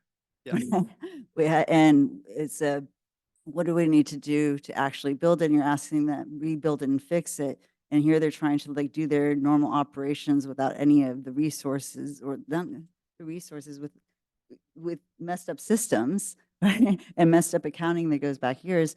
And I guess I'm wondering why we are not talking about the need to maybe bring in a firm to clean up the books. Yeah. I mean, do a full cleanup because it's a lot to ask people whose, jobs are and responsibilities are to do systems a certain way to now you have to go do it cleanup, right? Vice Chair Rossi, that we're make actually cost working on it. Okay. That's been kind of a lot of the focus between myself, Louis, and Scott. And we really are pulling from Dr. Miller's experience in the industry. Mhm. And we are looking at some alternatives to how we operate as a department. More to come. So we're thinking on the same path and looking at the operations holistically and breaking it apart. Software needs, all the day-to-day activities, long-term financial planning. There's quite a bit going on, so we are working on it. And we will be bringing a lot of that information to the commission very soon, I promise. Well, and I think it needs to come though in this budget season right now. So, I mean, you might not have all the details on it, but I think the understanding that this is actually an urgency. If the fire department didn't have a fire truck, people would notice after a while, right? They would be like, okay, guys, go out there with, to carry the ladder on your own and go find a hose. Like you actually have to go. We've been fix- meeting yeah. with a firm that also has the capability to help us in our finance department. So we're looking at some options. Right. We had the partner of the firm here this week. We spent quite a bit of time Right. with her going through our operations, looking at the needs, looking at the tools they have, what they provide, looking at our systems. I'm not there yet to present that level of detail, but No, that's it fine. is a I work guess in I just progress. want to make sure that it's prioritized and it's budgeted for. High priority. And then the second is we don't have an auditor. Well, our RFP is out. Our Okay. RFP closes on the 30th, actually, closing, and we're working on that as well. Yeah. Because that speaks to the numbers. Sorry, I didn't mean to Up-to-date say it thing. seemed like it was far off, but it's wanting to make sure that our numbers and our projections are very. Folks, we've gone down a bunny trail. The RFP. Okay, we the still have RFP not clo- finished with the review of the budget. That's true. John, can you please step up and? Oh, sorry, finish the sorry, review Scott. of We'll the talk budget? about auditor in a moment. Scott, we'll get you up there, trust me. That was going to be one of my questions, okay? Yeah, don't leave, okay? Don't get mad, okay? John, So, do you have anything else that you want to point out to John that needs to be adjusted or to review or to be, I had another question, which was. okay, we have one more question, John. That's, it's in the funds. I mean, look, guys, I looked through this detail. Page? It's page 20. So there are a couple, again, looking at kind of the page 20 was the 23-24 fund balances right, and comparing it to, last year's the ending balances for Right. June 20. Yes. So what happened with OPEB? So with One OPEB, Okay. OPEB is 110. Fund 110, OPEB 115, which makes no Right. sense, but that's. so with OPEB, within the trust itself, it's, again, it's one of these things where it's kind of a balance sheet item. So when if you're looking at the financials, it'll always show as zero on there. And so one of the things I'm going to change. But I guess I'm confused because it didn't show as zero. So Mhm. in the budget from last year, it had an end fund balance of 1.196.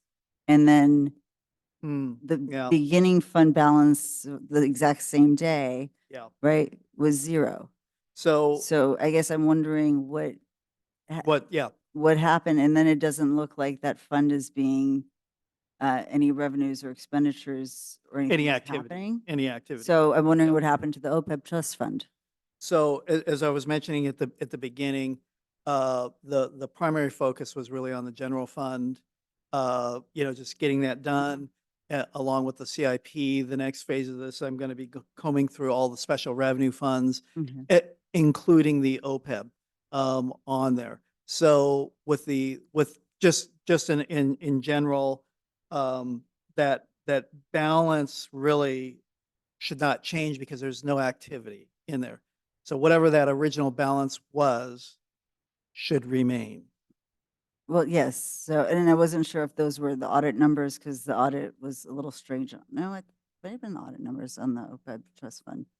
So again, on all these other funds, I would ask that we wait until the next iteration until I've gone through that. Fair. Because I don't know right now until I've actually gone through these others. I'm just not really prepared to talk much about them. Thanks, John. And I apologize for No that. problem. Anything else? I don't know. John, anything else you want to draw our attention to? That's really it at this point.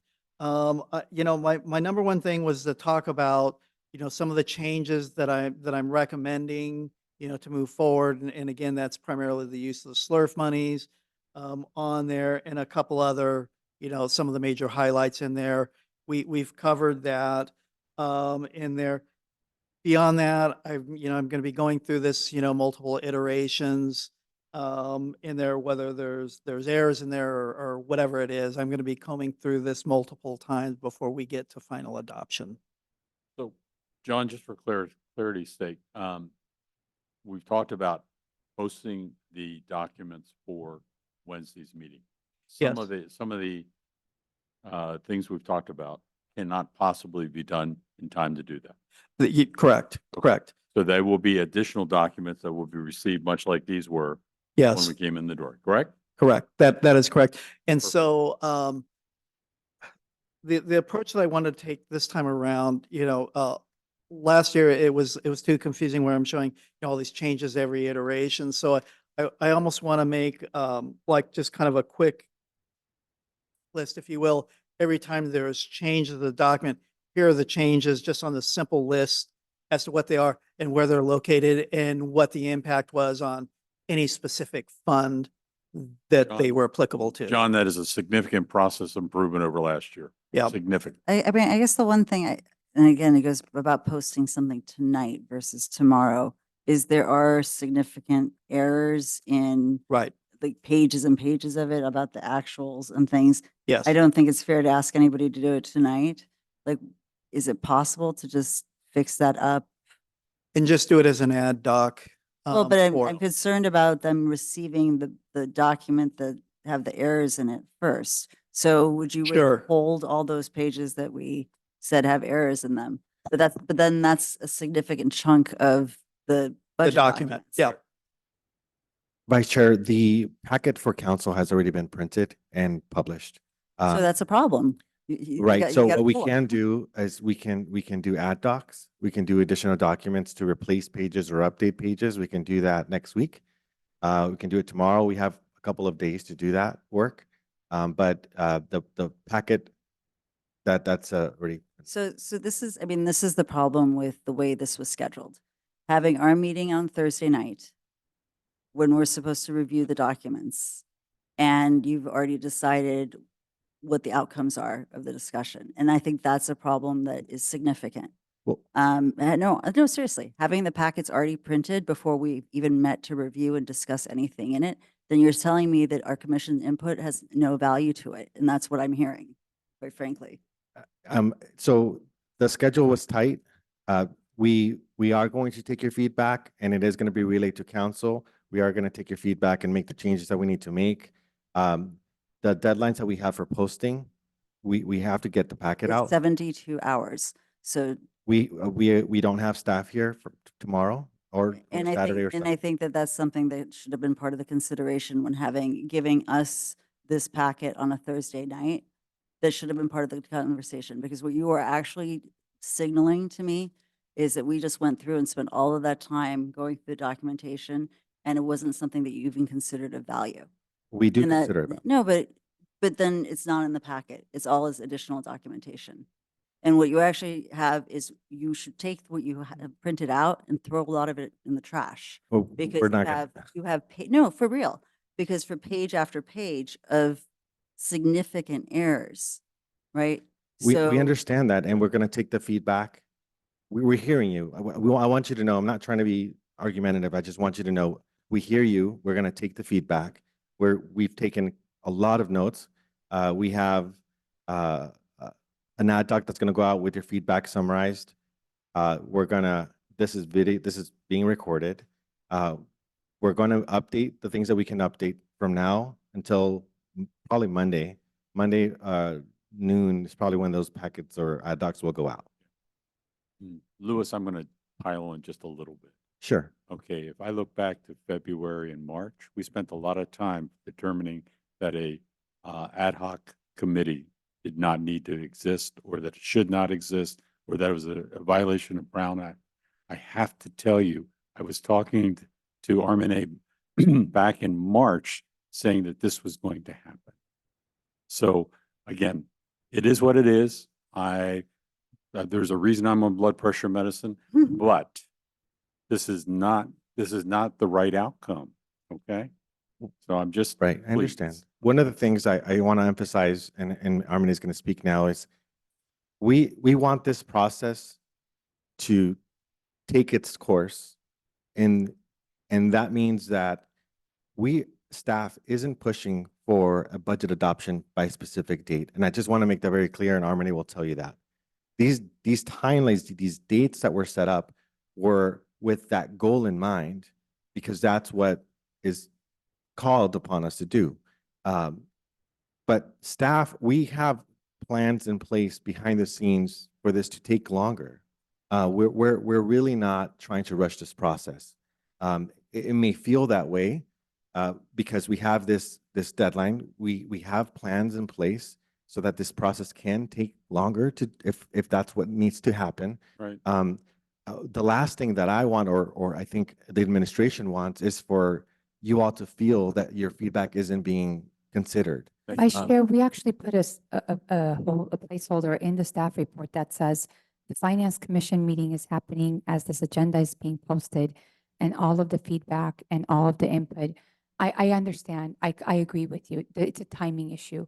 We were trying to be mindful of the fact that I think this date was selected for the commission meeting. Ideally, if it was up to me, I would have pushed all of the dates out. But with the same token, I know we want to get everything started. So we're doing the best we can. I hear you. I apologize if it's leaving an impression that's an ill impression. That is not the intent. But I'm committing to you, and I think you're hearing from all of us here. I've tabbed every page you've discussed. I've marked all of the feedback you and the rest of the commissioners have provided, and the treasurer. Our goal is to transmit that. You've had members of the council here as well. And in our individual meetings earlier this week with council, they are all aware that tonight's meeting is happening. Right, And that whatever we hear tonight will also be transmitted to them and to all of you to review again. So that's a commitment we've made, and we're going to stick to that. So here, look, I've heard over and over again about the understaffing. But this is an inefficiency. And one of the things is utilizing, I mean, we had a, report on commissions. the way commissions are utilized is a travesty. So you actually have a group of people here who took the time, and if you notice, the Finance Commission spends the most time, and I didn't even put my hours in, by the way. So I was in the country, I didn't include my number of hours. Really? Yeah, I didn't include the number of hours. Cynthia is like spends she does. I detailed- actually read. Please do, we do want your hours. It's a. No, but part of it is to provide that service. This is like a service to the finance department of having extra eyes walking through and checking the different line items. Because as anybody who's worked with Excels, with ERPs, knows the mistakes can happen. And And you did, so- and frankly, you caught quite a bit. And I want you to know, and I think it's the same thing you're hearing from other members of our team. I have flagged every page you identified, and I think our goal is going to be between now and early next week. And I'm committed to also sending an email to council tonight, letting them know what an extensive discussion all of you had. And frankly, I thought it was a great discussion. I think there were issues you brought up that you and the rest of the commissioners brought up that are really important issues, and they're high-level issues that I think those conversations need to be had. And I'd like to be able to transmit those to council. I'd like to send an email to them tonight, letting them know how much time you all took, the deliberations you had, the input you provided. Well, And there'll we'll be do our, there'll be substantial changes to the documents. that There will to be. made. but I as think a that's result. expected, frankly, and Okay. I'm sure Scott and John will allude to this. This is the beginning of the process. I want the changes because I want a collaborative budget process between the Finance Commission and the council. And I think the goal next week would be to continue that refinement. So whatever we can update between now and then, we are committed to doing. In addition to that, I anticipate more happening next week as well, which is going to have us do more refinement. Clearly, there's a huge pot of discussion that I think tonight was a starting point. Curious to see where that ends up. And we're not being prescriptive with our budget process. If anything, we really want to hear from all of you because I think there's been so much criticism of how inefficient we're operating, what we're doing. We don't want that to continue. And I think the discussion you had as a commission tonight was a great discussion. You found errors that I hadn't found because I don't have that capacity at the level that you all do as experts to go through every line item. I did the best that I could and so did the other team members. But I think we also put it out there, this isn't refined yet. So we want you to catch the errors. We want you to give us your feedback. And I'm confident that as we go through this process, we end up with something that we're both confident in.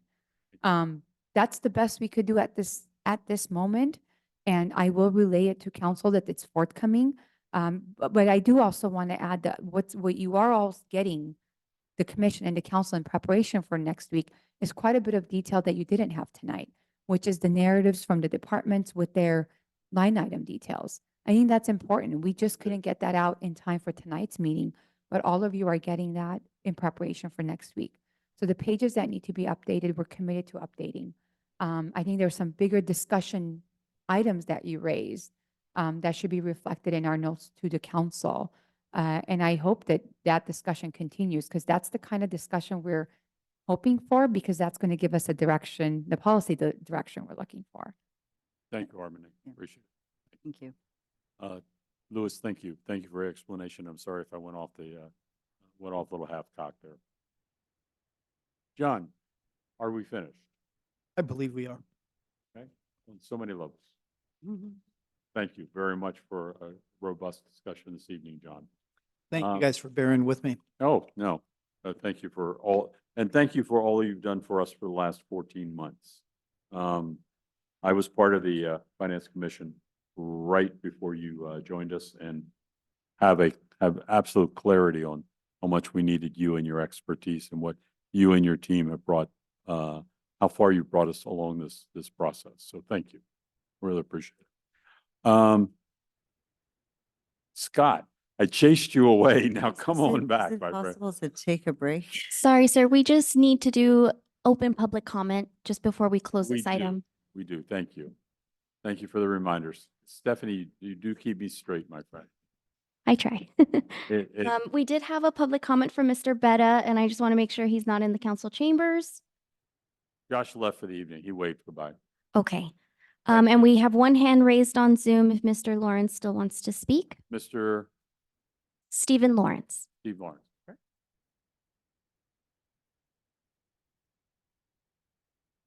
You may speak, Mr. Lawrence. Can you hear me now? Okay. Yes, we can. We can. Thanks for sticking it out, and I want to commend all of the group for getting through a pretty complicated conversation, everybody keeping their cool and trying to make it productive, first of all, on every side. Lastly, the biggest thing I wanted to leave everyone with was the concern for the cuts to public safety, especially to the police department.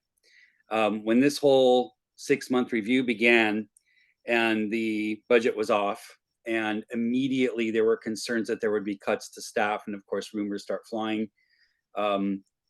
It doesn't make any sense from looking at this from the outside for the last entire year that decisions on personnel cuts would be even considered at all without a very solid grasp on situational awareness on the entire city budget. You can't possibly make a decisions on that wholesale without such a thing. I know that seems very obvious, but this particular conversation tonight, I've been with it from the beginning, and it's meandered into management issues and policy issues and all of this. And the bottom line is it seems like there's a lot of fundamentals that just need to be put in place. And that's what it looks like from here. Thank you for your time. Thank you very much. And as your neighbor, we will not cut any of our police or firemen, I assure you. Very well. I hope Solinsky got to hear that before he left. He Thank you did, and kindly. he's smiling. First time he smiled this evening. Thank you very much, Mr. Very- Lawrence. Very well. I would propose we take a three-minute stretch break. Are there any restrooms anywhere else in this building? Huh? One, yeah, there's one here. Okay. Okay, so if we need it, okay? Thank you. 3 minutes, please. Scott?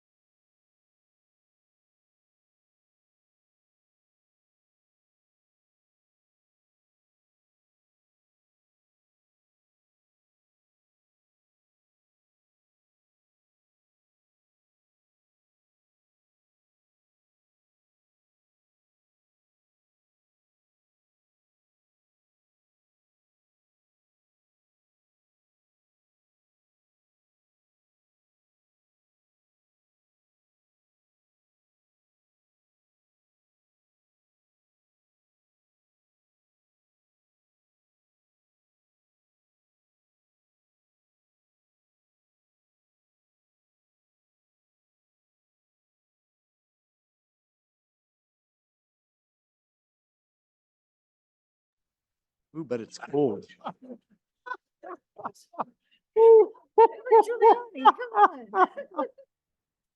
Oh, thank you.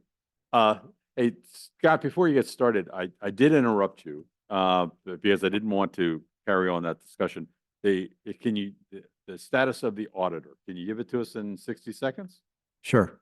The audit period closed yesterday, and we had an audit firm submit a bid, and we'll be going through that bid and evaluate whether it meets the requirements of the RFP that went out. And we'll bring a status report at the next Finance Commission meeting. And that is on the 18th, or is it next week? Well, that's a joint meeting, and there's some procurement processes that I have to follow. Okay.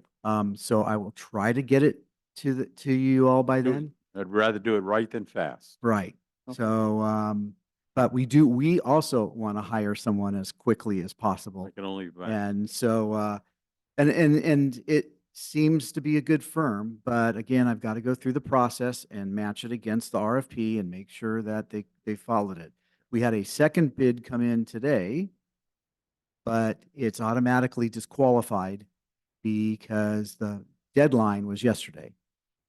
And the rules say that you've got to treat everybody the same. And if it was due yesterday and it came in today, it's not allowed to be looked at. That's our procurement rules. So, I mean,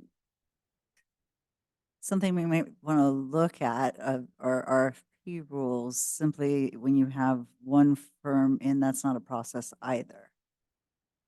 Well, our procurement policies do address what happens if you have 3 or less bids.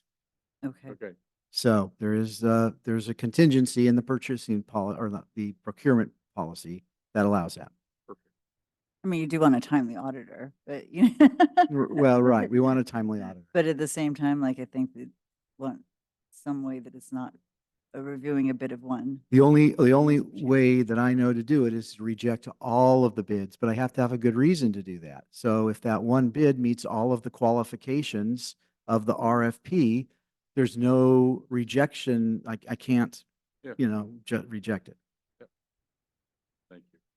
So, Scott, like everyone else up here, we read this. We did our homework beforehand. This is going to be a lengthy discussion.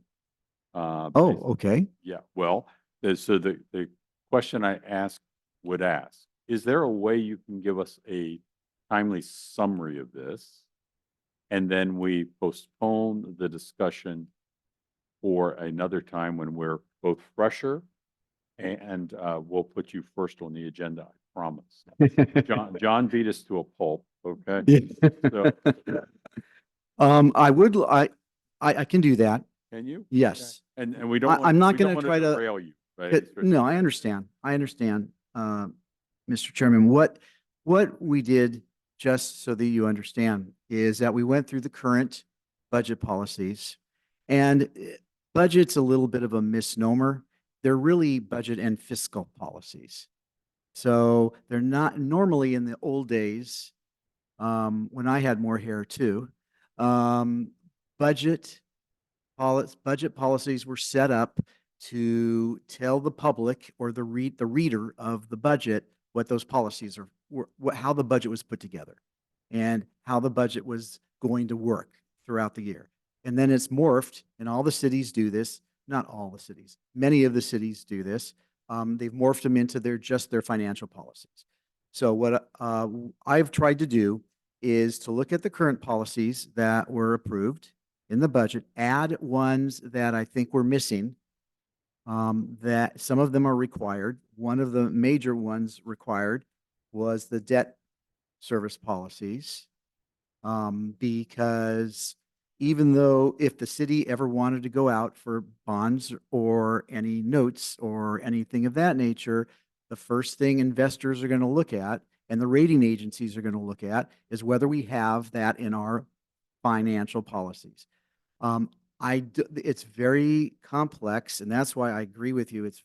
I think it's way too late in the night to try to go through all of that.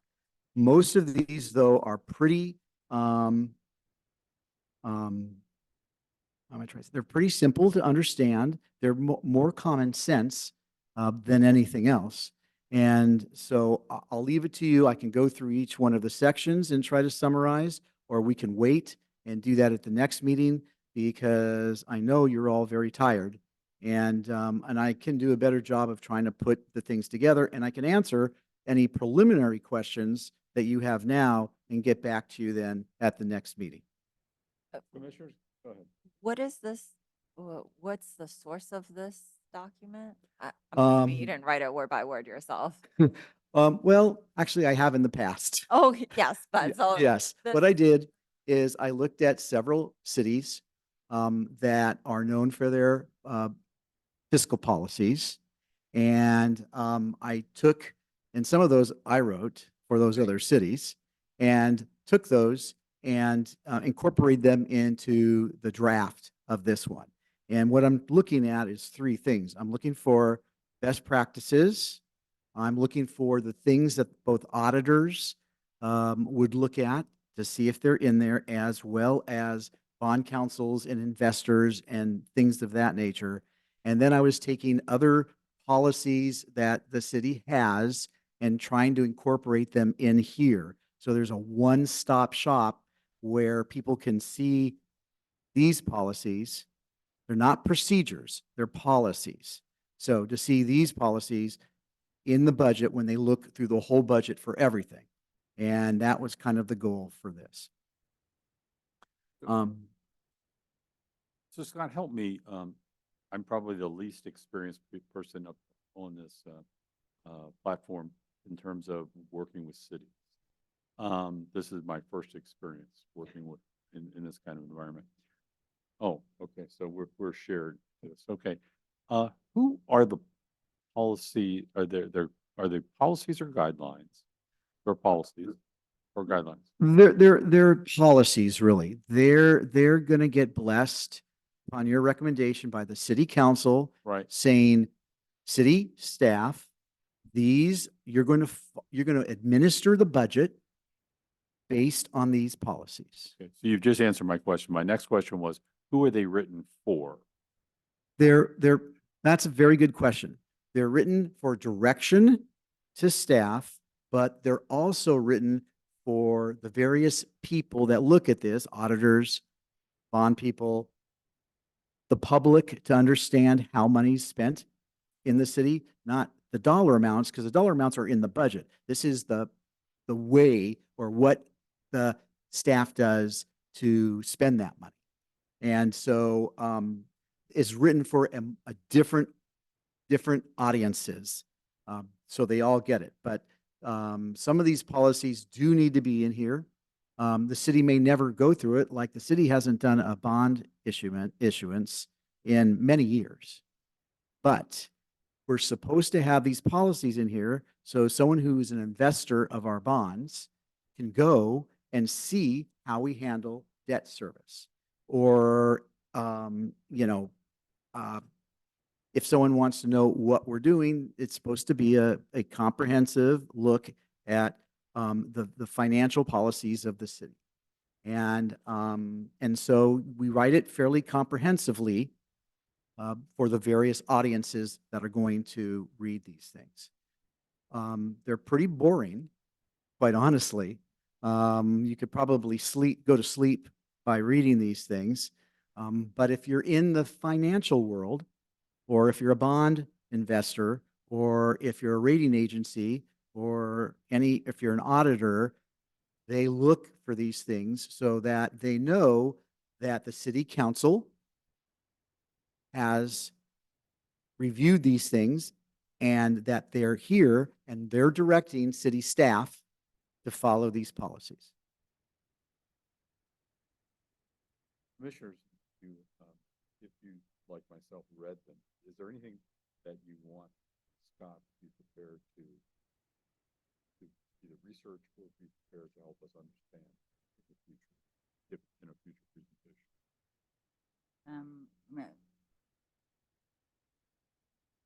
I would definitely like more time with these before recommending to council whether or not to accept the changes.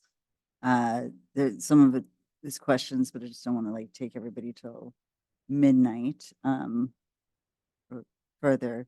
And some of it's to digest it. But I guess one of my big questions are, I'd like to know is implications. I'm sorry, I didn't. I said the implications, because so it's not just changes to our existing policies, there are new policies that are being added on. And just wanting to have some time to walk through and understand the implications of some of the policies. As well as, there's some like little nitpicky things like page 91 of this document, general fund economic contingency reserves. There's some place that it should state reserves instead of expenditures in here. Like the remaining 5% of operating expenditures may be used for short-term economic investment. I think that meant reserves. Okay. And that's a nitpicky, but policies are nitpicky. No, no. Right. So page Expenditures. 92, you have the list of the special revenue funds Mm-hmm. in there. Oh, no, those are the designated funds. Sorry. I guess I'm wondering why we needed to like list those out in the policy, since all of the designated reserves the city council already has the ability to formally act and change them. So this, it says in addition to cash specifically maintained in the general fund, the city recognizes the following cash designated reserve resources as being available to meet sudden negative fiscal impacts in the short term. And the reason why we did it is because you may know that being part of this process, the council may know that being part of the process, but if a citizen who isn't part of the process wouldn't know that. And so they can read this and they can say, oh, this is those funds that fulfill this purpose. Okay. Because I guess I was wondering if the bullet point, nothing limits the city council's authority to undesignate or redesignate any general fund designated reserve, already kind of answered that. But so you feel like this is just to make it very clear. It's the goal is for a average resident to pick up the budget document. And if they want to know how we operate in terms of fiscal policies, they can read it in here and they know. Okay. On page 92 still, I think the internal service fund should stand alone, aside from, be separate from the general fund transfer out funds. Mm-hmm. And I think it should be placed closer to where you're talking about risk management anyway. But there are some, because it contradicts some things between the risk management and the self-insurance fund. Also, our MOU states 100% plus. So I don't think it makes sense to put in there, there was a 50% cash reserve equal to 50% of. But that's of the probable unreceived- liability, not and the MOU doesn't address necessarily that. Yes, it does, Which MOU? for PRISM. I'll check that. I have an insurance fund report that I spent probably a good 80 to 100 hours on, where I also checked a lot of other cities' policies on insurance, but also looked through our MOUs to understand them. So we actually have it is 100% of our actuarial. And then one of the things is what I saw a lot of cities doing for the insurance fund was actually collecting interest and having an interest line item in there, recognizing that the liabilities are net present value and that they could grow over time. And also having a policy in our internal service fund, like if a loan is made from, because that is, as a self-insured, and this is whether it's workers' comp or the general liability, we are supposed to have that money as a self-insured entity. So if there is a situation, what I'd want to see here is that it would be a loan, but then the loan actually would need to get repaid back with interest from the other fund. Like if there was a loan, yeah, if it was we need money quick, we want to take it from, because I don't want to have happen what has, so you came in after John Downs like went and worked hard to go get the money back from the insurance, but it spent years of being not funded. and having a negative balance. And so what I don't want to see happen is that again. And my concern is somebody sees the 50% and which is not in line with our contract. And they say, oh, well, we can drop it down because that is what will happen. So like the long-term implication is, people, people will,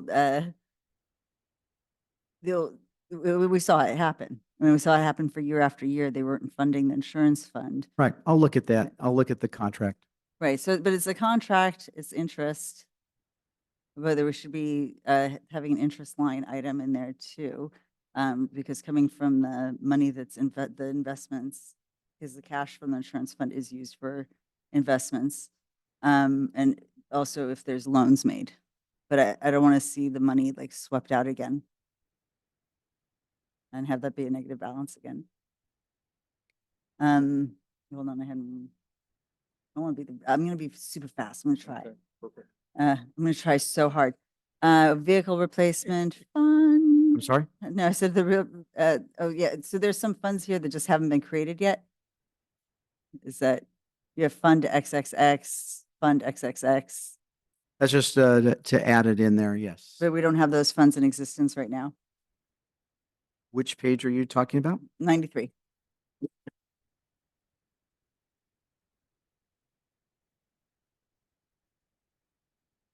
Top of 93. Yeah. There's. No, we just don't have the, at the point that this was written, the, didn't have the fund number. But do those funds exist currently? The compensated absences fund does exist, yes. Okay. There's a vehicle replacement fund. I'll have to work with John on that. I think there was one that he was working on.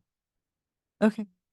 I mean, this isn't actually, this is a later question, but we have leases right now on the police vehicles. Like, should we be thinking about what happens in 6 years or 5? I don't know, not long that term is. But I just don't want to. Well, that's, I think yes, it might that's be the something- problem. Huh? So yeah, you've got to start putting money aside because when all the leases end at once, you have to have some money to be able to. So, a good policy would be to start doing a vehicle replacement fund. Yeah, so just something to think about for that one. And that was actually, good evening, Commission. That was actually also direction from council last year to start looking at creating a vehicle maintenance fund. So I'm trying to be fast. So on page 94, the line right before number 6, the water fund will maintain a reserve equal to 25% of revenues. Is there a reason for reducing it for 30%? It was to look at what the current reserves were and to make sure that we met that policy. So If that's you want where to the keep cur- it at 30%, then I'm fine with that. This is just a suggestion. Well, I guess that's where the current reserves are. What is best practices? I'll have to actually turn that over to Ted, who's no longer here, to give you that, because I'm not No problem. So let's put the expert of that. pin in But I think, that's just a question that Right.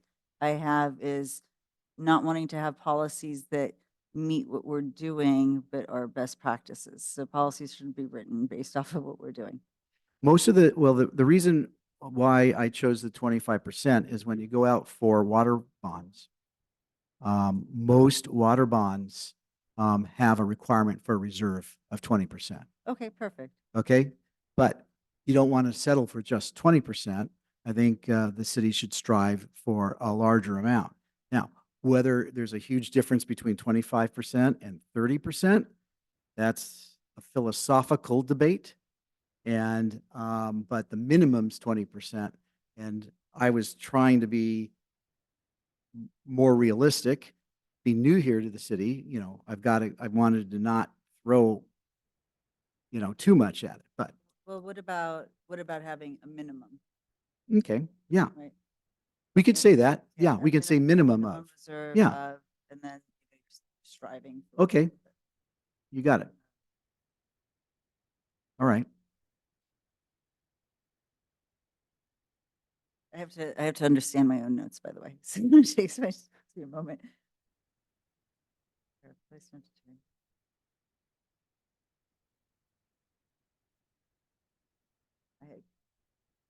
I might need to come back to you on number 5. I had a question why, but I don't know what it was referring to. Okay. So, number.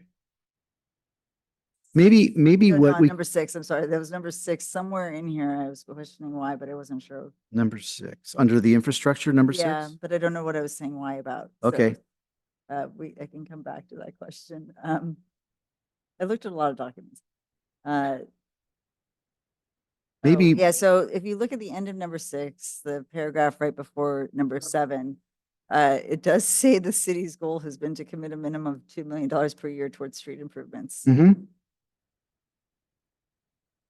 It hasn't been happening. It's not in this year's budget, so just something to consider.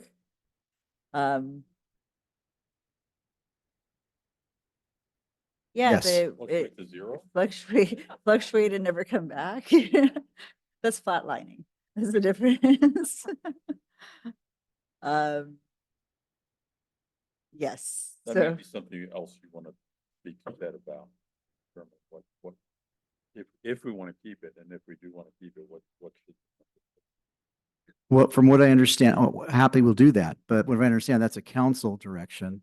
And so that is I'm the not, council. I'm that is- not, I don't want to, I don't want to take the place of the commission or the council. The issue is that is a council direction. So like, for instance, this year's budget, what we'd actually need to do is add a line that says capital projects and take $2 million out and reduce the other expenditures by that $2 million. And so that is something we have like nothing in there. It's like less than $1 million right now in the street improvement fund. You want me to look it up for you exactly again? The street improvement fund. Improvements program. Oh, actually, maybe. No, it's 2.3 million. Wait, there's a street improvement program. Is that where it would be?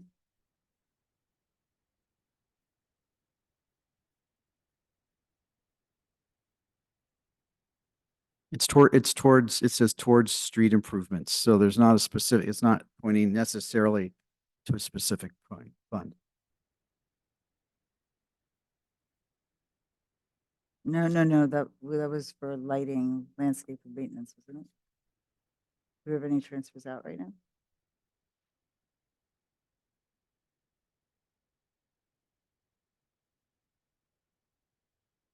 A 104 is 992,000 is the beginning balance. 995.7. 24, 25. For street That's out of improvement street improvement per the program. That's policy not is into there it. now. Says fund balance. Yeah, this is out of. No, I think the policy Budget I'm policy. reading is that they're supposed to put 2 million into the fund a Each year. year. And so the idea, had they been doing that for the last 10 years. Okay, that was hot. um, I think John, because John has been doing the budget, I'm not that familiar with That's that okay. yet, so. So, I'm more familiar than I want to. so for street.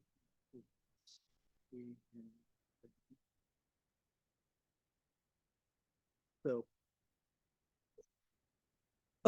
So for, street improvements, we have programmed out $2.6 million for 24-25. No, that's. Where do out I of- say it? That's So out of it- the street improvement program fund, I think. it's not a fund. It's within the CIP. I see 100, fund 104. Sure, it is, so it's on the CIP schedule itself. And how's it funded? How is it funded? Let's see here. Second here. Let's see here, that is 9203. Let's go to here. 9203. 9203. So it's, yeah, so it has 957,000 from Fund 104 Street Improvement Program. Right. It has I'm sorry? Sure, sure. There's 300,000 in Prop C, 200,000 from gas tax, 300,000 in Measure R, 250,000 in Measure M local, 585,000 from RMRA SB1. Let's see if there's anything.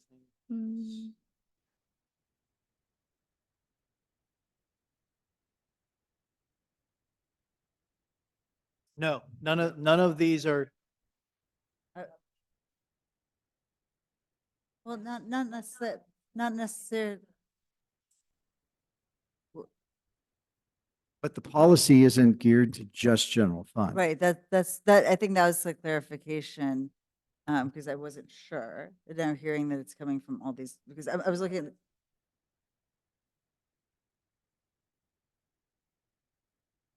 so, yeah, so I- fund, yeah, so on fund, let's see here. Fund 104, I'm sorry, has 957,000. So that is coming from this fund, from Fund 104. No. So that fund How has is- built up money over time. From what sources? From the history standpoint, I couldn't answer. Okay, so I guess the question is, are these the other funds that are going to be funding this year's street improvements, the $2 million Yeah. of CIP? I guess I've got a couple of questions. Are they, if you're not doing that, would they go into the street improvement fund? So So- what's going on is these different funding sources. So there's like 4 or 5, there's I'm sorry, there's 4 or 5 funding sources. And the way it works is those funding sources, as costs start coming in for street improvement projects for the project 9203, we will do transfers from those 4 or 5 funding sources to the program. Sure. So the question though is, how are you dealing with it when the costs aren't coming in? So what happens is- So like this year, Yeah. what was spent on street improvements this year? Sure. But the short answer to your question is those monies, so if they don't spend the money, for example, like, I'm breaking this out, 957,000 from this fund and whatever, several hundred thousand from another fund. So what happens if there was no activity? The money would reside in those funding sources until such time as activity actually occurs. So that's not the intent of this policy. The intent of this policy was to basically similar to a vehicle maintenance fund. Yeah. It was to be putting cash aside so that when the day came, said it's time we need to do our streets, which the day was probably 20 years ago. Mhm.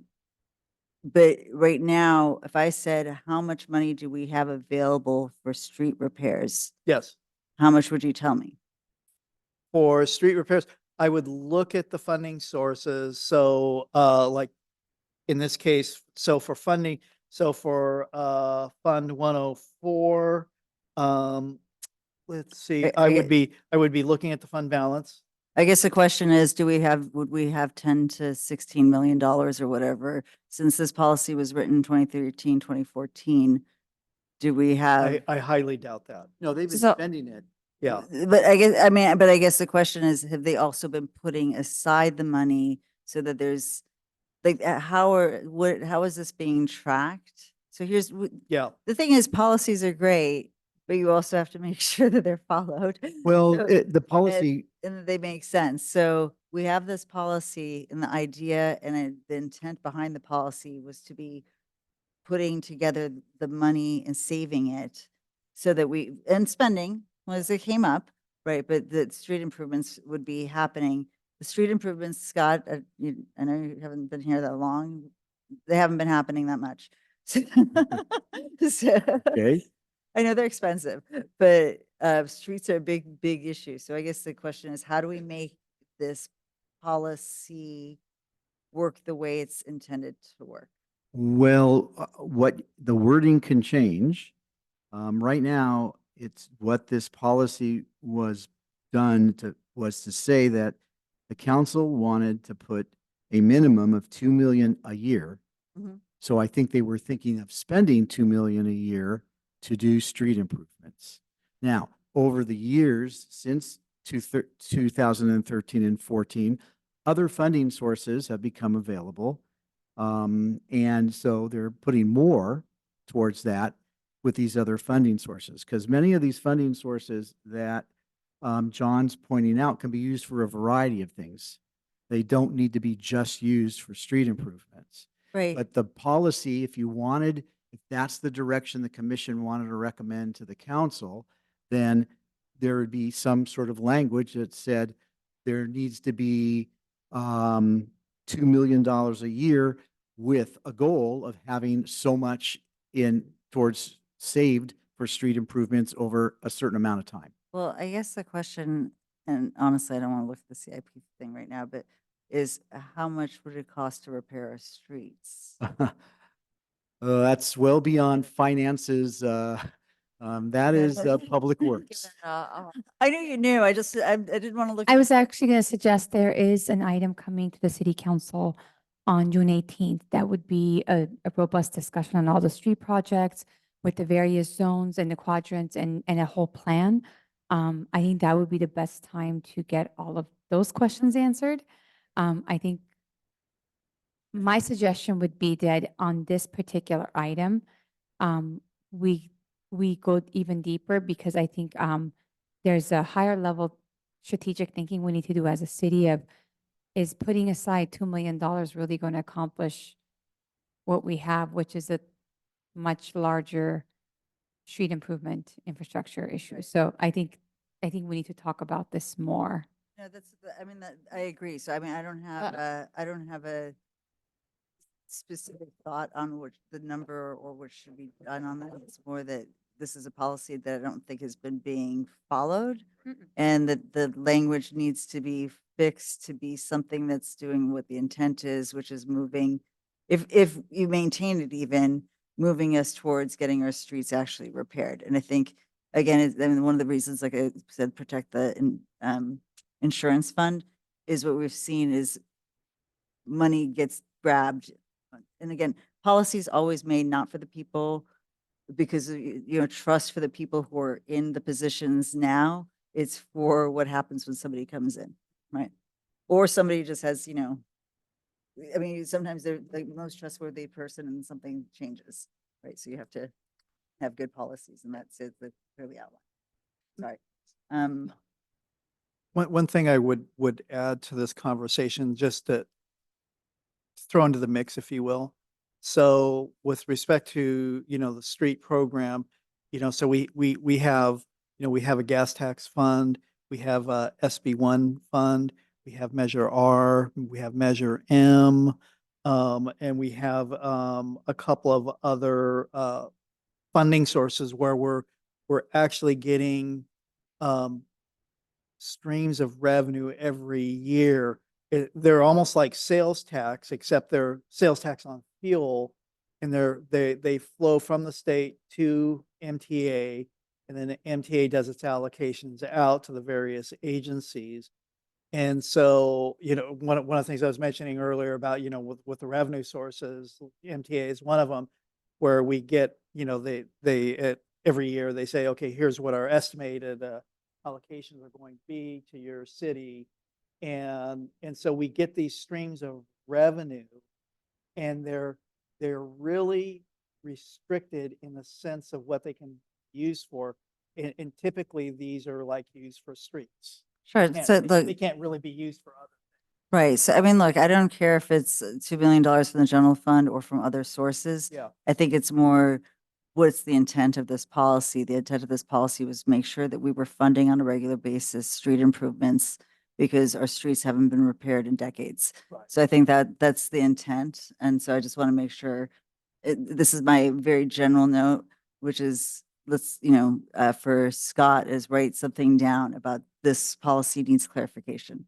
Well, I think as the city manager said, I think there's going to be a much larger discussion about streets coming up. And Yeah. once we get that direction of what they want to do with that, then we can write an appropriate policy that addresses that direction. Yep. Just- I mean, this is just an initial review of all these policies anyway. I want more in depth afterwards. I just had some initial questions. No, just a quick comment regarding this and as far as the budget, right? So we're budgeting to spend 2.6 million for next year on streets, of which 950,000 is coming from that 104 fund, Right. which presumably is funded by the general fund at some point in the past, since the other funds are coming directly, right? So, because the other ones, like the Measure Prop C, et cetera, just goes directly to fund. But that will be fully exhausted by the end of next year. So come the next year, the general fund will have to come up with that $1 million if we want to continue this level of, 2 point Well, something street. Now there's even another. So level of just something, complexity. yeah, So one of the things we want to do during, hopefully during the summertime, is so there's something that's referred to as an maintenance effort. mhm. And what that means is, so when we get some of these other Right. money. Like Have we been able to lower it? Yeah, that's what we're trying to do, is Okay. to lower it. But right now, that maintenance effort basically means $1.4 million general fund money to be able to receive the approximately $700,000 for SB1 revenue Mhm. on it. And so we haven't been meeting. So this year, I think it was sometime in March, it might have been earlier, they notified us that we're at risk of losing SB1 revenue if we haven't been meeting requirements. So what we're trying to do is a two-pronged approach. One, we know someone at a consulting firm with expertise with this, to try to go back and renegotiate that number down to a much lower number. I was at another agency, similar size revenue in South Pasadena, and their original only was $50,000. We got it down to $100,000, and so that's really kind of the number that we should be looking at. But currently, as it sits right now, we have a 1.4 obligation. Right. So, but no, in our budget, there's no space where this 1.4 is coming out, Correct. That is correct. even for this upcoming year, because we're hoping that we don't have to move it. So I'm just saying, like, our budget doesn't actually have the cushion that we were originally hoping that our budget would have for kind of incremental, like for capital improvement, because we don't even have anything in here right now to replenish that million that's coming out of Fund 104. Right. So that presumably should be something that we're kind of doing. Yes. And then also just building that contingency, bucket that we were saying. I know that there's like kind of a $900,000 gap between the expenses and whatnot. I don't Yeah, know how but that- conservative the but it's not a- expenses are, but yeah, so. It's not a big number. It could evaporate. Yeah, right. So that's why I'm saying I think everyone had originally wanted an even larger Margin. Yeah. margin Yeah. to play with over there, especially since 1 million of the next year's expenses are now in SLURF versus the general fund. And then on top of that, so if we create the Mhm. equipment replacement fund, so we can create that fund. Oh, gotta and fund it. Funding. Yep. And so generally what I've done in the past at other agencies, I describe it as, almost think of it as reverse depreciation. So you buy a car, I'll just say for whatever, $20,000, you can amortize over Yeah. 5 years. But instead, you're going the other way with it to replenish that 20,000 plus CPI index. So that 20,000 over 5 years is, probably growing by 20%. or whatever the number is on there. And so you have a list of all your vehicles. Right, exactly. and- So I don't know and if almost a the reverse budget in its depreciation. current form has space for any of those three things that we Right. talked about. That is correct. And those So are, that, and that's those are, kind of in relation to this budget discussion that's coming up. It's something that's probably should. and I think to Zen's point, it's kind of in our operating management policies, is it's thinking past this budget year and saying that we actually need to be, if we're talking about creating a vehicle replacement fund, we're talking about this stuff, we need to start, we need to think about that right now in this budget year, and not spend every last dollar. And we have to figure out what that means. Yeah, no, I mean, I think that's what I'm understanding. Like, we need to be thinking about that now and what those implications are, especially before upping the staffing, right? Because that's the operating expense. And one of the big things that I don't understand still is the leases, because we do have a fleet of vehicles that are leased. The lease is $500,000 a year seems really high for 20 cars. I'm trying to understand that. So it's somewhat of a misnomer. Say that because part of those numbers are for outfitting cars. And, so typically we've been running at like $30,000. We've been running at around $30,000 Uh-huh. to outfit the cars. Okay. And so instead of having a total cost of, say, for like Model Y of 60,000, it's really $100 to $104,000 for that vehicle. And a component of that, we're paying up front for outfitting the car. So those costs, and again, I apologize, I don't remember the exact number, but I want to say it's like $30,000 or $40,000 to outfit a car. And so that component of the lease, we pay up front. Okay. So I think that's something that's not Yeah. really, that's not very clear in the financial statements or the budget. I mean, I Yes. think calling it a lease is misnomer, because you actually have outfitting and then you have lease costs. And Yes. so actually I had a resident say, I don't understand. There's no way the lease could cost that much. And I was like, I don't know. So that's exactly what's going on. Yeah, so it's I this think that that's outfitting something that that's- needs to get fixed in the budget, so that it's lease and Yeah. then it's outfitting, because then that also hits, the outfitting's going to hit no matter what we do, Yes. as far as whether we release cars in 6 years or if we purchase cars. So Right, that needs to right. be budgeted for. Yeah, and in addition to that, coming back, the comment about the special revenue funds. So to some extent, we're expecting, we have an MSRC grant. The MSRC grant is just under $500,000. It's like 498,000 or something like that. And that grant, it's a reimbursable grant, and it's broken down into a couple of things. Part of it is for infrastructure, putting in whatever charging stations, if you will. Another component of it is related to the leases related to the Model Ys. And so we're anticipating receiving money from that grant in 24, 25 for those costs. So we've incurred those costs this year, really for 23, 24, a lot of this cost. But we won't really go out and bill the granting agency probably until 24, 25 to recover some of those costs. But it'll only be up to a certain, I don't remember the exact number, if it's like 266,000 or something like that, half of the $500,000. So yes, to Zen's point, we just need to make sure that we're thinking about that in this budget year. Yes. Whatever that's going to be added for this. For the for the- ongoing cost. Yeah.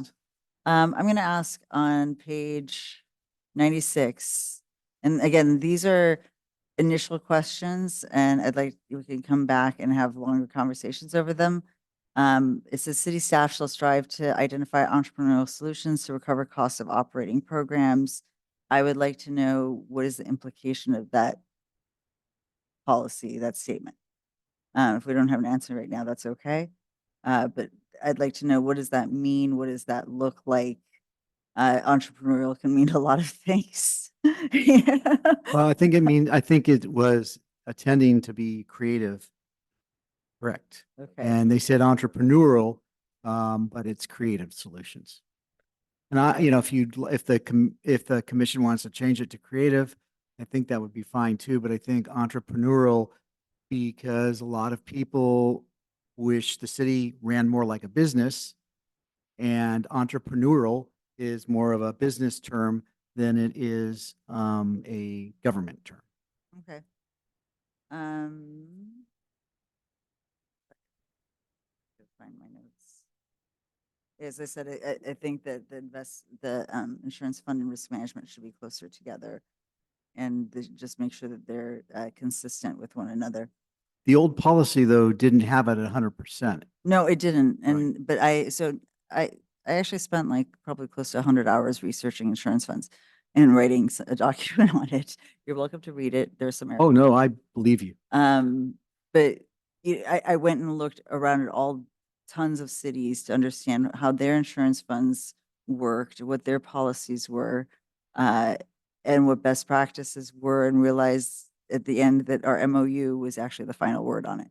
So 70% was a good one, and 50% was probably the bottom of the barrel. It was Riverside, sorry, Riverside. Trying to like fix that, but most of them were actually at least 70%, and a lot of them were the 100% plus. That's what I saw. Okay. But regardless, right now you have it saying 50% up in one area and 70% in another area because you have it in two places. So I think they need to be consistent. Because number 10, risk management. No. Okay.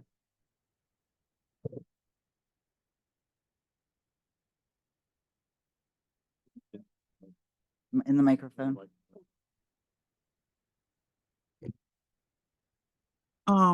Page 93 talks about the self-insurance reserves.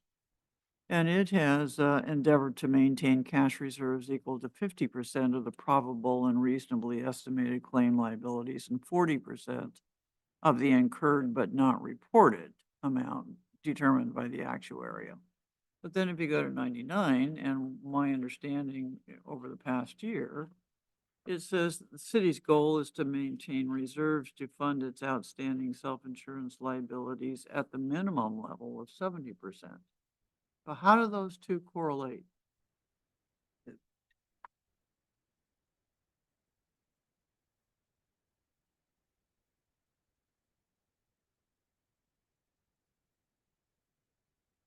I think they were just duplicative. And so he brought in, I think it was just duplicative. Correct. He brought in an insurance fund that was previously written. And then this one was still here is called risk management. It's the old one. It should have been, it should have been No, cut out. The red line is new, but what says, 99. what risk management is old. Right. Yeah. And so right. those two Right. kind of need to, that's why I think it Right. needs to be taken out of the other one and put Right. together. And that's why Commissioner Ross was making the point, we should have merged them closer together, or merge them actually technically all in one. Yes, and just have it insurance. And Right. risk And management. just have that. Right. Which is probably what we'll do. So And- then is the reserve being decreased to 50% and 40% rather than 70%? Well, the policy says 70%. No, but the But- MOU says 100% minimum. Right. And I'll have to, I'm only been happy. here 2.5 weeks. I'm not quite sure, where that is and what we're going to do with that, but I will be I can send talking you my with. report. It's Just a it's question. much faster to read, and then you'll get to see a nice history of what happened with the audits. It's some interesting history. But I will look at that and get back to you on the issues on that one. So on But it number, makes sense to me. so number 11, investments. And this one, our treasurer is here. It said pursuant to state law, the city treasurer and the director of finance or designated finance department shall, okay, that's not poem. Well, but who's the deputy city director of finance or designated finance? there was one, sorry, let me find the spot for it. There talked, okay, Page. the deputy what city page are treasurer we in the talking about? absence of the city, yes, it's number 11 on page 100. It says the deputy city treasurer in the absence of the city treasurer. So who's the deputy city treasurer and what kind of investment and emergencies do we foresee that requires a deputy city treasurer to be delegated the authority to like be investing in the absence of the city treasurer? And what does constitutes a Well, the absence? deputy, the city treasurer would designate a deputy. Ah, And the only reason that that was in there is in the case of, and we talked a little bit about this, was in case there's the absence of the city treasurer or the, I forget what the term is, but the city treasurer can't act for some reason. There was incapacitated, right. And so because state law is very specific on what city treasurers are supposed to do, and if the city treasurer doesn't do, or if there is no city treasurer, or the city treasurer is incapacitated, then you get into a conflict as to who has the authority to do that. And if there's no deputy city treasurer designated, then it becomes it could become a quagmire. mhm. And it could be as easy as a company, we have an investment in a company, and for some reason, that company, well, that would happen in 2008, company goes bankrupt, and that investment starts sinking. Who's going to have the authority to sell that particular thing? And if the treasurer's not there, we don't have that authority according to state law. So that was an idea, and we were kind of talking about it. Nothing's been decided. It was more of a safety valve than anything. But who would be the designated would be the city treasurer, would be the one that would designate a deputy if he or she wanted to do that. Yeah, I think for just for FYI, right now our portfolio is set up to be more insulated from this, right? Because we do have a third party person. We have Western Asset who's managing that portfolio on a day-to-day basis. So presumably, if any of the companies went into a major financial issue, they will be the ones that's managing it, making sure we're getting out of the investments, et cetera. We're also setting, we're also setting up a system of doing a sweep. So if any excess funds can be put into a short-term money market account, so there's, that solves that issue. So we're trying to kind of go through some of that issues as far as, Right, if but there's this is the someone that we goal, should and- designate, then Right. we can have a think about it. And this is a policy because remember, we have a very competent city treasurer. If another city treasurer wants to change that and actually individually invest in stocks or bonds themselves, and something Which happened, I highly recommend against. I just agree. Because Right, but I think the point is trying to make sure that some policies are put in place to prevent that, because you never know. You never know what happens. Never know who's going to, well, Right. I hope nothing happens, but you don't know who's going to be elected next 10 years. Correct. And so it's a policy is supposed to try to cover all all No, contingencies. absolutely. Absolutely. And so but if the finance commission and the city treasurer, because, doesn't think that's needed, it can go. I think just understanding it, because a lot of these policies are new. And that's why actually, I think we're all really beat tonight. I'd like to understand more of these. So some of the questions we're asking even for like this is because not knowing that nuance and being like, oh, okay, what's the thought process behind it? I understand. And, versus and it's really late and people are tired. One of the things that might really help is if you have questions, email it to me. And then I can put a list of those together and then send out the answers as best as I can. And then we can have a discussion on that. and that gives you more time to think about the questions and you know, it gives me more time to be able to get you better answers. Yeah, no, I mean, basically, I think especially for page 101 on, because it's a lot of new, is just kind of knowing a little bit almost in bullet point, like what's the point of this particular policy? And what are the implications and what are the unintended consequences? I mean, you don't have to write all those things down, but that's the way I'm asking these questions, is just actually just trying to understand them. So, and make sure that it covers the unintended consequences and it's doing what it's supposed to be doing. I'm all about making good policies regardless of the people sitting in the seats. I totally get that. Okay, thank you. Yes, so am I. You don't trust me? I'm like, no, it's not you. It's the next person. Right. No, exactly. Is there any other questions I can? So thank you, Scott, for taking those notes, and we will put that on the agenda for a subsequent meeting. Now, Scott, one final question, though. Yes, sir. At least it won't, I hope it's final on this matter. Do these need to be completed before the budget can be presented to city council? No, they can be, they do have to be part of the final budget that's approved. So, they do not need to be, necessarily, on the June 5th.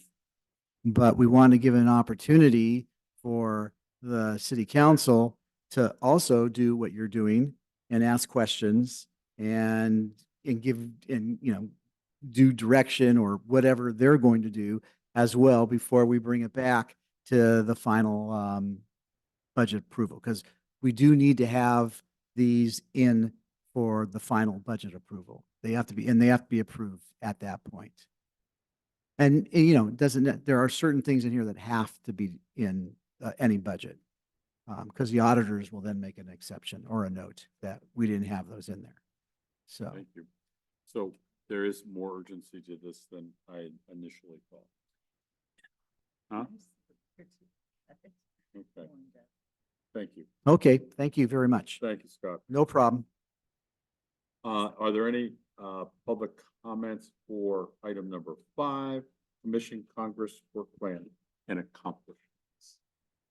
For item number 5 or the one that we just had? Budget policy. Item number 4 is the one we just had, a review of recommended fiscal draft policy. We do not have any public comments for item number 4. Yeah, that's what I know. We have item number 5, which is the Yes. Commission Congress Work Plan.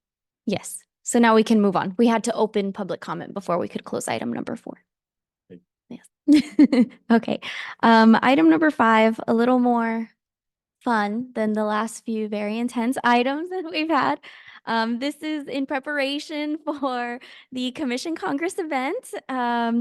We do this once a year. We just need to put together a list for your work plan and accomplishments. I'm ready to take notes and answer any questions if you have any. And the Congress is on the 20th. That is correct. I, to be honest with you, Stephanie, I don't have a creative cell in my body right now. Okay. Okay. Could we send that to you, or does it have to be a matter of public discussion? I'm going to have the city manager come up and give her recommendation. Okay. Or could we ask Arminator I right think, after a I glass think of in wine? light of the time and the amount of effort you've put in tonight, we can certainly solicit input from all of you separately and put it together and send it to all of you to review. I honestly, looking at the goals you had last year, I think you've accomplished most of them. So it'd be nice to get your feedback on what you'd like your work plan to be moving forward. Thank you. I think my biggest thing for the work plan would be calendar and getting like a regular and figuring out together, and maybe we all put in bullet point ideas towards it, but the kind of things we want to see for an annual calendar of how finance, We were just talking about that. yeah, how the finance committee. So an annual calendar of all finance related items. Well, basically how a finance commission should be operating through an annual basis because it is Congruent with the budget process, maybe? grow with the budget process, yes, Stephanie, you're taking the notes, right? right. Thank you. And, developing that work, that's what I'd like to see is kind of a work plan, which is we would have this kind of cadence to our year, and every finance commission in the future would have something at least fairly similar, so that it's not a brand new, like, oh, what do we do this year? It's kind of like a guidebook, right? I'm hearing more like it's a calendar, but it's also a guide for how It's a you, guide. It's how a you guide. operate the finance commission and the deliverables given the year in conjunction with the finance department. Yes, I want to create a process for the finance commission. And for me, Armin, it also creates a level of expectation for any new members to the commission in the future. And it could be a part of, I think, the materials for onboarding your new commissioners in the future too. Yeah, and I think it actually would be helpful for the staff, talking about staff efficiency. Absolutely. So that we're doing things early in, and then we know them, and it's not a surprise at budget time, because they're like, oh, we've already reviewed the water fund, and we already know what's happening, insurance fund and liabilities, versus a rush at May. So Sure. I would also think I think some of the things we've done this year, I think the quarterly review of financials, the monthly investment reports, I think just the regular types of things that also come to the finance commission should be included as part of that, I'm thinking. absolutely. Okay. If you have any other specific things, please feel free to send it to Stephanie and we can put it together in a format, and then, because we don't want to have any violations, we can send it to each of you separately and work through it.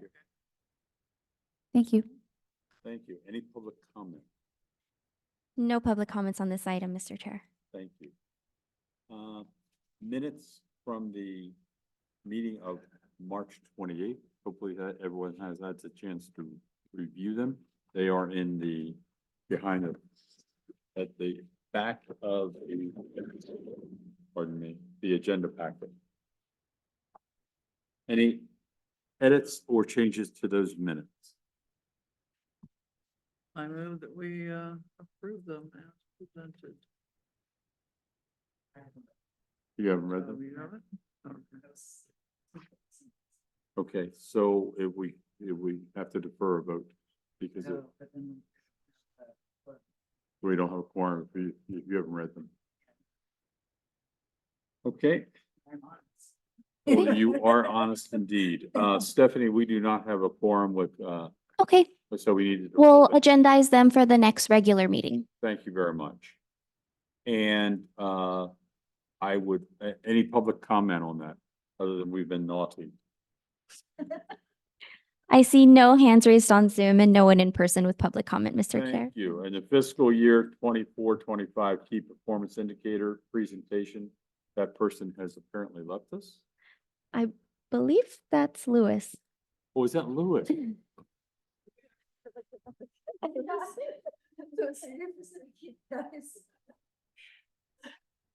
Lewis, may I suggest we defer that?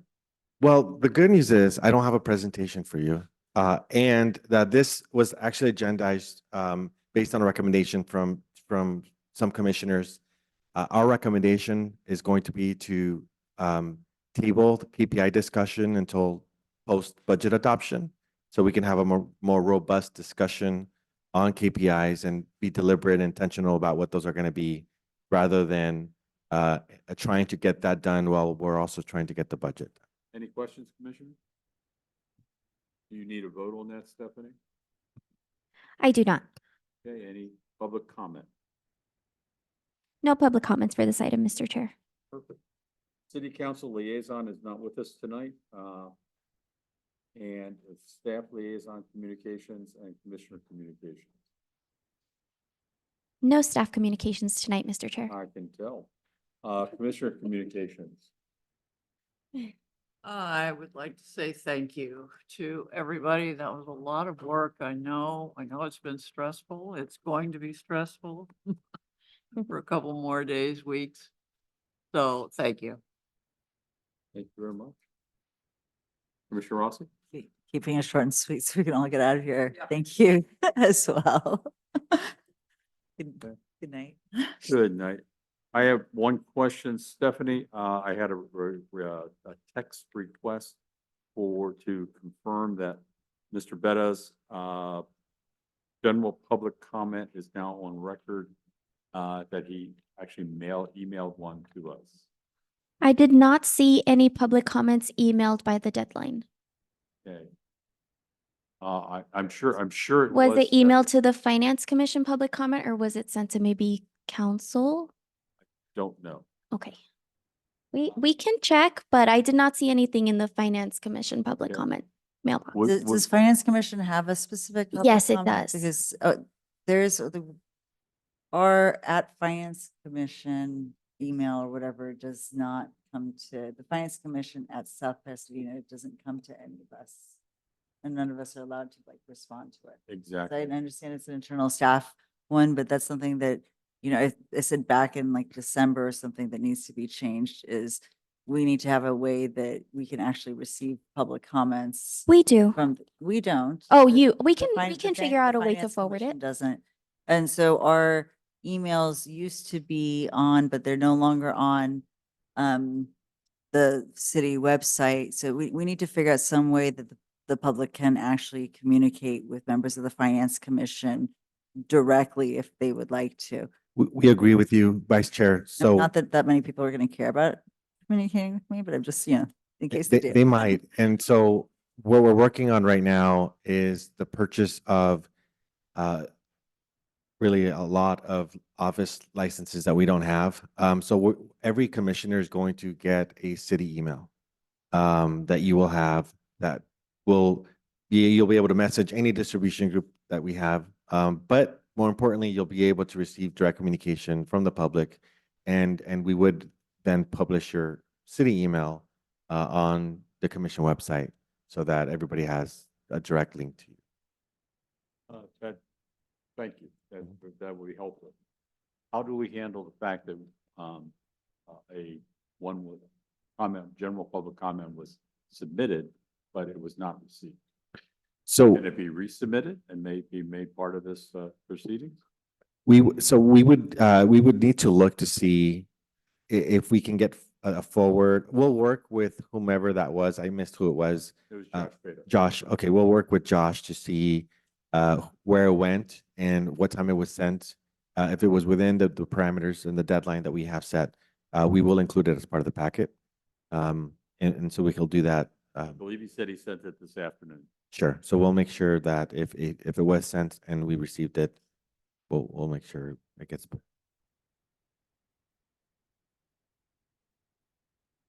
I have it. Thank you. Okay. So we will add it. Thank you. And I will join with my colleagues up here and say thank you. It has been, yes, it's been a bit of a slog, but I really enjoyed, as much as I tried to move us along, I really enjoyed the philosophical conversations. I think it is about time we began talking about this kinds of very important issues. So thank you for tolerating us. And with that, I will adjourn this meeting officially at 12:06 a.m. of the next